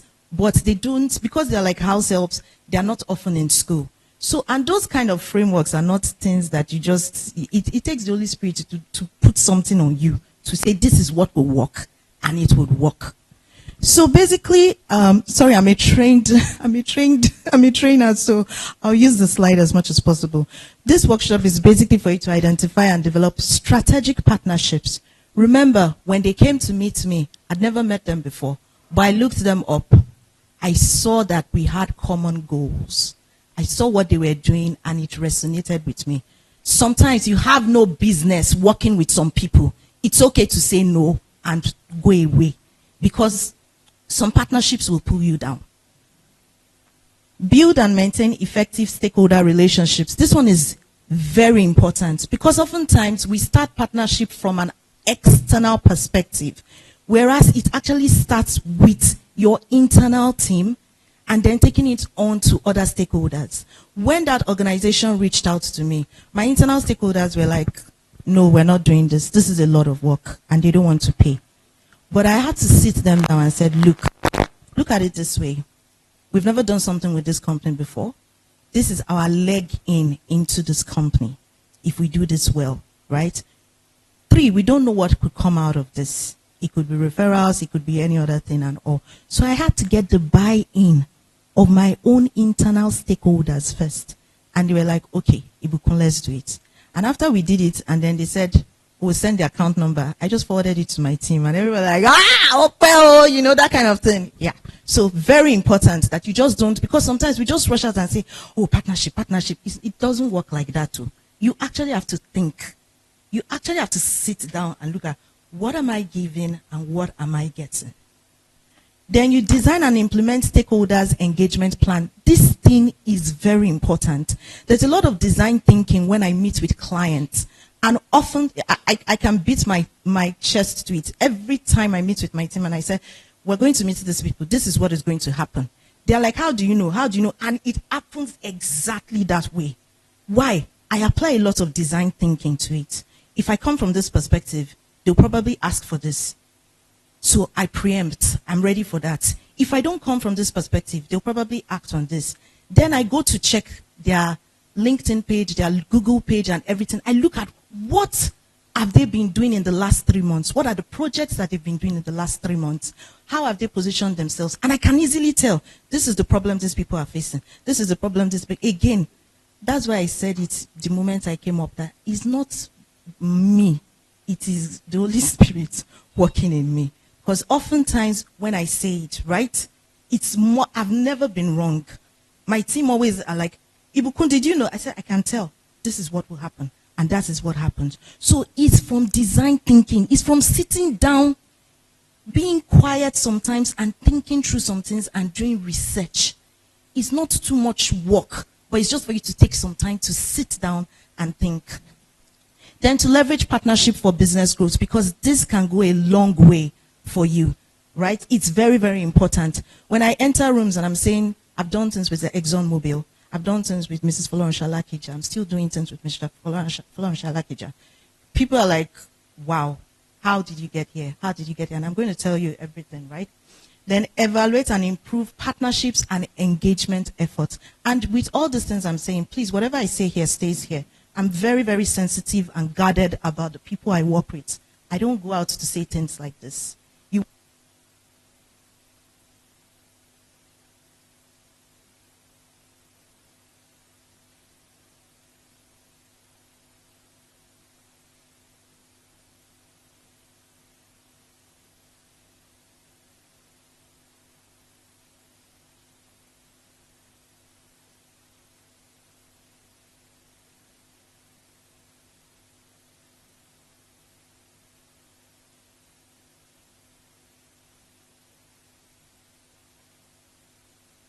Two or more entities working towards a common goal, meaning they have a goal, you have a goal. Those goals have to match. Even if it doesn't match, you want to ensure that if your own goal is 100%, if their own goal, for example, I reached out to an organization recently because I saw they were struggling. Again, I had done my research. I didn't just go and say, let us partner. I knew they were struggling. I could tell that this thing they are doing is not right. They are positioned to the outside, but like, yeah, we are this, we are that, we are that. After the first meeting with them, they said, we have serious, they opened down like, we have serious problems. And this is where we need you to come in, right? So I had done my research and I went, and what was my goal? My goal was to help them, right? But I also wanted a bit of visibility and to try some of the new methods I'm actually doing, right? I'll talk some more about it. Their goal was to expand what they were doing and to use best practices for it. Are those goals aligned? Yes. At the end of the day, when there is success, I have them as a new customer in my book that I have worked with. 2, I have proven my theory. What's my theory? I'm a gender expert. I work with women. But I realize that there's a niche in gender for men that a lot of people are not looking at, men and women. And so I started to build capability in men and boys project. And I realized that was somewhere they needed help. And so I went there and I put it, I shot my shots and instantly they were like, come on board. So you have to be very strategic about, okay, who are these people? What do they do? What are their goals? Because people, at the same time, I have met people who say, we are this, we are that, and when you get there, you won't see. They are not who they say they are. There are organizations, there's an NGO that is reputed to go to schools to give stationaries and things to children. So what they do is they go to the school, they take pictures with those children, with those gifts, and immediately after, they are collecting the gifts back. Yes. Yes. In this same Nigeria. And that's the one you know. You don't know the others. And a lot of these organizations are out there. We are this, we are that. So you want to be careful. Who are you partnering with? Who are these people? Are they as authentic as they say they are? Now, again, stakeholder engagement, and it's the process of interacting with and managing relationship with individuals or groups who have an interest or an influence over your organization's success. How did I get working with one of the biggest people I work with today? It started with a relationship from the bank. I used to be a banker for about 14 years. And then after I left banking and I started to do Teal. Now, I did not start my business because I was hungry, or I heard clearly from God. That's why this talk, God is not separated too much from it. He said, go and register your business. It will be focused on women. Eventually, it will be focused on individuals. That was 5 years ago. So I knew that this gender matter we are talking about, it wasn't just about women. At the end of the day, it will be focused on men at the same time. So for the men folk that are here, if your wife is, if you know what is good for you, position your wife well to get opportunities, right? And support her as much as possible. Because it's not really about the people are taking the gender thing out of track with a lot of feminist thing. That's not where it's going. I can tell you for free. I know where it's going. At the end of the day, it's going to go back to the men. As a matter of fact, the IFC have changed their strategy a bit. They've included men. So can you see now that I'm getting information and I'm using the information well? How do I know to start pivoting, to start doing things for men? It's in part of those things. And then I can set up opportunities and say, IFC, on this situation, I want to partner with you, because there aren't a lot of gender experts doing things for men. Can you see that it is a way of thinking? It's not just that, yeah, we jump into something, right? Good. So when he told me that register the business and everything, I'd registered it and I wasn't sure what that looked like. But I started to put out newsletters. One of the women I had worked with saw my newsletters. She continued to see my newsletters on leadership, on so many other things and all of that. And when there was an opportunity to work on the project, she just called me and said, no, she thought about it. She said, Ibukun should be on this project. And she just called me. And she was like, we want you on this project. That project was like the biggest break for me that year. I got on the project. We did the project. It was so good. It was so good. And when I went, I did design thinking too. I was like, what am I going to achieve? Now, please listen very carefully, because this is the mindset you should have when you go into a meeting. Before you go into a meeting, you should have decided the outcome of that meeting. You never go into a meeting like, hey, it will happen like that. No.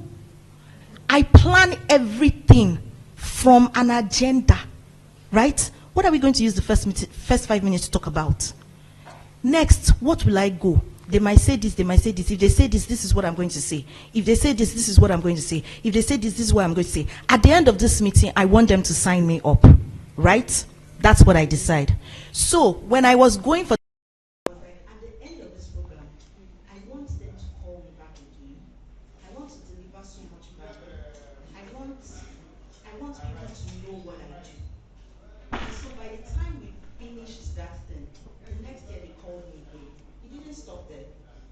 somebody actually called me. She was about to start a microfinance bank, and she said, I want you to be MD. I turned it down.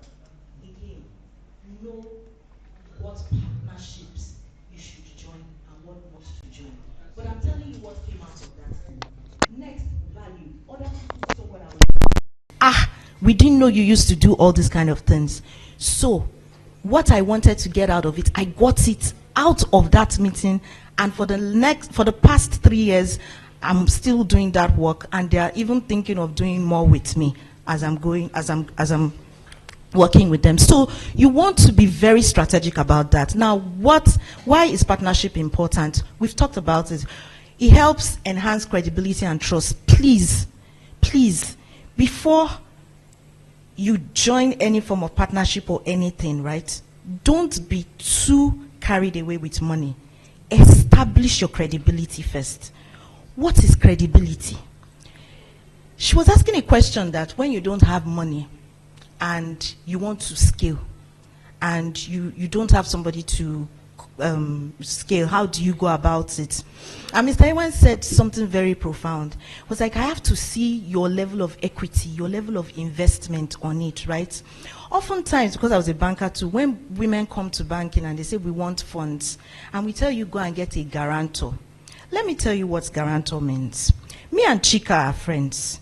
Chika wants to get money from Just Ibe's mortgage bank to buy land. And they are like, we need a... She said, and they say we need a collateral, or we need a guarantor. What they are trying to tell her is that, Chika is saying, the bank is telling her that if you don't have the money, go and bring somebody else, right, who will stand and pay that money for you if that money doesn't come. So for Chika to be able to say, I have Ibukun, she will pay the money and more if I don't pay it. That, right, is credibility. If you don't have someone that can do that and vouch for you, that this job you are giving this woman, I can bet my life on it, she will do it well and she will overdo. You are not in business, so I'm sorry. That is credibility. So when these people came to meet me and they were telling me this, I said, it's not going to work. And they were looking at me like, I said, I'm not saying it to brag. I know this thing. You've not considered this, you've not considered this, you've not considered this. They sat down and said, let's have a meeting with her. And by the time I finished, they came back and said, we are sorry, we want to pay you. Because they saw value. That is your first credibility. Value. Deliver value. Finish it. Finish them. And like, who's their daddy? Finish them. Finish them where I will never be found to do anything less than incompetent. It will never be heard of me. Because God didn't make us that way. So excellence should be your watchword. So it enhances credibility and trust. And look, credibility and trust goes hand in hand. The opportunities, last year somebody reached out to me, they wanted to do something with a state government. Why? Somebody mentioned my name. And that's where it starts from. And they told me, send your bidding, do this. I was like, do you know me? They said, no, don't worry. The person who told us said we should reach out to you. Next, it improves access to resources, funding, and expertise. Let me tell you how this works. Sometimes you don't need to be in partnerships. You just need to get information. But you will not get those information until you reach out to people. Mr. Ewaen said he invests in relationship. All of you here, tonight, because I have a day in the week that I reach out to most people on my contacts. We don't make use of our network well. We don't. We just take people's names and we put it there. Go back to that your contact list. Go back to that your contact list and look for how you will be of value. Shortly after COVID and all of that, I started to send out messages to people. How are you feeling today? You know, and people will be like, Ibukun, thank you so much. I was really sad. I was in a very depressed way and all of that. And I'm like, don't worry, everything will be all right. I just send out messages genuinely. And then they start asking, oh, what are you into now? And I'm like, oh, I do trainings and all of that. I landed a 2 million training opportunity by just doing that. By just doing that. So, your contact, you don't know who's on your contact list. Reach out to people. Even my own parents, I invest in it. Mommy, today's my daddy's birthday. Guess what? I woke up this morning and my son had called. He said, let's call Grandpa. So we're the first people who call Grandpa. Happy birthday, Grandpa. Do you know what that does to that man? He's my father. I don't really need anything from him, but I know what I'm depositing into him. So for a lot of you, it's just the people around you. That's where one partnership comes from. This opportunity, what did I do? I went to meet Just. I realized I've not been making the best use of my relationship or even adding value to my friends. Whatever you want to do this year, please reach out. Let's collaborate.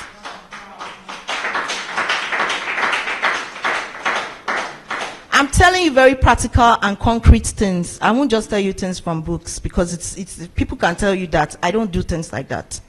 So, it helps you to access resources, funding, and expertise.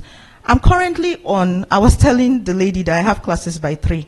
I'm currently on 2 fellowships, and I've gotten scholarship for another opportunity. It was from who? Friends.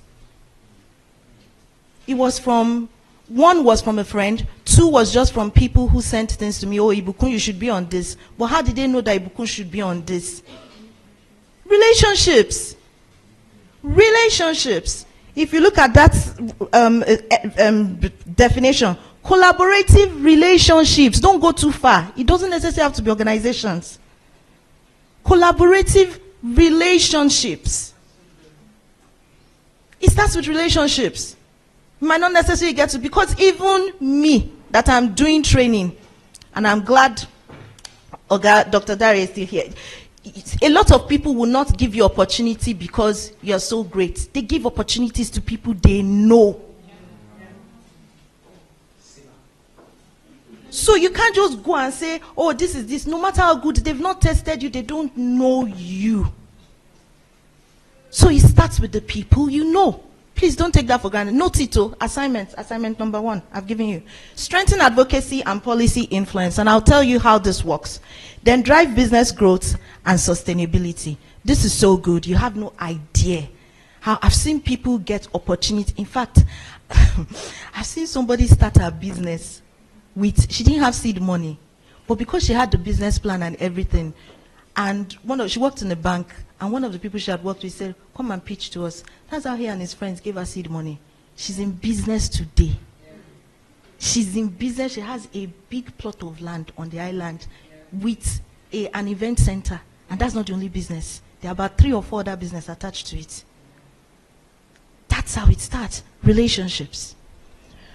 Next slide, please. So, what makes a good partnership, right? First, shared vision and goals. What are these people about? What are their goals? What are they trying to achieve? And so the strategy here when it comes to organization, right, is that you look at the organization, what are they about? So for someone like me now, if I want to partner with people, I'm looking at people who are focused on women or men. So United Nations women, that's what I'm talking about. I'll do things with them. Banks, impact investors who are looking at gender lens, that's what I'm talking about. I'll do business with them. So what are the shared goals that you need? What are those things that is important for you to have a good partnership, right? Then complementary strengths and resources. What do these people need that I can provide? What do I need that they too can give me? I need visibility. So I want to work with, if I do a project with the federal government of Nigeria and I have that on my profile, please, you think they will not call you? So you want to look at it that way, that what am I giving? What is this person giving? A lot of times they just say partnership and you're like, okay, yes, partner, but you've not really actually thought about it. How does it really work for you, right? Then mutual benefit and long-term commitment. Are you able to go on this partnership with this person for a long time? Or even if it's a short-term partnership, are you able to ensure that you squeeze as much value from it as possible, even if it's a short-term partnership? So these are the things that you really, really need to look out for. But beyond that, again, sit down with God and say, this thing I'm about to get in, are you okay in it or you're not okay in it? Because I know people who they've taken their businesses from them because of things like this. And so to also get into partnership, please put your books in order. your policies, before I do an outing with anybody, I have a list of things that my communication person will send to you and check through. I told them not to send to you. I actually told them not to send to you. If you're not going to do a poster, we won't do anything with you. We most likely will not do anything with you. If you're not going to do a poster, one, it's not because of I want my name there or anything, but there are some things that are attached to it, right?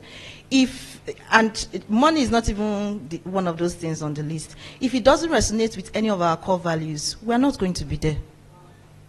If it doesn't resonate with any of our core values, we will not be there. If we cannot list you as a partner or somebody that we've done something with, we will not be there. So, it's not everybody I'm jumping to be in relationship or partnership with you. And you also have to be like that. I'm not saying be selective or saying exclusive or bourgeois. Because God gave me an operating protocol. This is how you operate. So, if you can call anybody in my company, the policies we have, staff handbook, we're not more than 5. You're laughing. Yes. Staff handbook, leave policy, our communications guide, how you write, things and all of that. I'm not building my mind company here. I'm building for the long term. I'm building for the long term. So when people come in and we look at, I'll be like, what do we have? Do we have a policy for that? We have sexual harassment policy. Does the Senate have a sexual harassment policy? They do. It's just there. So you have to think about all those things, because let me tell you, some companies will not partner with you if you don't have some documents. If they say they want to partner with you and you're like, okay, where's your, particularly me that is a gender company, they will ask for things like, what's your gender commitment or gender statement? They will ask for things like that. They ask for your CSR things or sustainability or ESG policy. How do you do that? Some of us don't even know what ESG is. Next slide, please.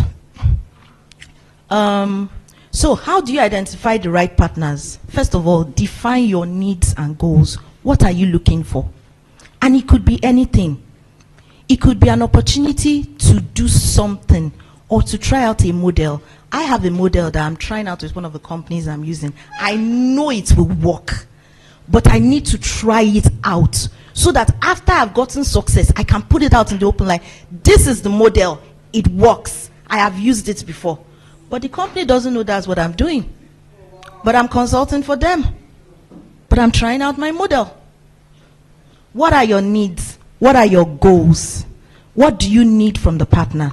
Then what does the partner need from you? Very important. Then stakeholder mapping. Who are the partners? Identify potential partners. And please don't be too choosy.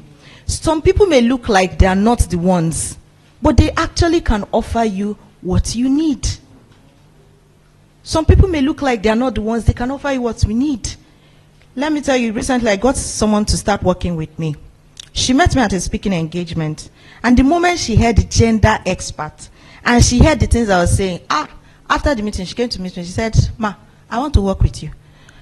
I just looked at her, because I am very particular, I'm very particular about the people that I work with. And so I looked at her, I was like, gosh, she's so audacious. I said, why do you want to work with me? She said, because I've heard a lot of gender things, but the things you are saying, I know you do the work. So I want to work with you. So I told her, okay, apply. She was shocked because she didn't understand. Like I said, you will apply, you will fill a form and everything. She did everything. I said, okay, there's an interview. And she was looking at me like, interview. I said, yes, there's an interview. And prepare well, because you're not meeting with me. You're meeting with 3 other people aside me. So prepare well for the interview. She thought it was a joke. That's how she came. If you see the questions they were giving her, at a point she started to sweat. Because she was like, I thought it was just this small thing and everything. But they asked her one question. They said, why do you want to work here? And she said, I believe the experience that I need to get out there, I can get it here. And that experience is what I need to put on my CV. Like, a lot of people call themselves gender experts, but they don't. You can't look at one project or something to their name. But I know I can get that here. She had done our needs and goals and identified that Teal Tree is the company to work with. Guess what? She's working with us. And she's doing fantastically well. As in, she's so sound. Even me, I'm scared. Like, can I cope with this girl? She's so, So those are the things. You need to be able to identify that these people, they will give me what I want. I've already identified the people I'm going to work with this year. I started reaching out to some of them. I've said no. And I've just penned them down that next year. Why? Because it might not be the first time you go and meet them. They will say yes. It might not be the second, but just be in their radar. So, assess compatibility. Consider their values, their resources, and strategic alignment. For those of you who run NGOs here, look, this thing is very important. Get the annual report. You're not looking at the figures or financials. Go to the sustainability or ESG report of the company. You will see what they are about. So if it is education, you can say, write to the company and say, we know you have an education focus and this is what we can offer you. That way, even that person will not have thought of it like, it's true, let's invite them for a meeting. So that's one way you can do it. Aside going to their website, get the annual report. What have they done in the last 3 years that is something you can position for, and put it in their face. We know that currently we are bidding as implementation partner for some CSR projects for some companies. Why? Because we know they are focused on women. And we know they don't have the ideas. And we know they don't know how they will implement it. So we've told them, we will do it. We've given the idea. We've given 3 ideas. And we'll tell them how we implement it. And this is this. And the thing is, at the end of the day, you get your report. It's in your ESG. Is in your everything. We will run it for you. You give the money. The money gets paid. Everything gets paid. Everybody goes home. And I've partnered with them. And they're my client. Strategic partnership. Very important. Then you engage and initiate. This is the one that a lot of us don't do. Please do not be afraid to walk up to anybody and to speak to them. Do not be afraid to send in that profile. Do not be afraid to. In fact, LinkedIn is the one I've been using so much. I just reach out to people. Oh, hello, this is what I do, blah, blah, blah, blah, and I attach my corporate profile. It's very compelling, very nice looking corporate profile. Like, in fact, they said, who designed this thing for you? I said, I did it myself. They said, you mean was it a company that did this for you? I said, no, I did it myself. So I just send it. And then they take a look. Oh, this is so nice. Okay, at this moment, we're not looking at this, but are you able to? It opens the door for other conversations. So please, initiate and engage. Next slide, please. So first of all, you need to identify who are your stakeholders. And that's why I said starting from your internal people. Sometimes you say you want to do partnerships. And for someone who has worked in different organizations, we get into partnership with some people. But because it's an internal stakeholder in my company is not happy, it destroys the entire partnership. I can't say it because I'm being recorded. But we got into, I don't even want to say the company. It was a very massive partnership. In fact, the project was worth $250,000, which I brokered with a major, I can't call their names. He's one of the biggest funders on the planet. They messed it up. Because internal stakeholders who were building their empires, the gods had not been appeased.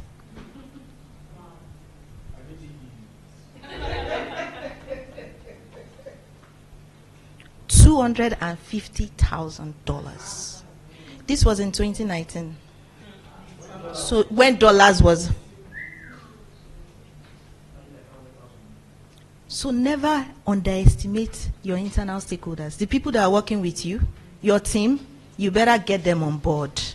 You better sit down and know who is aggrieved and who is not aggrieved, because they can ruin one single partnership for you.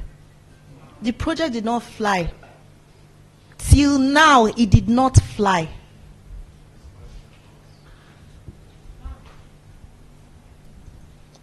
Then, after you've done that, please, this thing is important to employees, board members, investors. Try and get it too. Try and get it. I've been on a project before. Thank you. I've been on a project before, and we needed to move. You know, projects are timed. It has to end by so time. And because of one research, one person in India stood on signing that this research should fly. One person in India said, no, I am not signing this thing. And he was stalling the project. Until we had to get on a call. And I had to break it down that, look, they have provided funding for this project. The funding from the project was about $240,000. They've given this money. This project has to be done. Because we have to go back to the investors and say, this is what we have done. If you don't do this, we can't get the result for this. And if we can't get the result for this project cannot end. So he now did his ego and everything and signed. These things are very important too, or else it will ruin everything you're doing. So when you've gotten internal buy-in, then you can now go meet your externals. That's when you can now initiate partnership. Please don't do it without getting it. Get your people, set an expectation. This is something a lot of business people don't do. When you want to do a partnership, call your people together and say, this is what we're about to do.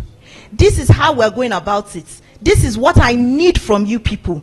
Don't just go in blinded that you think they get it. They don't get it. Set the expectation for them. And let's hear it back from them. So what do you think you should do based on what I have said? So that they can get it, they can say it back to you that, this is what I heard, Mal, this is this, and you know you're on the same page. Then you go and start the partnership. So, then you look at your customers, your partners, suppliers, regulators, media. These are the other external stakeholders, and they are the people you can reach out to and say, oh, this is what we want to do, this is how we want to go about it, and all of that. Very, very important. Now, the thing is, key relationship building strategies. These things are things I picked. There's more, but for me, active listening. You might have searched the internet thinking this is what they need, but by the time they say, it's just one thing they say that you hang on to, and even the Holy Spirit will let you know that that thing they said, hold on to it. Active listening. Please don't go into a meeting and then you're looking at your phone when the person is talking. Joe. Please, put your phone away. And those are the expectations you are setting for your staff too. They put their phones away. Focus on the person. Listen. Prepare a list of questions before you should have even gotten in. So what are your top 3 priorities for the year? What are the burning issues? How do you think? I'm telling you, when I do I do projects with a lot of expatriates. They are very intelligent. I work with some of the most intelligent people on the face of the earth. So you have to preempt. In fact, when you want to meet with their Oga, they will tell you, have you prepared? Because Nick is very smart. And Nick doesn't like answering this kind of question, and you cannot respond. So you self, what's on your head? You must, and that's the kind of intentionality. I'm not saying we should be stuck up, but I'm saying if you take yourself serious, nobody will do you like this. So active listening. Active listening, because you might pick something from there. And a person who is smart, me, I do it a lot. When I get to meetings and I say something, if you bring me back to what I have said, I know you are not listening, and I don't waste my time with you anymore. I cut off the meeting. In fact, if I get on a call and I give you 10 minutes and you're not on the call, that's the end. I'm not coming back for that call. Don't waste my time. I'm not chasing money. It's money that will chase me. It's a mindset. Then transparent communication. Sometimes you need to know when to be vulnerable. And sometimes you need to know when not to even say anything. But most times when you want partnership, there's some level of vulnerability there. So you need to know okay, if I'm going to be vulnerable with these people, I need to work with them for this. How far? What do I want to share? How far do I want to share? How do I frame it in a way that, but sir, we need you, this, That's not it. No. I see that one of your CSR focus is this. That is one of the areas we are prioritizing as well. And I see areas of alignment. I think it would be a very good thing if we work together. I've told you I've needed you without telling you I've needed you. Framing. Again, don't go into a negotiation room like a beggar. Negotiate. Women especially, because we're not very good with it. I'm very bullish when I negotiate too. And especially when it comes to money. I don't care. Is it, can you pay me or you can't pay me? And they tell me, look, we can't pay you. I say, it's fine. If you can't pay me this is what else I would ask from you. Can you give an endorsement? It is not money, but it is an endorsement. And I know that endorsement would open up doors. Good. If you're not giving me an endorsement, are there other speaking engagements you can bring me to that your company is doing? Why? It gives me visibility. Again, it's not money, but it's capital. Can you think out of the box? That's it. So it's not all about the money. Some of us is money. It's not all about the money. And if I'm in those meetings, it will open the door for me to meet with some of your other leaders, and I will talk to them. And you never know what happens. Consistent engagement. Some people will say no, it's fine. But be in their faces again. Not in a rude, brash way. Please respect people. I respect people a lot. I respect time a lot. But be in their faces. Oh, I spoke 2 years ago, I reached out to a lady. I said I wanted to do something with them. She said, oh, she had left the company. Last year I reached out to them. She had left to another company again. This year I reached out to her. She said, yeah, we are trying to do this internally, but I'll get back to you. So I said, not a problem. Next year, I am reaching out to her again. Why? I want to work with the company.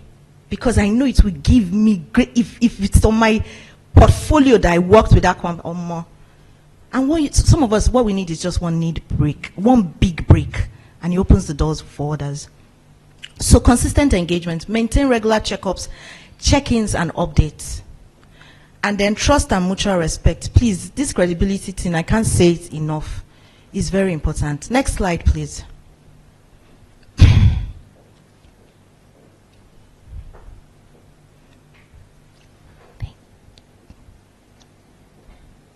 Okay, so stakeholder identification and analysis. First of all, we've mentioned this. Who are they? What do they care about? Find out about that. Engagement strategies, tailored approaches for different stakeholders. What this means is that, for example, when I met with one partner this year, I knew they were going to be doing one of the biggest conferences in town. And so I started to think, like, in doing these conferences, they would need speakers. I don't know if they already have that. But I had a pool of people I could recommend for them as speakers. So that was the channel I used to enter. And they were today they put me on part of the committee organizing the conference. I didn't plan for that. But that was what I got. And I'm like, okay, since I'm here now, I'm going to show you people value. So you want to look at what are the different areas that I want to get in, and you tailor things like that. So for some people, it could be a message. For some people, it could be a deck. You have to do a presentation to them. For some people, it could be a phone call. For some people, it could be a written proposal. So what's the best tailored strategy to engage? Then the communication plan. What message, how often, and through what channels? Remember when I mentioned that corporate profile? I think you can use Bitly. You can create a corporate profile, put it on Bitly, and then you're sending that link to people.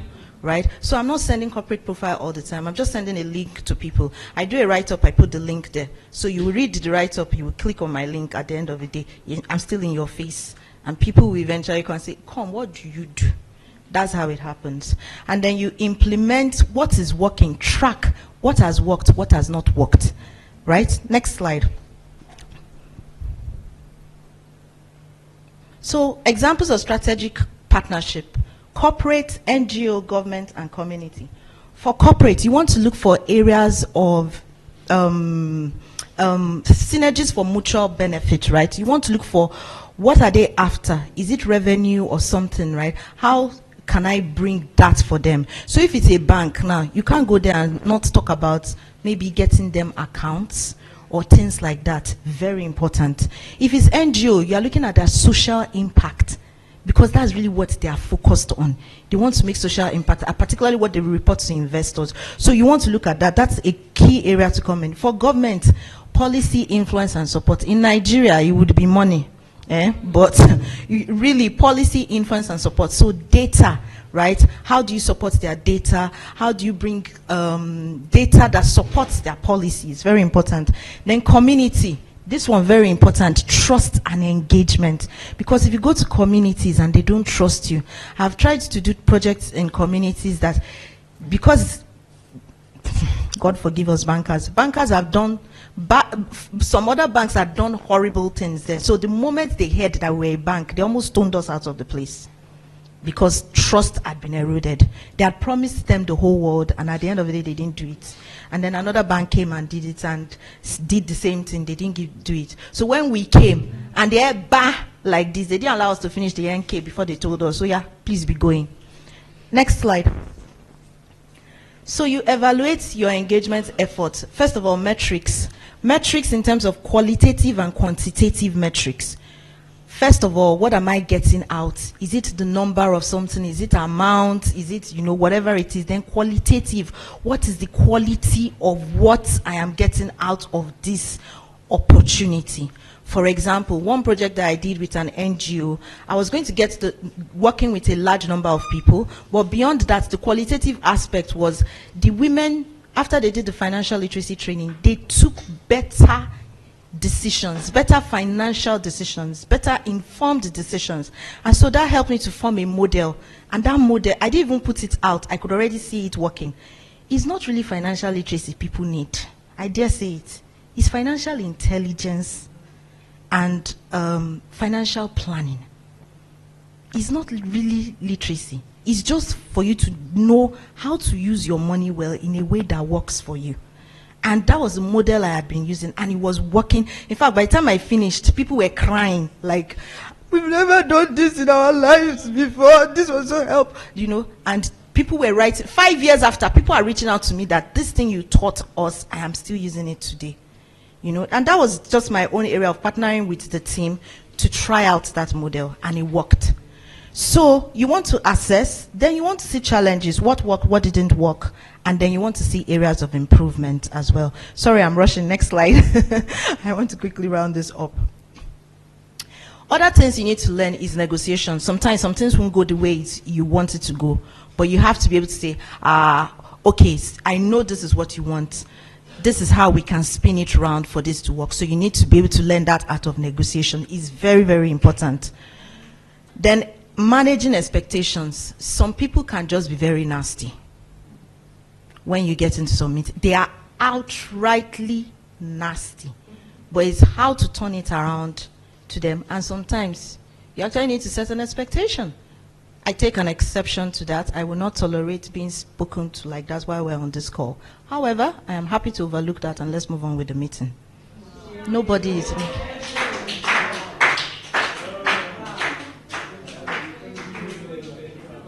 So that's why I say you need to know what your plan for your meetings before you get into it. But you see, I'm not emotional. How can you talk to me like that? How can you? No. It's the fact. Give them the facts straight. This, let's move on. That's it. Until today, they are my partners. Professionalism, very important, but you have to be able to manage expectation. And then sustainability, long-term impact. Most of the people I've worked with always call me back, retainer.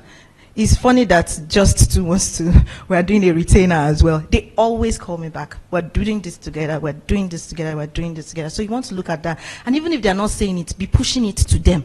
Like, are you considering this for next year? Do you think it would be effective for you to already have a partner? That might be more cost efficient for you, because they will now start thinking, to start looking for somebody else. We already have this one's cost too. Everything is settled. Next slide, please. So, my final slide. These are the key takeaways. I'm sure you can read it on your own. But that action step, the next action step, please conduct a stakeholder mapping exercise for your business. So as you are right now, look at like, who are my stakeholders? Classify them internal, external, right? Identify one, just one. Don't identify more than one. Start with one first. This is your next difficult thing to do. Identify a partner, one partner you can approach, and then do a bit of an engagement like, this partner, this is what they're about, this is what they're about. How best should I approach them? Should I talk to her? If I talk to her, people are audiovisual. They want to see things. So you know that talking might not just be, do I want to create a slide? Do I want to send a proposal? Do I want to show her pictures of some of the things we've done? Those are the things, that's an engagement strategy. And then you find out, okay, is it to have a meeting or is it to have a call, right? And then you use the 5 senses for them. 5 senses, I use it with my children, I use it with clients, everything. What do they see? If I'm doing an in-person meeting with you, I'm taking you to an ambience that is very, very aesthetically pleasing. Nose, it must smell nice. Either food or whatever it is, smells good. Skin, you're entering, it's cool. It's not like the face is hot, you're wiping sweat and everything and all of that. Here's sound, cool music. It's not cool music. And then food, good food. Trust me. More than half of my meetings always yield results that way. Using the 5 senses. It's just to think around this thing. And it's done. So, I hope that with these few points of mine, I have been able to convince you and not confuse you that there's a strategy to go about in partnership. We cannot be sitting down and doing the clapping. Can we all be on our feet? Thank you so much, man. Please, a round of applause. Thank you so much, man. Thank you. Thank you. So timely and I don't know, it's loaded. Thank you so much, man. Please, I want a hug. I want to be connected. Thank you, man. Thank you, ma'am. So please, before you go, I know you have a meeting, so can we just have just 2 questions before you run off? Please, 2 questions. I have one hand there. And, okay. Okay, good afternoon, everyone. So, I think like a brain factory is set. So, I am a person that's like very optimistic about knowledge. I go for knowledge and if I'm given opportunity to do something and I tend to do it beyond my expectation, but like now, as a person who does not have ESG or those things and like a student, if I'm to walk up to a person and to tell them like bring myself, how do I like come to them to convince them that what I can do or like like what I can do without any ESG also, like it's not about like the money or payment also, it's about the knowledge. Because if I'm giving that knowledge, I can use it to apply for another place. So how do I walk up to them and tell them that this is what I have and what I'm capable of doing? Okay. A great way to do that is to volunteer, right? Tell them that you want to either work for free, but then you can also spin that around like, I want to volunteer for 3 months, and if you think I'm good enough for 3 months, can you at least pay me something by the third? Even if it's not something you really, that might be up to what you want, but you've started to earn something, right? And you're gaining knowledge for it, right? So that's that. Then 2, the next thing I was going to say is, if you don't know anything, please nobody should say they don't know anything again. I'm not pointing you out. But if you don't know anything, go and research. Go and learn. I'm currently on a climate fellowship. I've never done climate. I've done agric projects. But where my industry is going to, there's so much climate in it.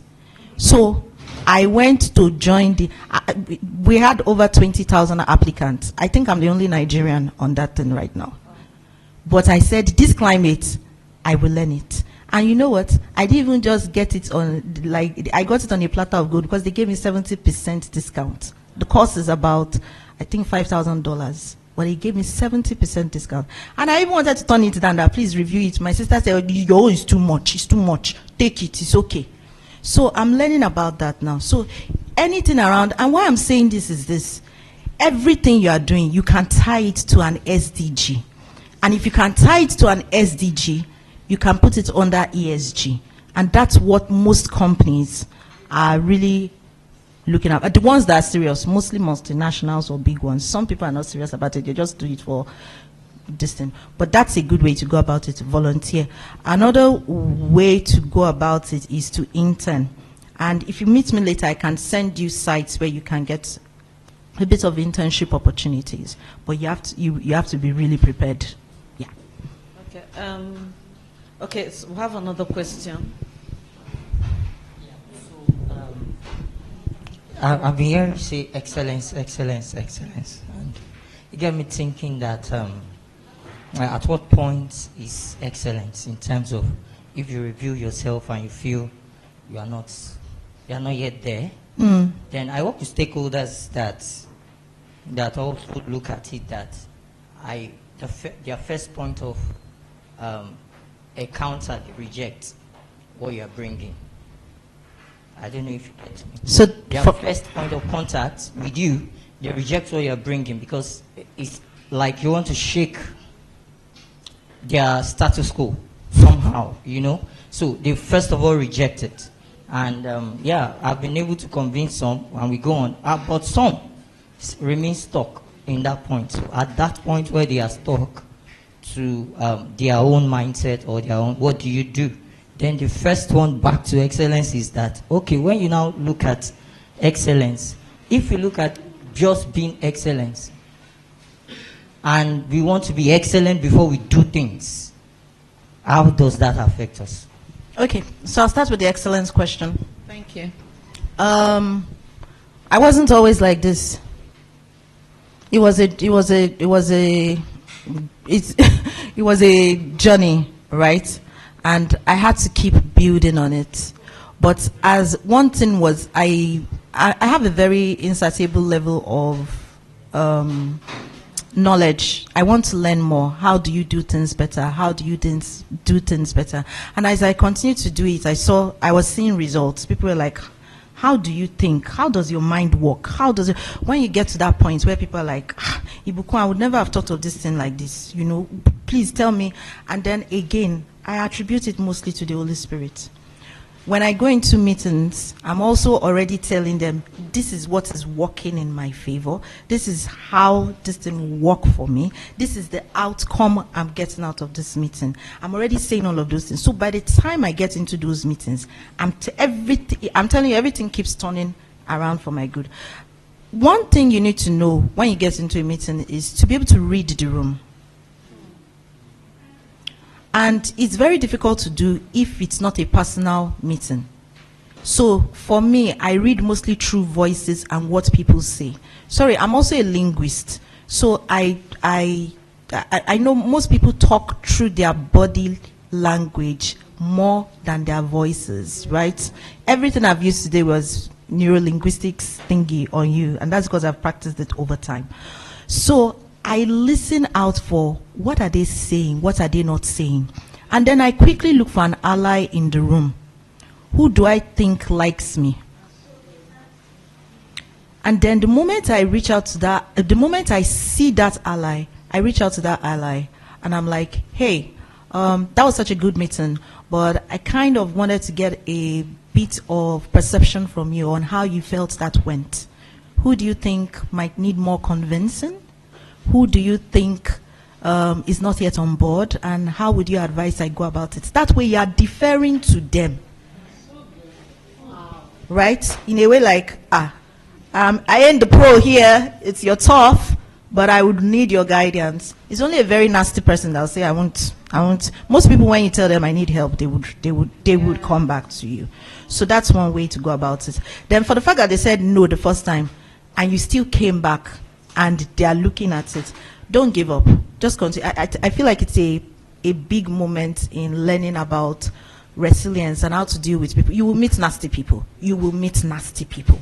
But you have to remain focused. Like, what is the end? That's why you need to have that meeting with yourself. Like, what am I getting out of this? What do I want? Offense will come, but it's for you to determine whether you want to take it or not.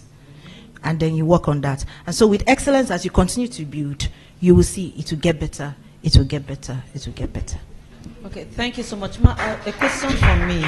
Yes. At what point do you know that it's time to scale. As maybe a one-man business, it's time to build your team. It's time to get staff that work with you, knowing that most businesses are just growing. They're just trying to see how you can do one or two things, and now scale to getting partnerships, as in partners to join you in that business. So how do you know when when to? So I feel like any business can partner with anybody at basically any stage. The question again is, why are you doing it? So for example, you sell clothes, right? You're a startup. And you might not have as much equipment as you should have, but there's another organization that has more, right? You can partner with them to say, I don't have this much equipment, I want to do this, but in exchange for this, can I work a bit more time? Or if you're good at patterns, can I cut some more patterns or things like that for you, right?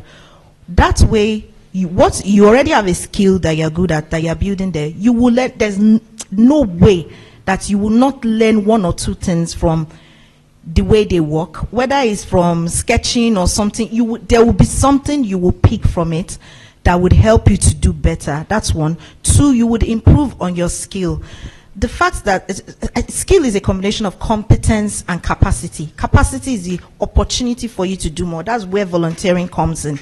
That you are able to use opportunity to use your competence to do it. So, first of all, you can scale at any time. The question is, what do I want to get out of this? One. Two, who are the partners I should scale with at this time? That's two. And three, if you know that overhead, right now I work on a lean model, and my workers are mostly volunteers. I don't pay them.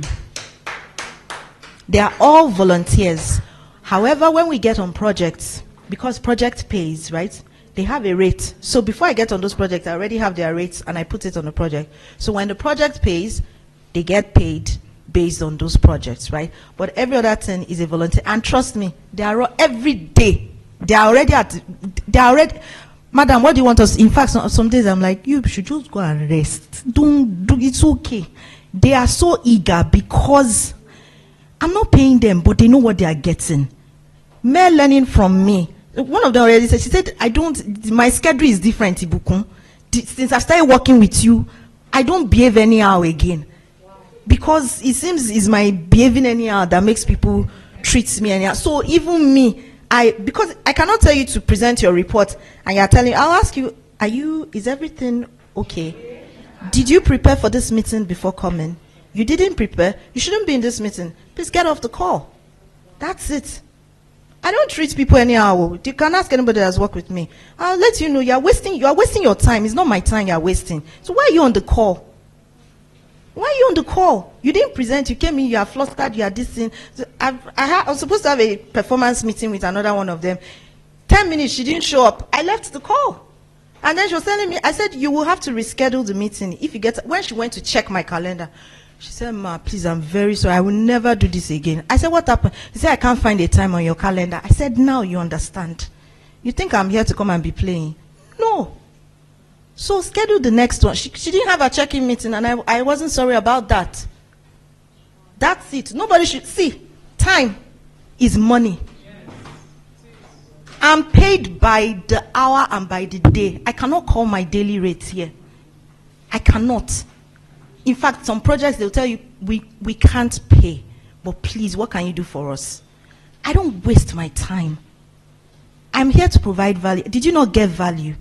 Do you know how long it took me to do that? Like to think through from my experience and do that and say, these are people's lives. I can't come here and be playing with people's lives. So when you think that way, you look at the time and you say, what am I getting?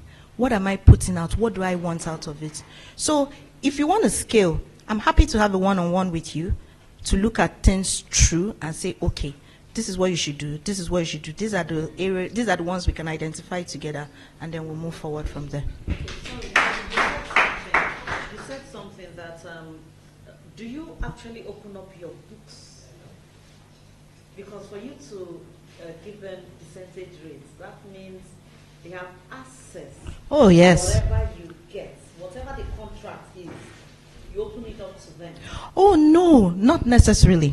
So when if you give me your rates, right, and I fit it in, I'm the one who's still doing the negotiation. So if you're a business owner, all the negotiations must be done by you.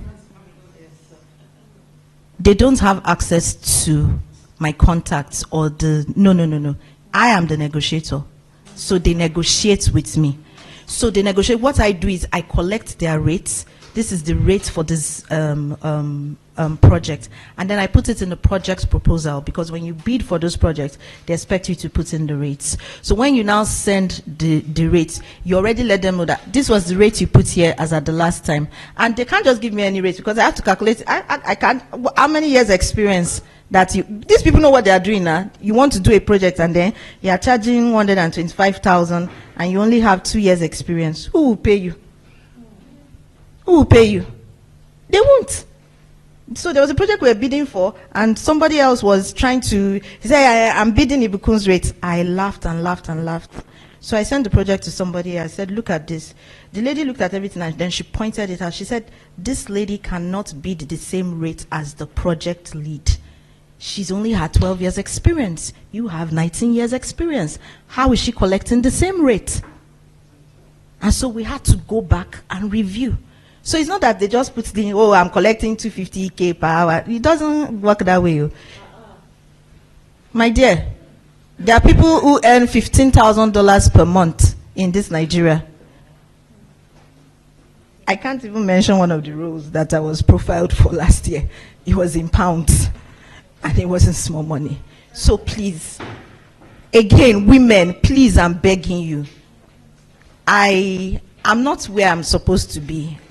Right? I feel like I haven't gotten to where I'm going, but where I've gotten to now, and it's all by God's mercies, you can get there and scale, but just take yourself a bit more seriously. Please, a round of applause.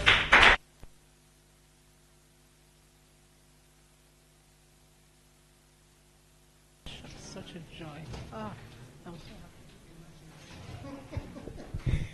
Thank you, everyone. Can we give a rousing round of applause? Is that what it's called? Rousing round of applause.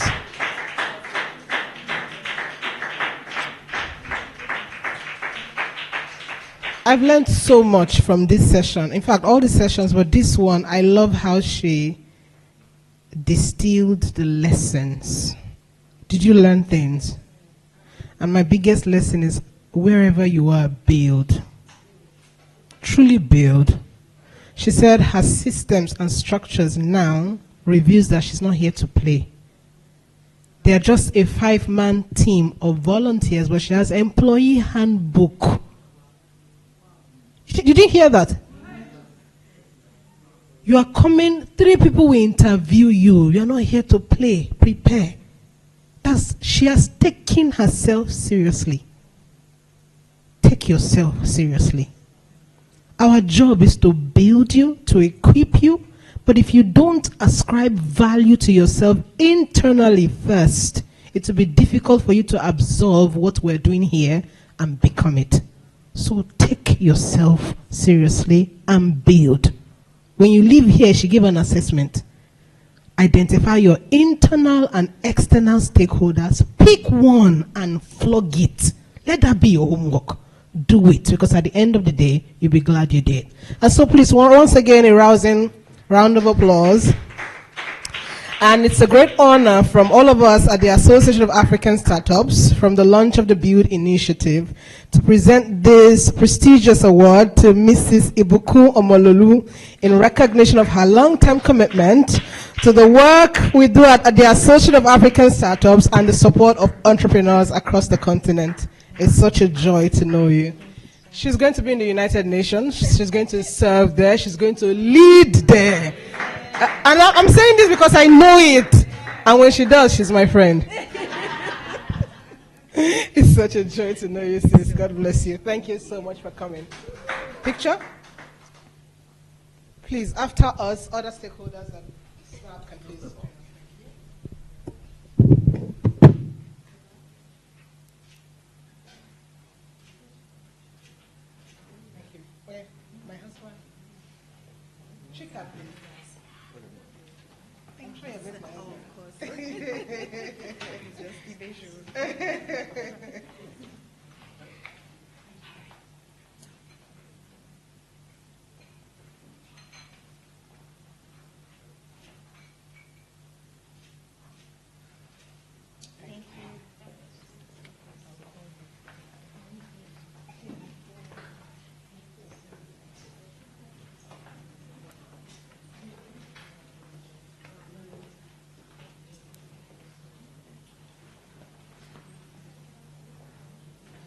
Please, another round of applause while she steps out.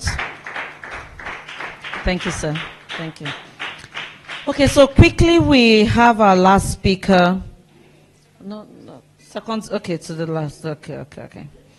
Okay, so please, a round of applause for Mrs. Chika Ilang Phillips. She's the driving force. She's the driving force behind Innoventure Solutions. Her goal is to empower businesses of African descent and foreign-led businesses within the African ecosystem to thrive sustainably. With a deep understanding of the unique challenges and opportunities in this market, she works closely with her clients to create tailored strategies that lead to sustainable growth and success.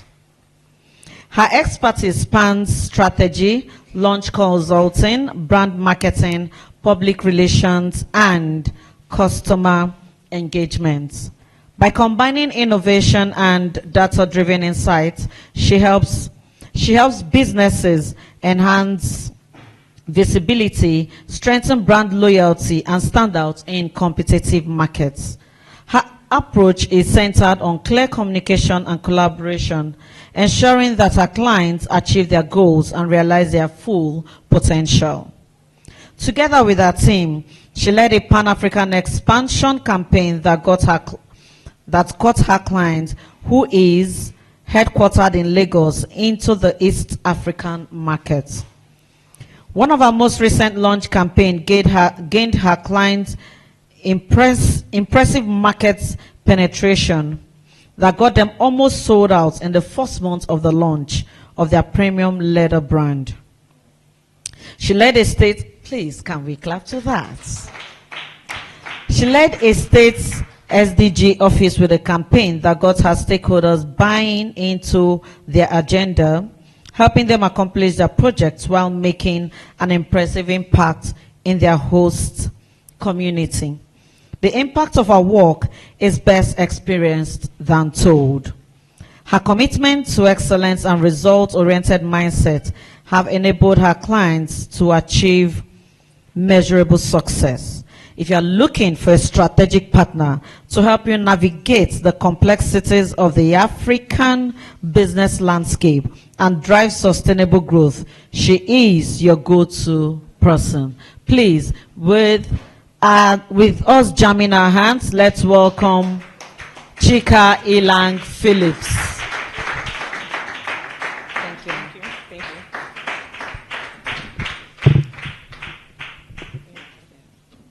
Thank you, ma'am. Good afternoon, everyone.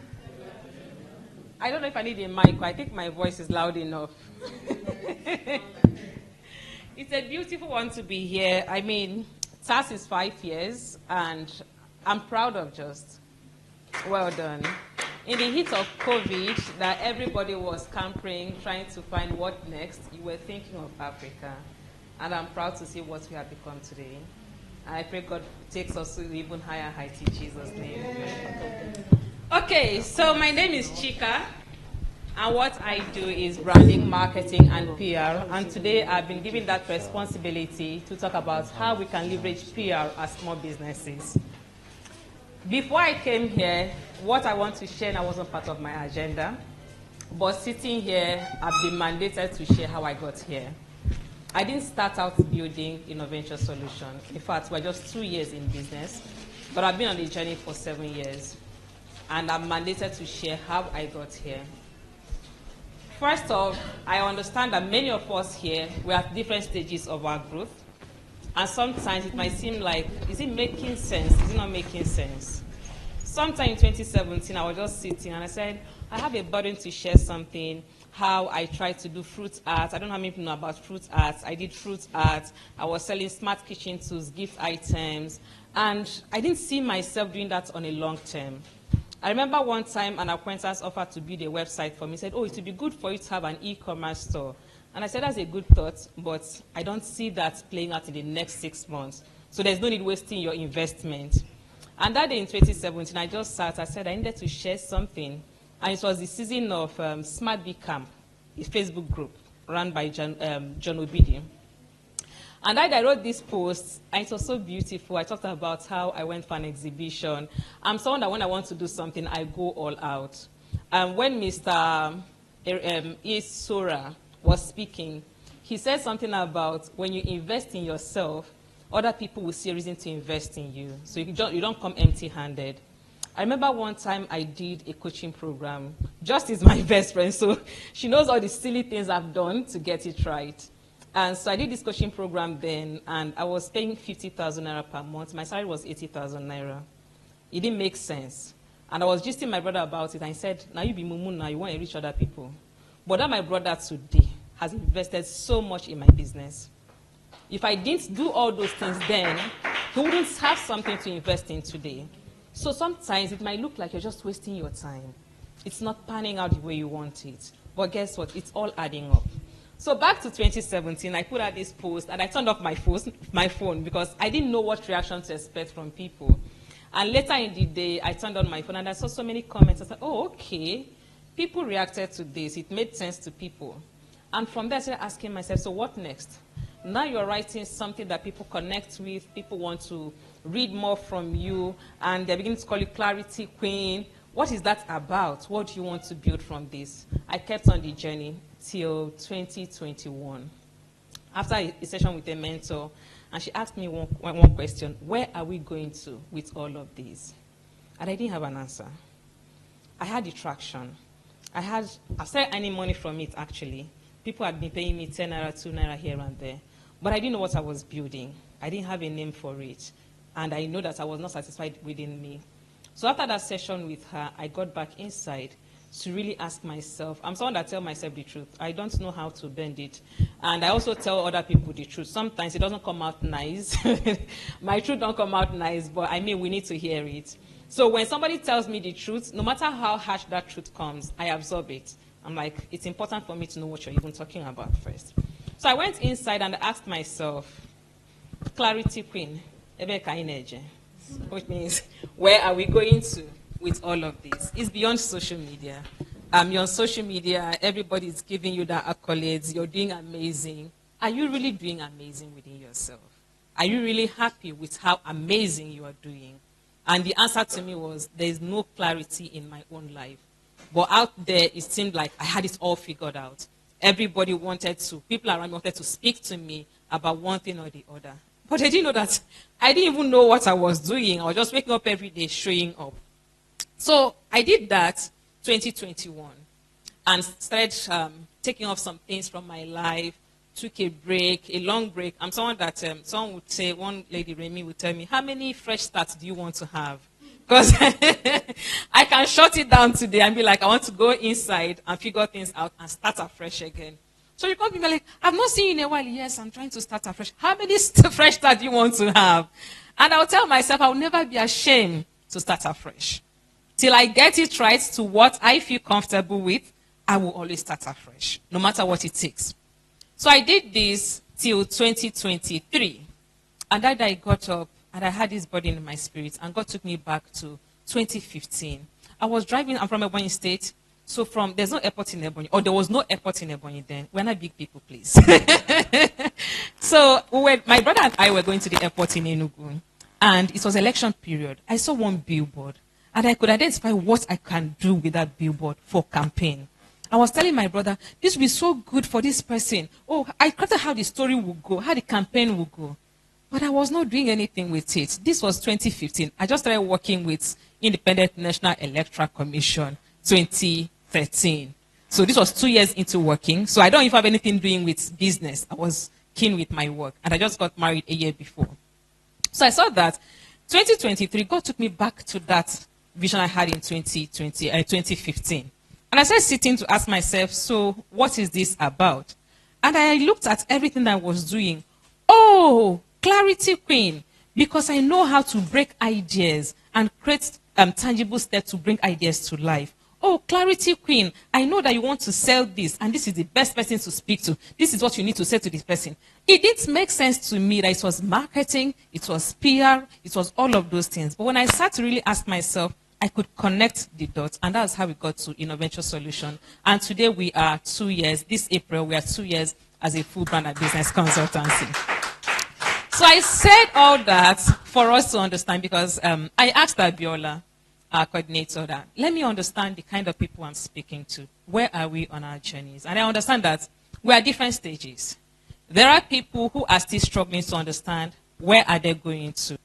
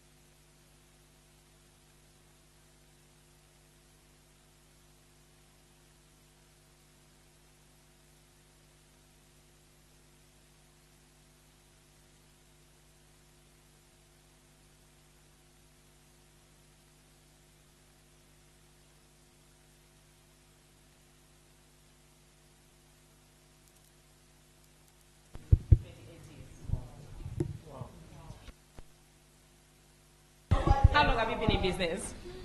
For about 3 years now. Okay, all right. So let me pass. Let me get someone here. How long have you been in business, ma'am? 4 years. 4 years. Okay. What industry do you play in? Food and I think food and Like drinks. food? No. I sell honey.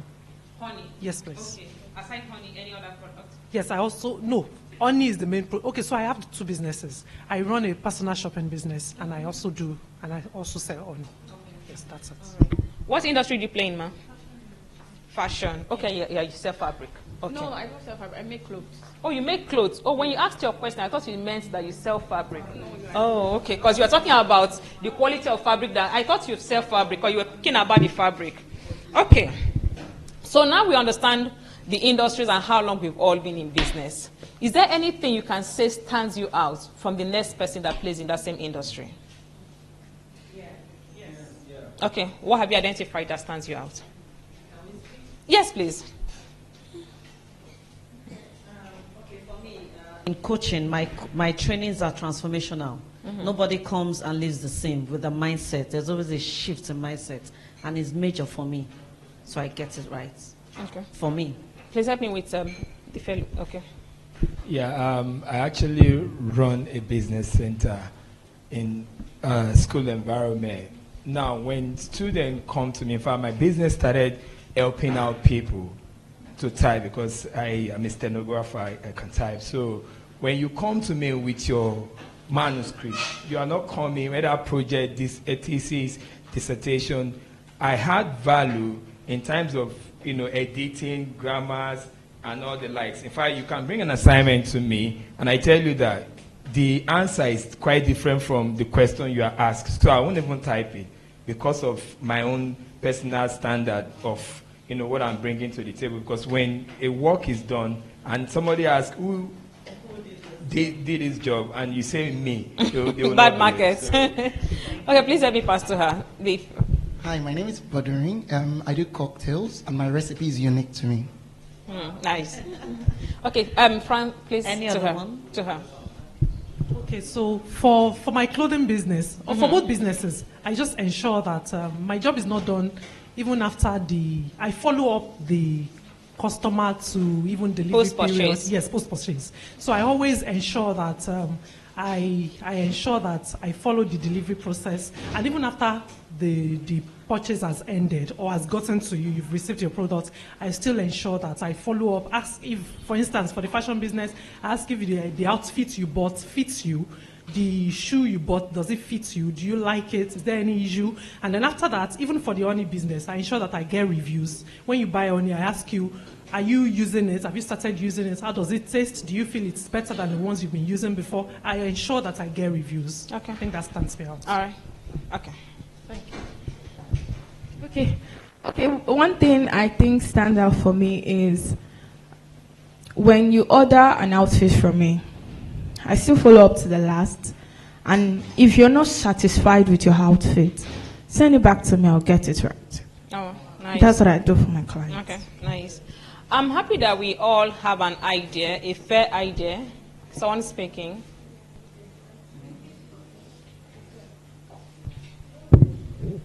Okay, for me, I'm into fashion.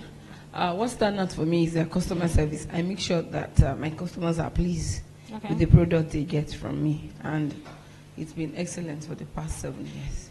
Nice.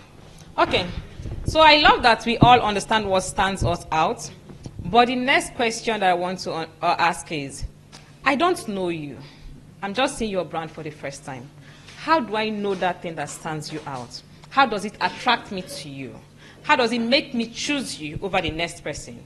Because all you've said now is, when I come in, I experience you. But I'm out there. I've not heard about you. I don't know you. How do you communicate that thing that stands you out in a way that it attracts me? Truth is, there are people who are out there and you feel like, oh, I'm not that big brand. There are people who are looking for that tiny thing, that tiny differentiation you bring to the equation. But how do you communicate that to make them understand that, yes, we have this? For me personally, one of the things that has worked for us is, a lot of times when people come to us, they come for one A, B, and C, but they will bring their personal issues, and you spend 2 hours in a session, and the person is just talking about their personal issues, and I'm listening. I'm like, oh, we spent 2 hours, I'm so sorry. No, it's fine. So I realize that people feel comfortable talking to me. And when they talk to me, they don't feel judged. But now, how do I make the next person who has not spoken to me to know this? I have to include this in our communication. So when you understand what stands you out, you leverage it to bring more people who are looking for that differentiation. It's not enough for you to know it. There are people who want that simple thing. Oh, simple call, ma, did you receive your order? That makes them feel good. 2022, I was pregnant and I was shopping for some items, baby items. And I saw one, I was looking for an e-commerce store that had all the baby things, because even my senior wanted to do baby registry. And I saw this particular one. I did everything, all the shopping. My cart was full, time to pay. I was referred to WhatsApp to go and check availability of items on your website. I had to chat them, are you selling the blood of Jesus? Like, it has to be authentic one. I'll spend 2 days filling my cart, then I'll come back to chat on WhatsApp and tell you, oh, meeting, is this call available? Why do you have it on your website? And the woman did not have any concrete explanation. Said, things sell out fast. Auntie, that is why there's a human being to update it. So sometimes we think that, oh, these things have to be so big, or Coca-Cola is everywhere, or there's this other big cocktail brand, so there's really nothing that stands us out. There is something, that's your recipe that nobody knows about, that when I drink it, I'm all over the moon. I went somewhere in January, James Vineyard, and the guy there made one cocktail. Me that don't like alcohol, I tested him, I was like, this is so nice. The guy said, I added a little martini. I was like, what's that? He said, alcohol. I was like, okay. I'm going to eat more than I bargained for. But it was so nice. So when you realize that there's something tiny, there's a different vibe you bring to the mix.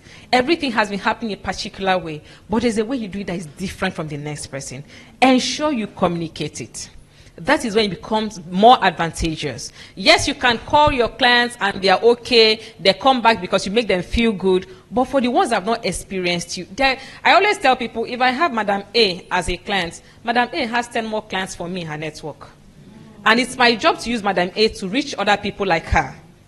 So if you're communicating and you're missing that thing about you when you're speaking to Madam A's people, you've lost them. So in your communication, ensure that every single time there's an opportunity to speak about your brand, you're talking about that thing that stands you out. Okay? So that will now lead us to the key question I want to ask us. What do we understand as branding? Just 2 or 3 people. Let me give you this. Thank you. Thank you for the opportunity. Well, what I understand about branding is that thing that makes you stand out. Like when I see Coca-Cola, I know it's Coca-Cola because it is standing out. That thing, that you, that is in you, that unique you. So if you are not able to encapsulate it in one logo, that if I just see it in a split second, I can say, this is Franca's logo. Then you don't have a brand. So branding is something that makes you stand out from multitude, from a bunch of people. If anybody that knows you sees your logo, your brand, they can tell it is you. Thank you. Thank you. Any other person sharing? Okay. Francisca said I have 30 minutes, so let me use it well. When Mr. E was speaking, he talked about strawberry or one other fruit. He said that they import. Meanwhile, we have it in Akwa Ibom. Banana. So you see why we are so keen about imported products. We have the mindset that is of superior quality. Many of us, we are passing somewhere, we see a restaurant, and we feel, if I enter here, I beg my pockets, am I sure I can afford food here? You don't care at that moment if the food is delicious or not. You see a boutique, I be like, their clothes will be so expensive. You don't know how much you're selling. You see another one, you be like, I beg you, this one is inferior. You've not entered. But just because of how the store looks, you already passed your judgment. It is easy for us to say, oh, you go to my store to buy things, you must be poor. When there is price value, you can just use and buy online. Now we pass all those judgments and we feel good. But that is the same way other people are passing judgments about our brands. Now, when they make that judgment, if you want to be your own customer, your own client, would you buy from you? Flip the coin and you're your own customer. Would you, at a glance, you've seen your logo, you've seen your this one, would that convince you to buy? Because so many times we're just all about the beauty, the aesthetic. But branding is way beyond that's our logo. Someone told me one time we were hanging and said, anywhere I see yellow, I think of you. Because yellow is plastered everywhere. My brand color is yellow. And I'm not ashamed of it though. It's good that you remember it. But beyond that color, beyond that logo, it's a wholesome experience.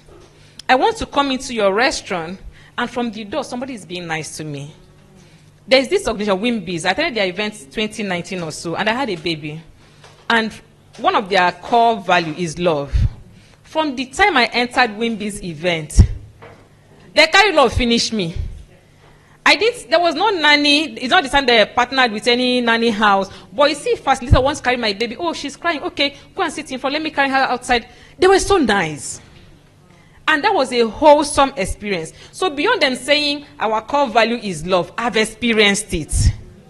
So when I speak to you about them, I'm saying they are what they preach. So you have the color, you have everything. But what is your experience like? You come on Instagram and you do, hi people, besties. But when I come to you, you're nasty. You're very kind on Instagram, but when I encounter you, you're nasty. There's a particular fashion brand I've reached out to 3 different times on Instagram, and I bought something from them. And I even influenced Madam just to buy something from them one time. And that time I sent a message. It was the owner that she shared with on WhatsApp. And she introduced herself and everything. The communication was different. Auntie's attitude will close her shop. In my mind, I'm like, just leave your sales girl to be answering. Because if you carry this one, your business will just close up. That your sales girl that is, yes, ma, yes, she's Oluku, but leave her to be Oluku to keep you in business. Because if you carry this your high shoulder, tomorrow you're out of business. So a lot of times we think of branding as our logo, our beauty, the aesthetic. But it's an entire experience from start to finish. It's an entire experience from the brand name. That I can easily memorize it. You're not telling me Keketori, I have to bother my head to remember the spelling of the name. I don't come on your Instagram page and I'm seeing, we are the best XYZ. How are you the best? You've not said anything to me. I saw a page recently. I saw a video. International Women's Day. Beautiful women, attractive. So that's catch your attention. Like, oh, let me see what the brand is about. And they said, we offer financial and economic empowerment that stands out. And in my head, I'm like, what have you said? Financial and economic empowerment that stands out. What exactly have you said? And there's a call to action to chat them on WhatsApp, visit their website. Do I have to do all of that to see what you're about? When you can just use those few lines to tell me what you're about, so I can even make a decision to, oh, I want to do business with you, I want to learn more about you, or anything of sort. So it happens to the best of us. And we're at that place where we feel, oh, today, everybody on my team, we have to greet this way, we have to do that way, but our product, our service delivery, you fix a meeting for 10, you're coming 10:15, and you're the host of the meeting.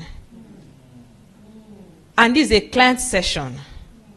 You send an email, and there is and are there.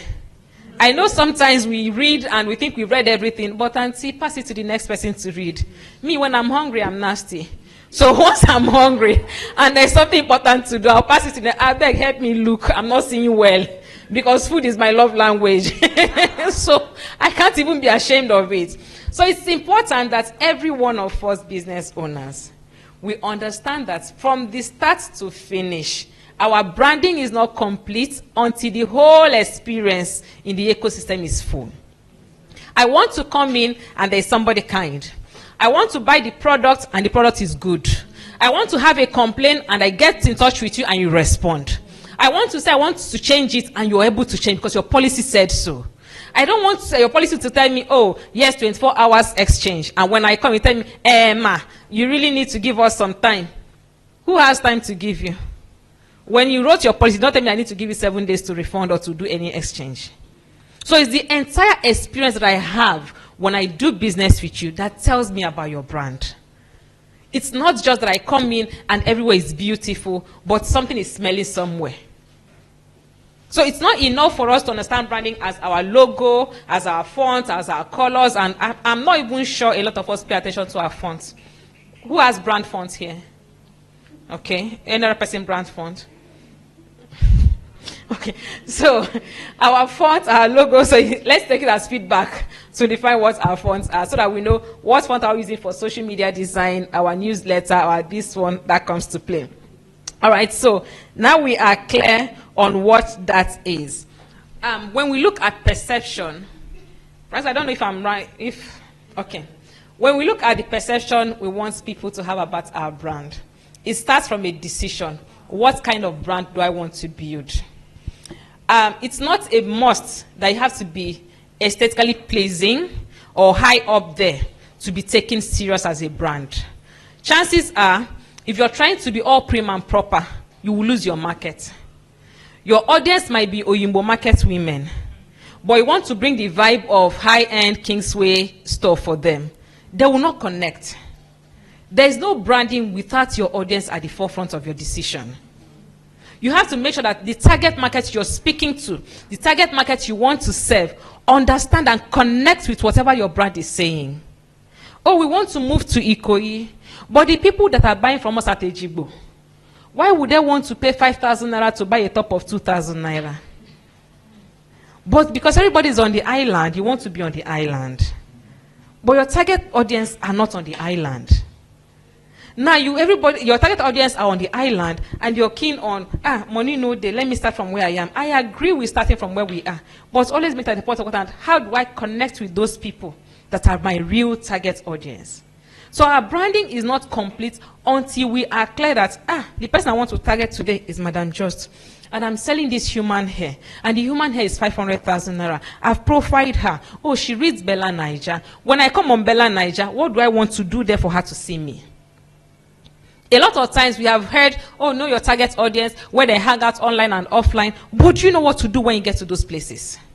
What you speak on platform A is not what you're saying on platform B. What you speak on platform C is not the same thing on platform E. So you must understand, this is the person I want to target. Online, she's reading Bella Niger. Occasionally, she goes to Instablog. But my brand value doesn't align with Instablog. I will skip that one. Let me advertise on Bella Niger. Let me write an article on Bella Niger. Let me feature my story on Bella Niger. Let me feature my collection release on Bella. A lot of us that are fashion designers here, there's something I want you to understand. I know that when you release your new collection, is to have beautiful pictures and put it on your page and everything. But go beyond that. Now you've done your collection. you've done the picture, everything is fine. But as opposed to releasing our summer collection, how about we tell a story? And that story is coming from the angle of transforming something through bringing one color, depending on what your collection is about. And now you look at another platform and be like, okay, I want to have something with this organization. Or like I said, WIMBIZ now. How do you want to target women in WIMBIZ? What do you want to do for them? It's not enough to be a member of an association. In fact, I learned this 2 years ago. This auntie here, I've been dragging her for us to join an association. Let me skip their name. And in her normal nature, she will try to avoid it. I said, I'm someone that when I say I want to do something with you, if you're dulling me too, I will dull. So the next year, I said, I'm not going to involve her. Let me just go and do my thing. I did my thing. And I realized that you have access to these people. I have your phone number. I have your phone number. I have your phone number. But what do I want to do with it? So many times we are keen on gaining access to things, to people, to platforms. But do you know what you want to use those things to do? So it's not just enough that we've come here, we spend the best of time. In your mind now, from all the sessions we've had, have you made a decision, a mental note that at the end of this session, this is what I'm going to do about this, that. So when it comes to our perception, it's not just in the who we know. It is what are we saying about our brand. What is the communication like? Oh, you say it's email marketing you want to do. When you write your email, are they coming at specific days that you build me to look forward to it? I'm your reader. Every Wednesday, I'm looking forward to your email. Or does it come this Wednesday? It comes under 4 weeks later. And that's not like it's another one will come 1 week later. And I'm confused. Okay, I don't know if you're serious or you're not serious. All of those things form perception that I have about you. You tell me you will deliver my clothes at so time. One of the things I tell my people in Magnesia is that we are building beyond the African excuse. And what we call the African excuse is that you deliver my clothes and I'm seeing thread dangling here. Or everything is wrong. People are like, but you know there's no light now, we're in Nigeria. I'm not in Nigeria with you. The Nigeria that you're in that is of ahead, I'm not in that same Nigeria with you. When I was paying you, I didn't pay you for you to tell me we're in Nigeria. So at every point in time, think of, I want to build beyond this African limitation and excuse. I want to be able to deliver something that somebody in UK can be like, I can't believe it's coming from Nigeria. I can't believe it's coming out of Africa. And I'm happy we are all beginning to do that already, but we still have a lot of work to do. We still have some limitations that are imposed on our own selves because we feel, I will understand with you. And truly I will understand with you, but I may not do business with you again. There was somebody, I don't know if it was you and I that bought, she does market runs, and she brought tomato one time. My first time using her was my last time using her. When she brought the tomato, everything was bad. And I was like, I called her, she kept apologizing. It's not the issue of apology. Money has go. Tomato is bad though. So this apology now, what does it want to fix? And she was on my WhatsApp. Every now and then she would send broadcasts. I said, even this broadcast, you send it from now till tomorrow. I know they buy. Because now my first experience has judged everything. And it is food. So when it happens, it happens. There's nothing I can do to you. So when it comes to our delivery, what do we do? How do we deliver? Do we always expect people to understand with us? Even when you see that something is wrong in what you've done, no, but you want people to understand with you. How long can we play with your mediocrity? Well, Ibukun was talking about excellence. And somebody asked a question, how do you get to that stage of excellence? And she answered something very brilliant, but I'll just add to that. You see, when you make that commitment that this will not go out of here. There was a day I went on our social media page and I saw a post. The post had gained a lot of traction and all. And I told my social media madam, please, we need to take this down. She said, oh, why? I said, did you not read it? She wanted to write you are. She wrote Y-O-U-R. I'm like, this simple English is more than bad because it's an English that even has attraction already. That we always talk about why people saying you are when you want to say you are. So it's something that already has attention. So it's easy for somebody to spot it. And she was running face. I said, after running face, please help me delete. There's nothing more we want to do. So you need to get to that place where you're telling yourself, this cannot be permitted. Whatever it is it's going to cost, this cannot be permitted. Now, are you going to lose money? You will not lose money if you're deliberate about this not being permitted. Once you make a decision, there is something that you say, I can't eat in the morning if I've not brushed. I can't go to school runs if not taking your bath or brushed. You can't go to the gym. That is a benchmark you set for yourself. It's the same thing when it comes to spiritual life. I can't step out of my bed until I've done my spiritual exercise, even if it's one. Now, it's the same thing when it comes to business. We can't send this out until it meets this standard. That's the quality operation. And your branding is not complete if your product delivery, if your service delivery is not in alignment with what you said you are. So at every point in time, we must realize that branding is beyond all the plenty English, all the plenty everything that we talked about, okay? What is our brand promise? One or two persons share, please. What are you promising us? Madam Francis, if I come for your transmedia coaching program, what are you promising me? Okay, I'm promising that you get value and you gain confidence and... Am I up at night thinking, oh, I lack confidence, I don't have confidence? Do you think that your clients are up at night thinking that? I know they are up at night. Most of them think that because I've seen that there's a problem there where you know what to do, but you lack the confidence to... Do I know it's confidence that I lack? No, I just want to understand. Because why I ask this question is a lot of times we say this and they sound nice to us. But ask yourself every time you want to state your brand promise or to use it. My ID customer's name is Chika. Is Chika up this midnight thinking of how will she build confidence? Most likely, I'm thinking of opportunities I want to leverage. But when I think of how I want to speak to just my heart will cut.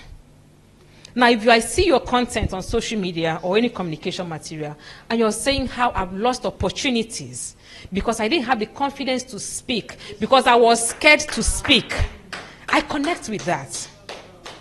And you're not saying, oh, people talk about skincare when you want to get married and all of those things. I mean, when I wanted to get married, I wasn't interested in looking any skincare thing. No. What I was interested in, God, I do not like crowd. So how do I make sure that my parents do not pack all their forefathers and everything into this room? So everything I was thinking about is how do we manage the crowd? Because I know my father, I know my mother. They have 10 million and one people they want to invite. So when you're talking about skincare, it's entering one ear and going to the other. I'm talking about my real life challenge. So we need to ask ourselves, what is the problem that she has? Now, make list of the problem your customers have. When you start writing, book go full. And now, from the problem you decided that they have, craft your message from there. Don't speak what you think is good to you. Speak what is good to them, what they connect with, what they can identify with. If they are not seeing themselves in what you're saying, you've not said anything to them. I want to be able to pass somewhere, and I'm hearing a preaching talking about hell. You know, growing up, hellfire was a big pain. But now, when you talk about our conscience, and how God, we feel distance from God. You feel alone. You feel overwhelmed. And it's not because you've killed somebody, but there's no presence of the Holy Spirit in your life.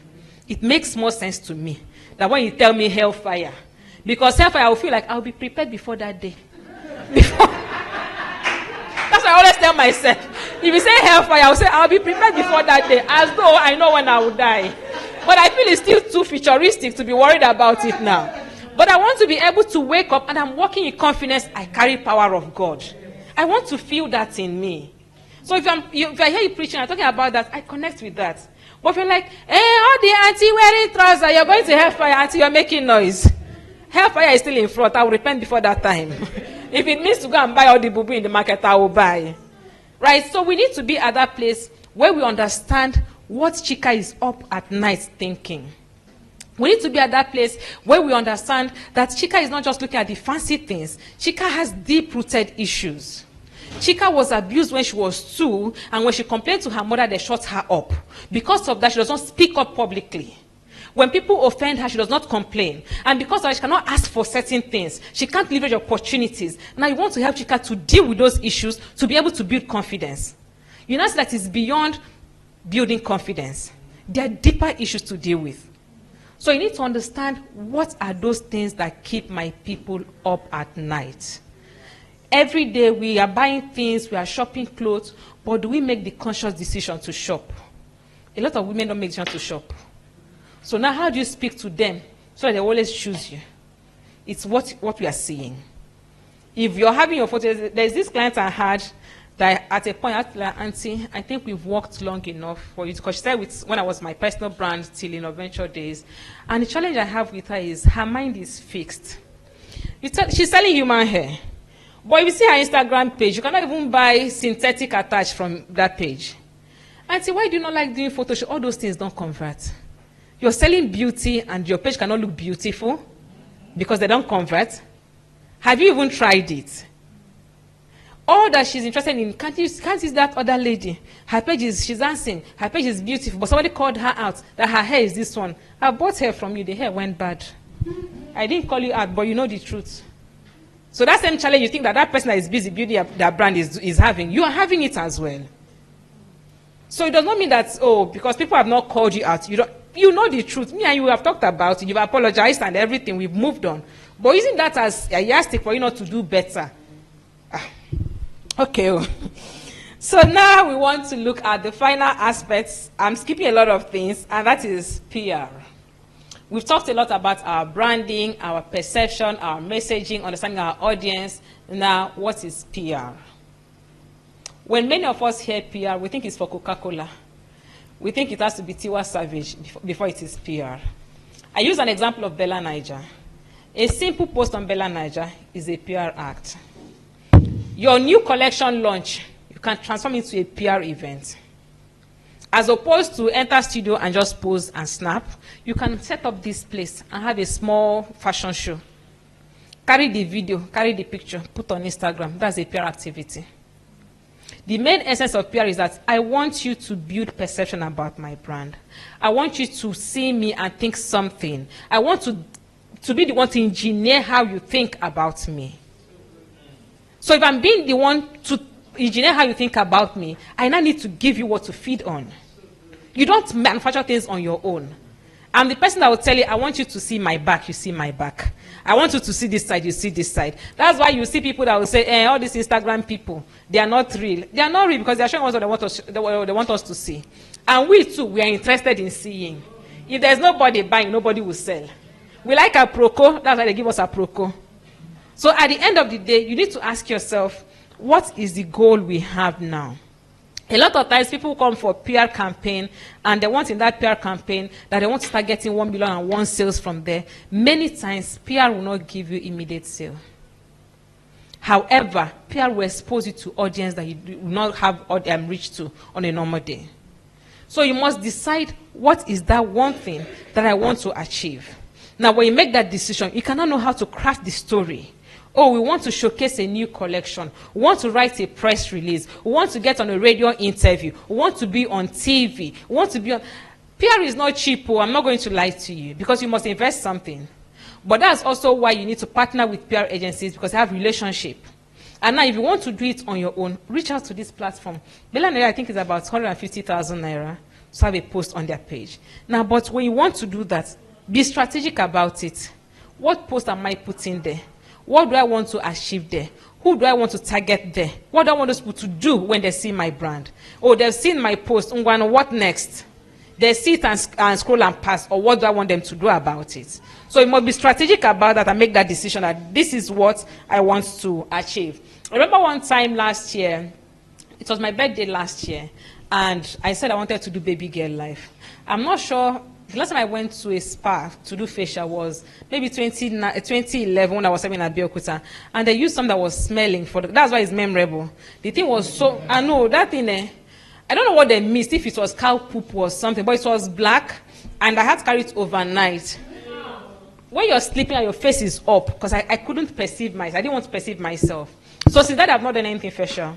Last year, I said I was going to get facial done. And I was on my way. My sister called me and said, yeah, that place is not. I said, yes, I'm on my way to get facial done. He said, where? I said, Iko. He said, that must be expensive. She don't know the place, so she doesn't even stay in Lagos. She didn't even ask the name of the brand, though. But that is at Ikoyi. That must be very expensive. Now, this is because she has built a mindset that every business here must be this expensive. That's also why you see some people that will empty their bank account to borrow money. Was it Mr. E that said when somebody comes to ask for 10 million, they're driving a car of 5 million? You see them borrow money and do everything to have their office located at a particular place. Now that place you are located, the next person to you is not even your level. And you don't even ask yourself, what are we? What am I? Is this my neighborhood? You come out, you're looking for a place to buy food. You cannot even afford the food they're selling in the neighborhood. What are you doing there? So at the end of the day, we all need to sit ourselves down and really ask ourselves questions like, what is the key thing for us now? Good thing is the start of a second quarter. In this quarter, what do we want to achieve? When you define what you want to achieve, now break it down to the communication. So in this first 1 week, what I want to do is to look at all the people I want to work with, or all the industry I want to target, start making lists. There are so many free platforms we can use to get people's contacts, emails and all. Make lists of those people, use this platform to get their emails. Now write your portfolio, your proposal, whatever it is you want to send to them, and send to them. It can be a simple introducing your brand. It doesn't have to be come and buy anything. It can be a simple, oh, I see that you like this, or well done on the business work you're doing, introducing XYZ brand to you. This is what we do, this is what we do. Should you have a need for this, we would like to offer you XYZ as a complimentary service. Many times people think that PR activity has to be so big. There's this brand, in fact, the bag I carry today, the brand is our client, and they launched a new collection, footwear. And it was their first time making footwear, and it's male footwear. I wanted to do PR gifting to some celebrities. So we did 2 celebrities, 1 male and 1 female. The male wore the item, the footwear, when he went holiday abroad. And I saw it on his Instagram story. Brother did not tag the brand. And when the woman saw it, she was so furious. I'm like, Auntie, it's a PR gift. When you give gifts, you don't determine how I use it. I can even choose not to use it. So it's now for us to take the picture and ask nicely, can we use your picture? Because even if as we gave you the gift, it's not our job to take your, it's stealing. We are not infringing on your own privacy. So when I explained to the woman, because she's another woman, she's like, it doesn't make sense that this other brand tagged them, did this, did that. That is personality. This person, that is who she is. The other one, that is who he is. Maybe he doesn't want people to know that he's wearing 25,000 naira slippers. He has taken time to build his brand. You cannot use your own need in your own business to come and make him drag down his brand for the whole world to know that he's wearing 25,000. Because once I tag the brand, now Shebi, you come and check the page. And when you come to, we like a Proco, we'll come to the page, we'll start looking for that particular slippers. It's even 25,000 naira. We've judged him. We've reduced his fees. Brother doesn't want it. Now the bag you're talking about, that the other auntie shared, the bag is not at 5,000. It might be cheap for her, but at least it's more prestigious than 25,000 naira. When I finished explaining to the woman, I said, it's making sense, but then, I said, but then a PR gift. There's nothing more. You cannot kill the person. So if you want to do PR gifts, you must also put your emotion and your ego at the house. And think of, who are the people I want to give this my PR gift? Summer is coming, you have summer collection coming up, or if a fashion brand, and you want to reach out to certain people to collaborate with them, don't start in July to give it to them. Because there are people already speaking, have spoken to them since February. So start now to reach out to them. And now if you want to do it right, try to have conversation with them to understand what kind of things do they like. What do they want to portray this summer? So that you build something that is around them. That you want to give a celebrity gift or a pleasure person gift does not mean you should not come and give them what is not what they wear on a normal day. And when they don't wear, it's not start blaming, they did not even wear, they collected, they did not collect. But you've not built something that is up to that standard. So we must be deliberate to really plan ahead. It's good that it's the start of the quarter. Decide what it is you want to achieve this quarter, what activities you want to inculcate in your plan, and now start by acting on that. Like I mentioned, it will cost money. But that money doesn't have to be a lot. There is something for everybody. It can just be parting with one simple gift. And you send it to the person. Oh, can I get your 2021? I had one webinar. It wasn't even Innoventure that it was just me. And I was thinking about speakers. I said, all the people that are coming to mind, they are big short too. How do I want to reach them? And I sent a message to one lady, can I get your email? I have an invite to share with you. Within seconds, she replied, and I was like, oh, okay. There are actually some decent human beings. There are people who ignore the message, but there are people who will answer. And that's why it's important you should spread your option. Spread your option. Don't just put it at 5 people. It's just like in marketing. If you're running ads, you want to sell to 10 people, we already know that we need to reach at least 1,000 people.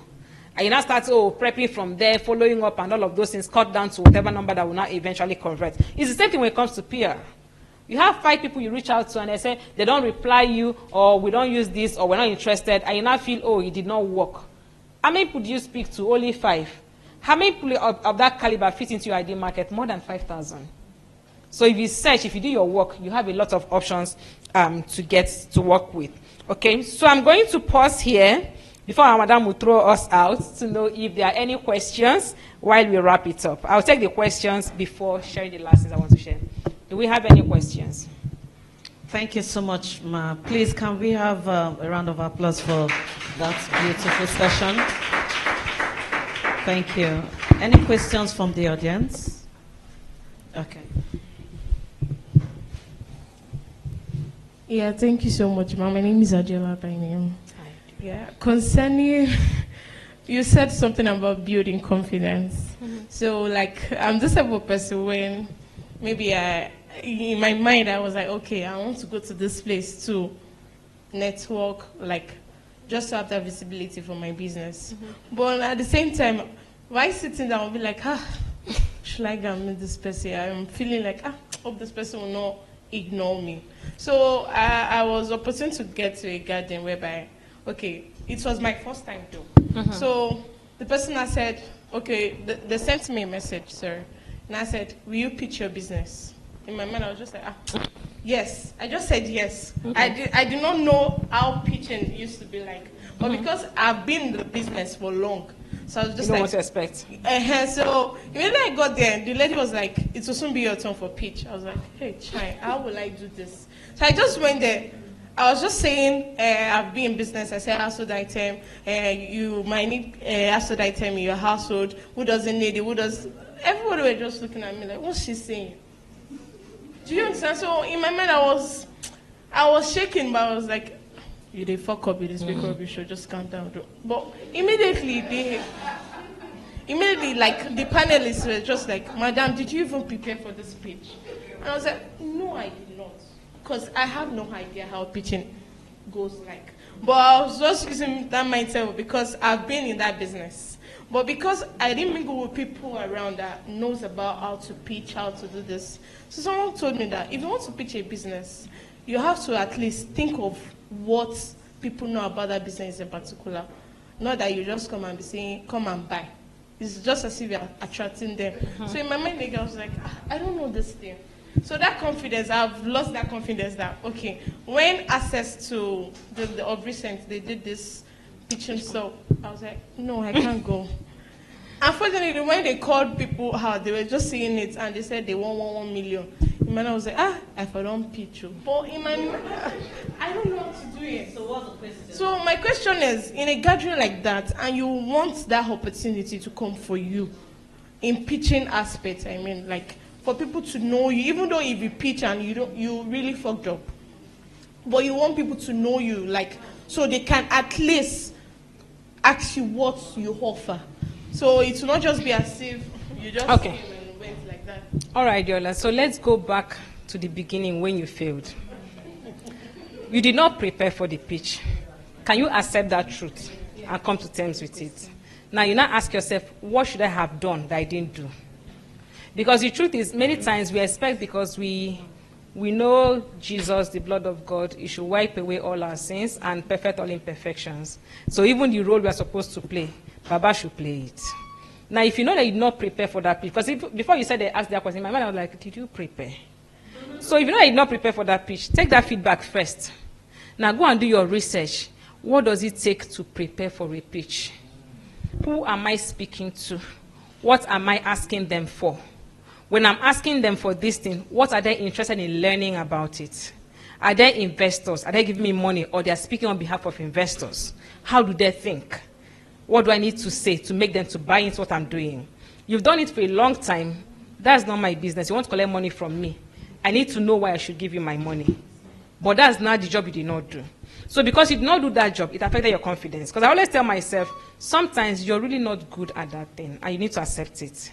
And what you're not good at is going to affect your confidence. Because you're not good at it, your confidence, you will feel less of yourself. So the only way for us now is Adiola needs to go and do her research. Adiola needs to know that even till now, I'm attending events. I prepare myself. How do I want to introduce myself? I meet you at that event. Hi, my name is Chika. What do I want you to know about me? That's because I want to know the kind of people who are there. what is important for me and what's important for them about me.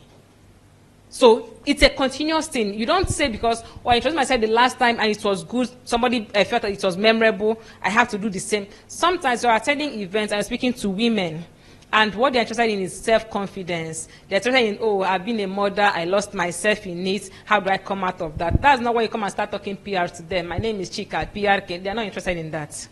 But you introduce yourself about how you picked yourself up from that same problem, how you've built yourself. They connect with you.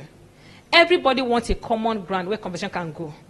And think of other people as much as you think of yourself. You want to connect with me. Why should I be interested in you? Why should I spend time talking to you? So when you think of me and think of yourself as a person of value, it becomes easier. You do it 1 time, 2 times, 3 times, confidence don't boost. And if you want too much talk, this auntie likes talking about confidence, and she does a lot of it. But really, it starts with solving the problem. What's the root cause? Yeah, thank you so much. Thank you, sir. My question is, personally, as it has to do with, I don't like pulling attention to me because it brings pressure. So, what kind of pressure? Like demand. Like pressure pots. Pressure of demands on me, So most times I just like being invincible, like because I want to achieve a particular result. So I don't want to be seen while moving. I don't know whether I'm painting a picture up.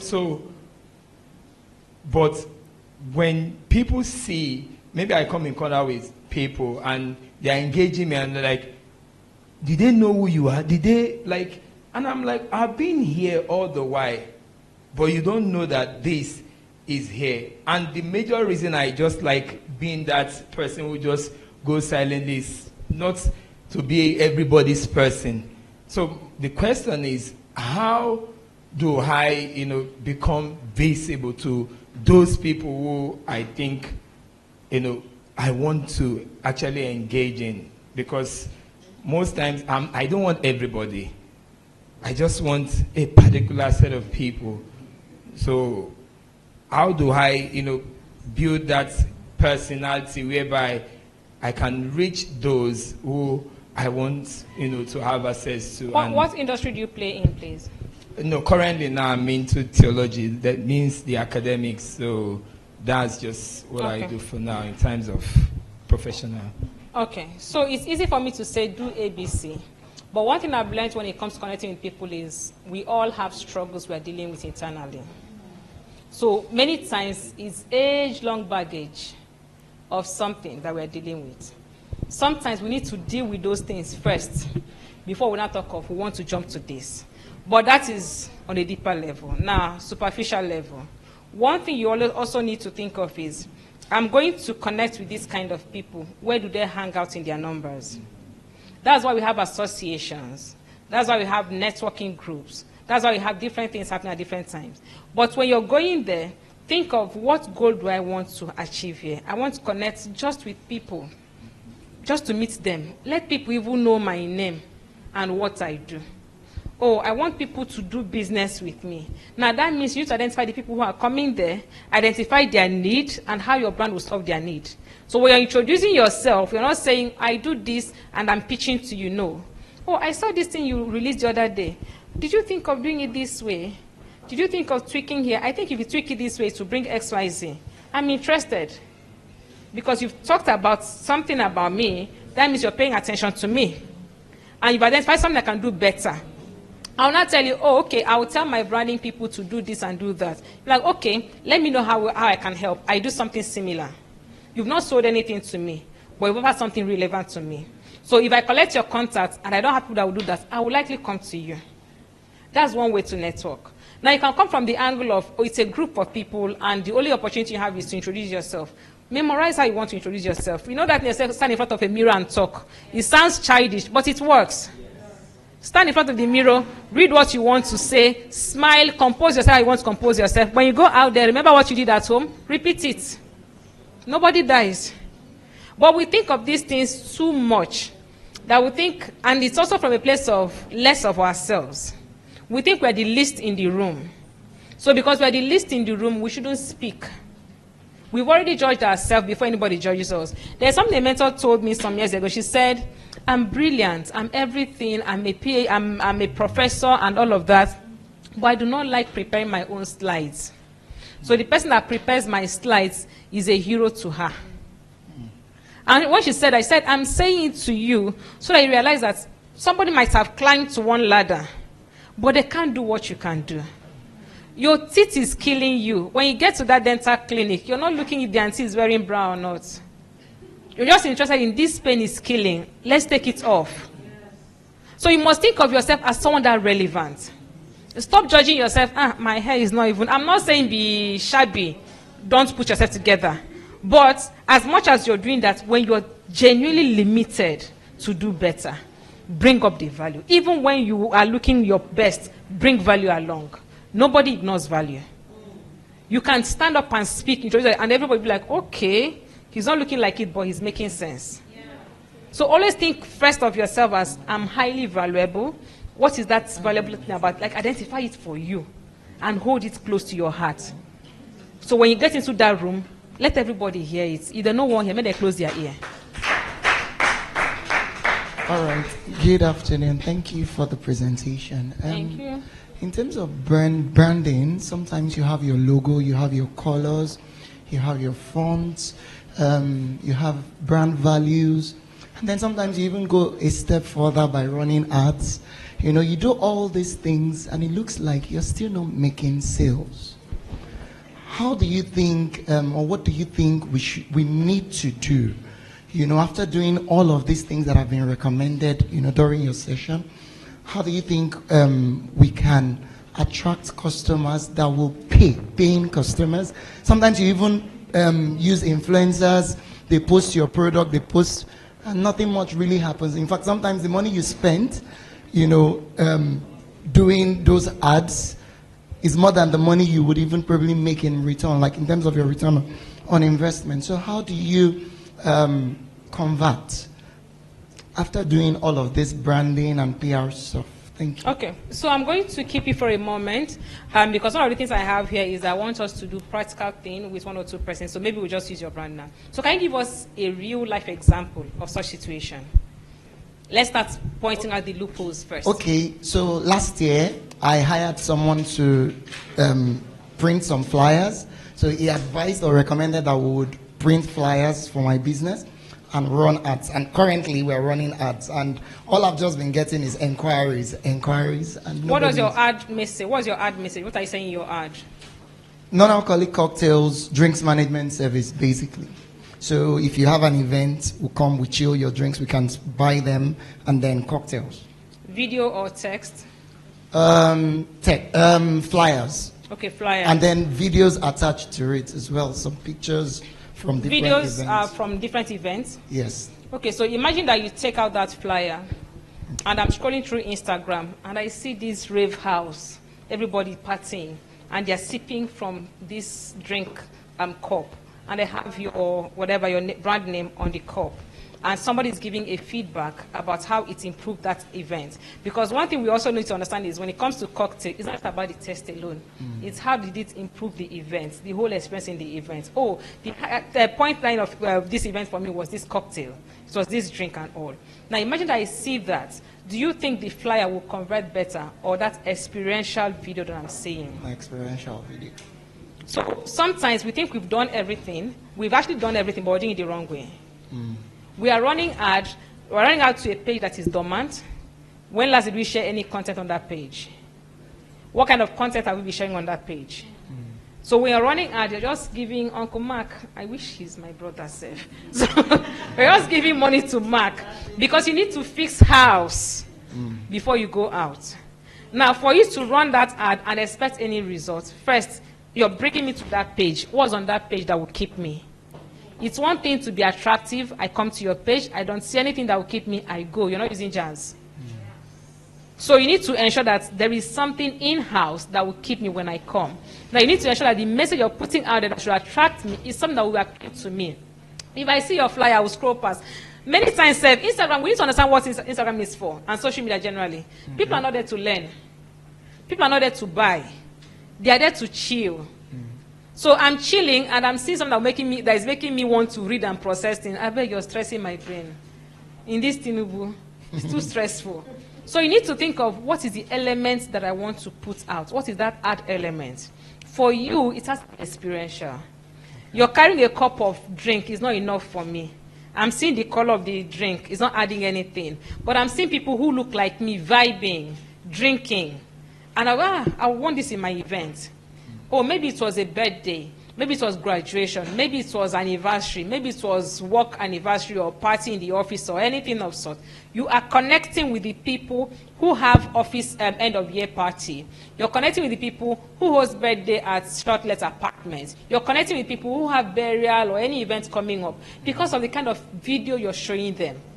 So it starts from the basic, what you're putting out there and what the house looks like.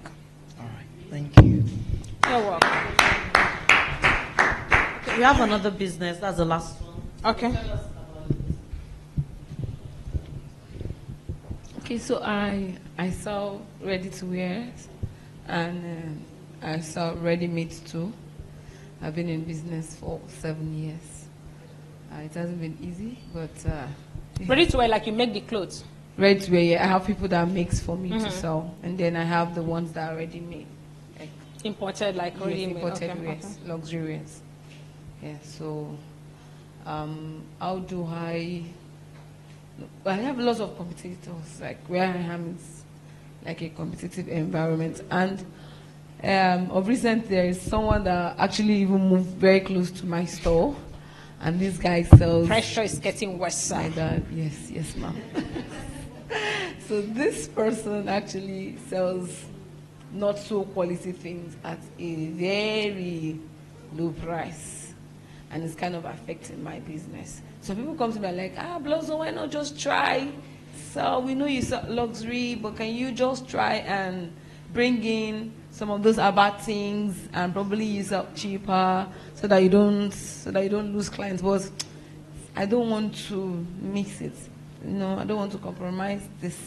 How do I keep my business? Okay, so first thing we need to understand is, what's Blossom's brand called? Blossom Clothing Store. Who is Blossom target audience now? Her name is Martina. Martina works in one bank. Martina's salary is 900,000 naira.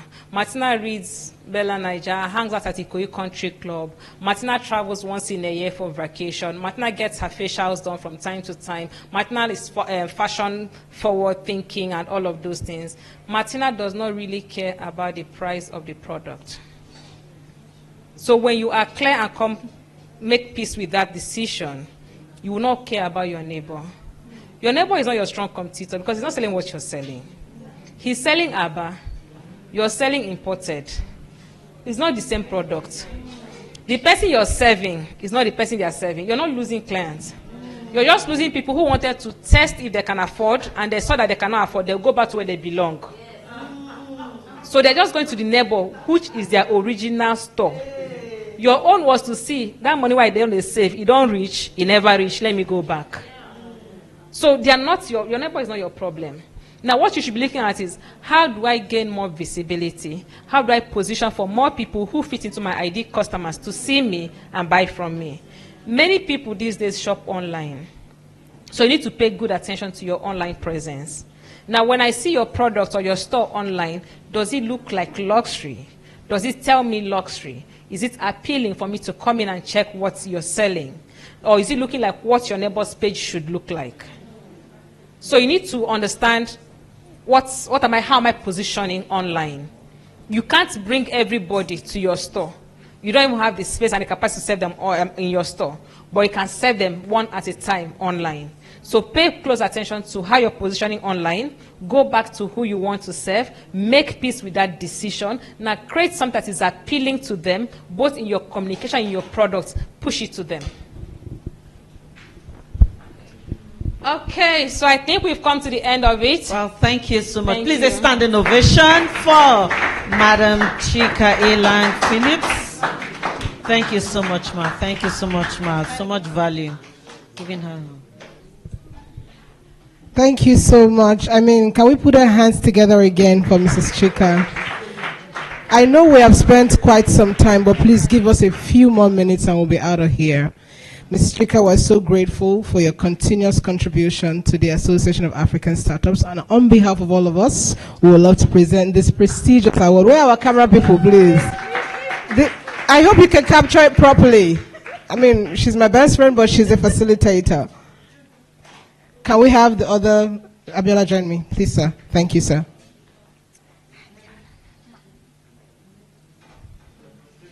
Yes, please, you can take this away. Thank you. God bless you.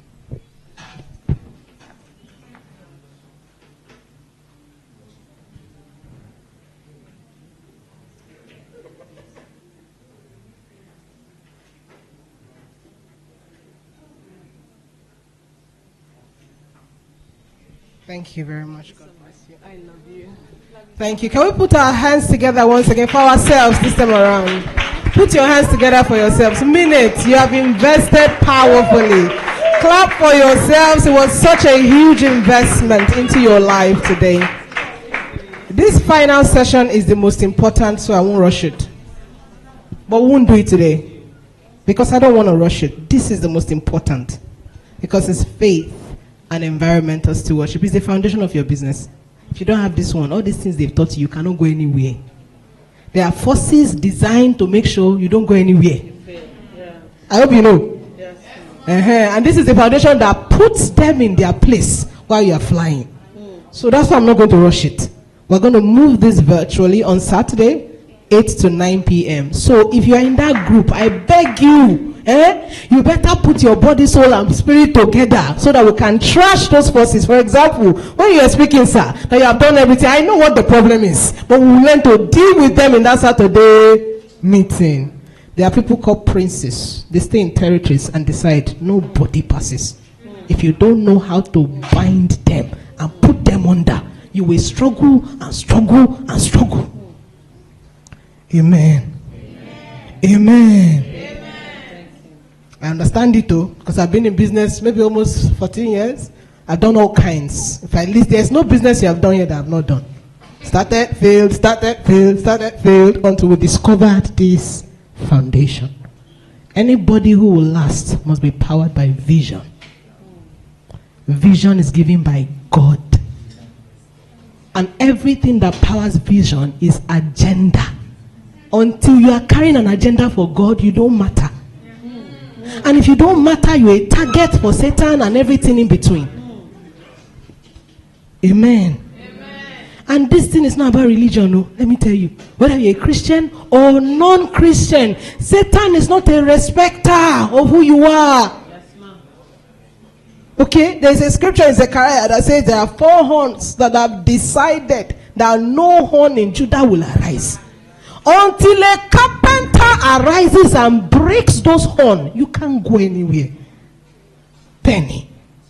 That's why you can see a person who will rise after 40 years to just. I read an article. A man left his hometown 48 years, was a professor in Canada, came back to Canada with slippers and rags. So Nigeria, pardon me, with slippers and rags. No family, no child, nothing to write home about. Is that clear? With all his wisdom.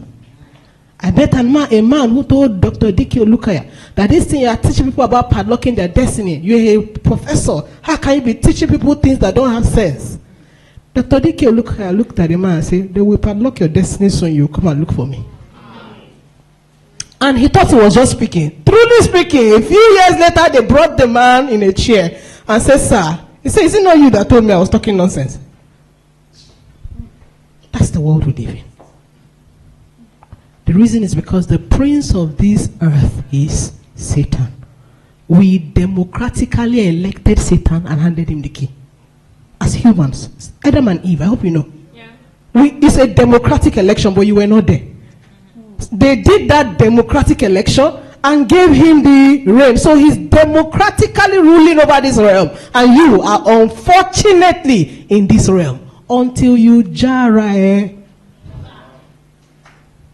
Do we understand? Yes, ma'am. So I beg you, don't joke with Saturday session. We will pray, we will teach, we will break things. How many of you are ready? Yes, sir. We will pray, we will teach, and we will break. I won't let you go without prayer today. Rise up, let us pray. Kalabariando Sevitai Kaliba Hashkata. Let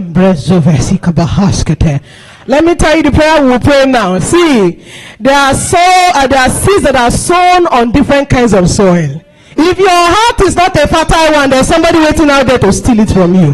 So you live here, you will notice, I'm inspired, but there's nothing you can hold tangibly. That is the one thing we are going to attack now. So lift up your voice and say, today I declare my heart is a fertile soil. As I step out of here, I retain everything I have heard, everything I have learned. I retain it in my spirit. I retain it in my soul.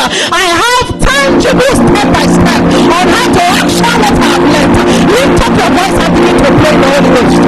Let the power of Shabbat Kapala Tuza. Randa Kupasha Pala Kapala Taya. And do Kapala Santi Kapala Taya. Ratata Shantale Zapaya. I saw Kapala. And Kapala. I break the Paris in a as I step out of here. Nothing is going to make us.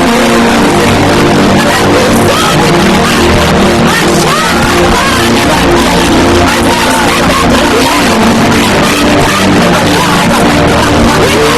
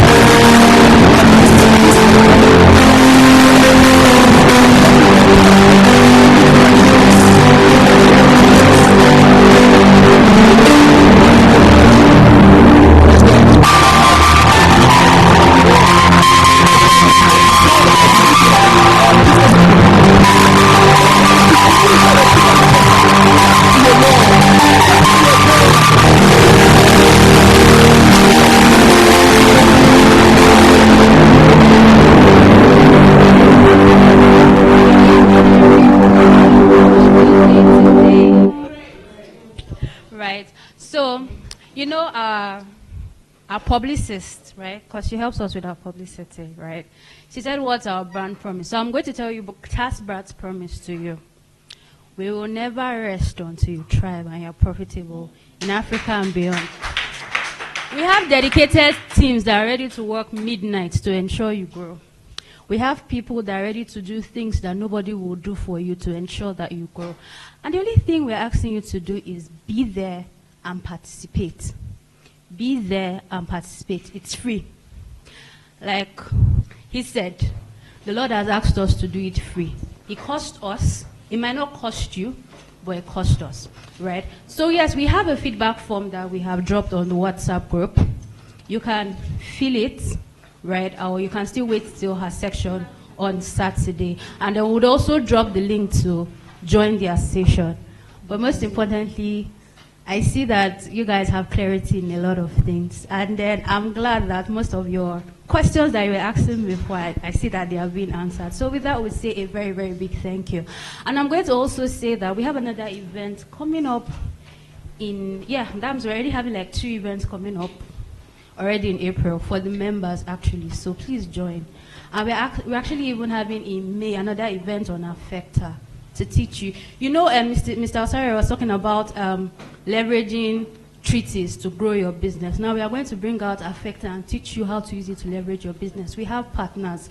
There are some things you will not be able to understand on your own if you are not in an organization, because we can pull the resources you can't. We have partners that specialize in all these things. So if you want to use Affecta to push your business, please join the Association of African Startups. And with that, I would say a very, very, very big thank you. God bless you. Thank and you. Yes, we'll see you on Saturday. Thank you.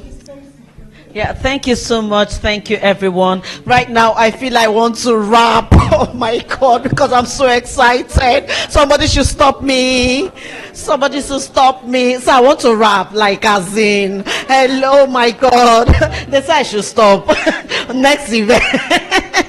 Thank you all for coming, and we hope to see you very active on the task group. Please, if you know you are not in the group, please indicate.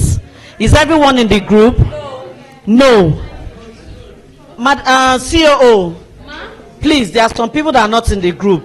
Get them now. Get their contacts, please. Please.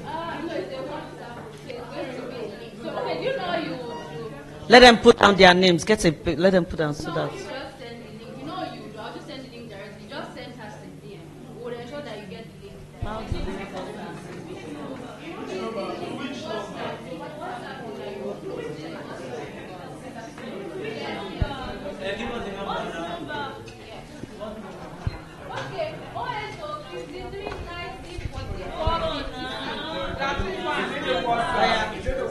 The WhatsApp group, yes. 080 53 90 44 56. You can send the message.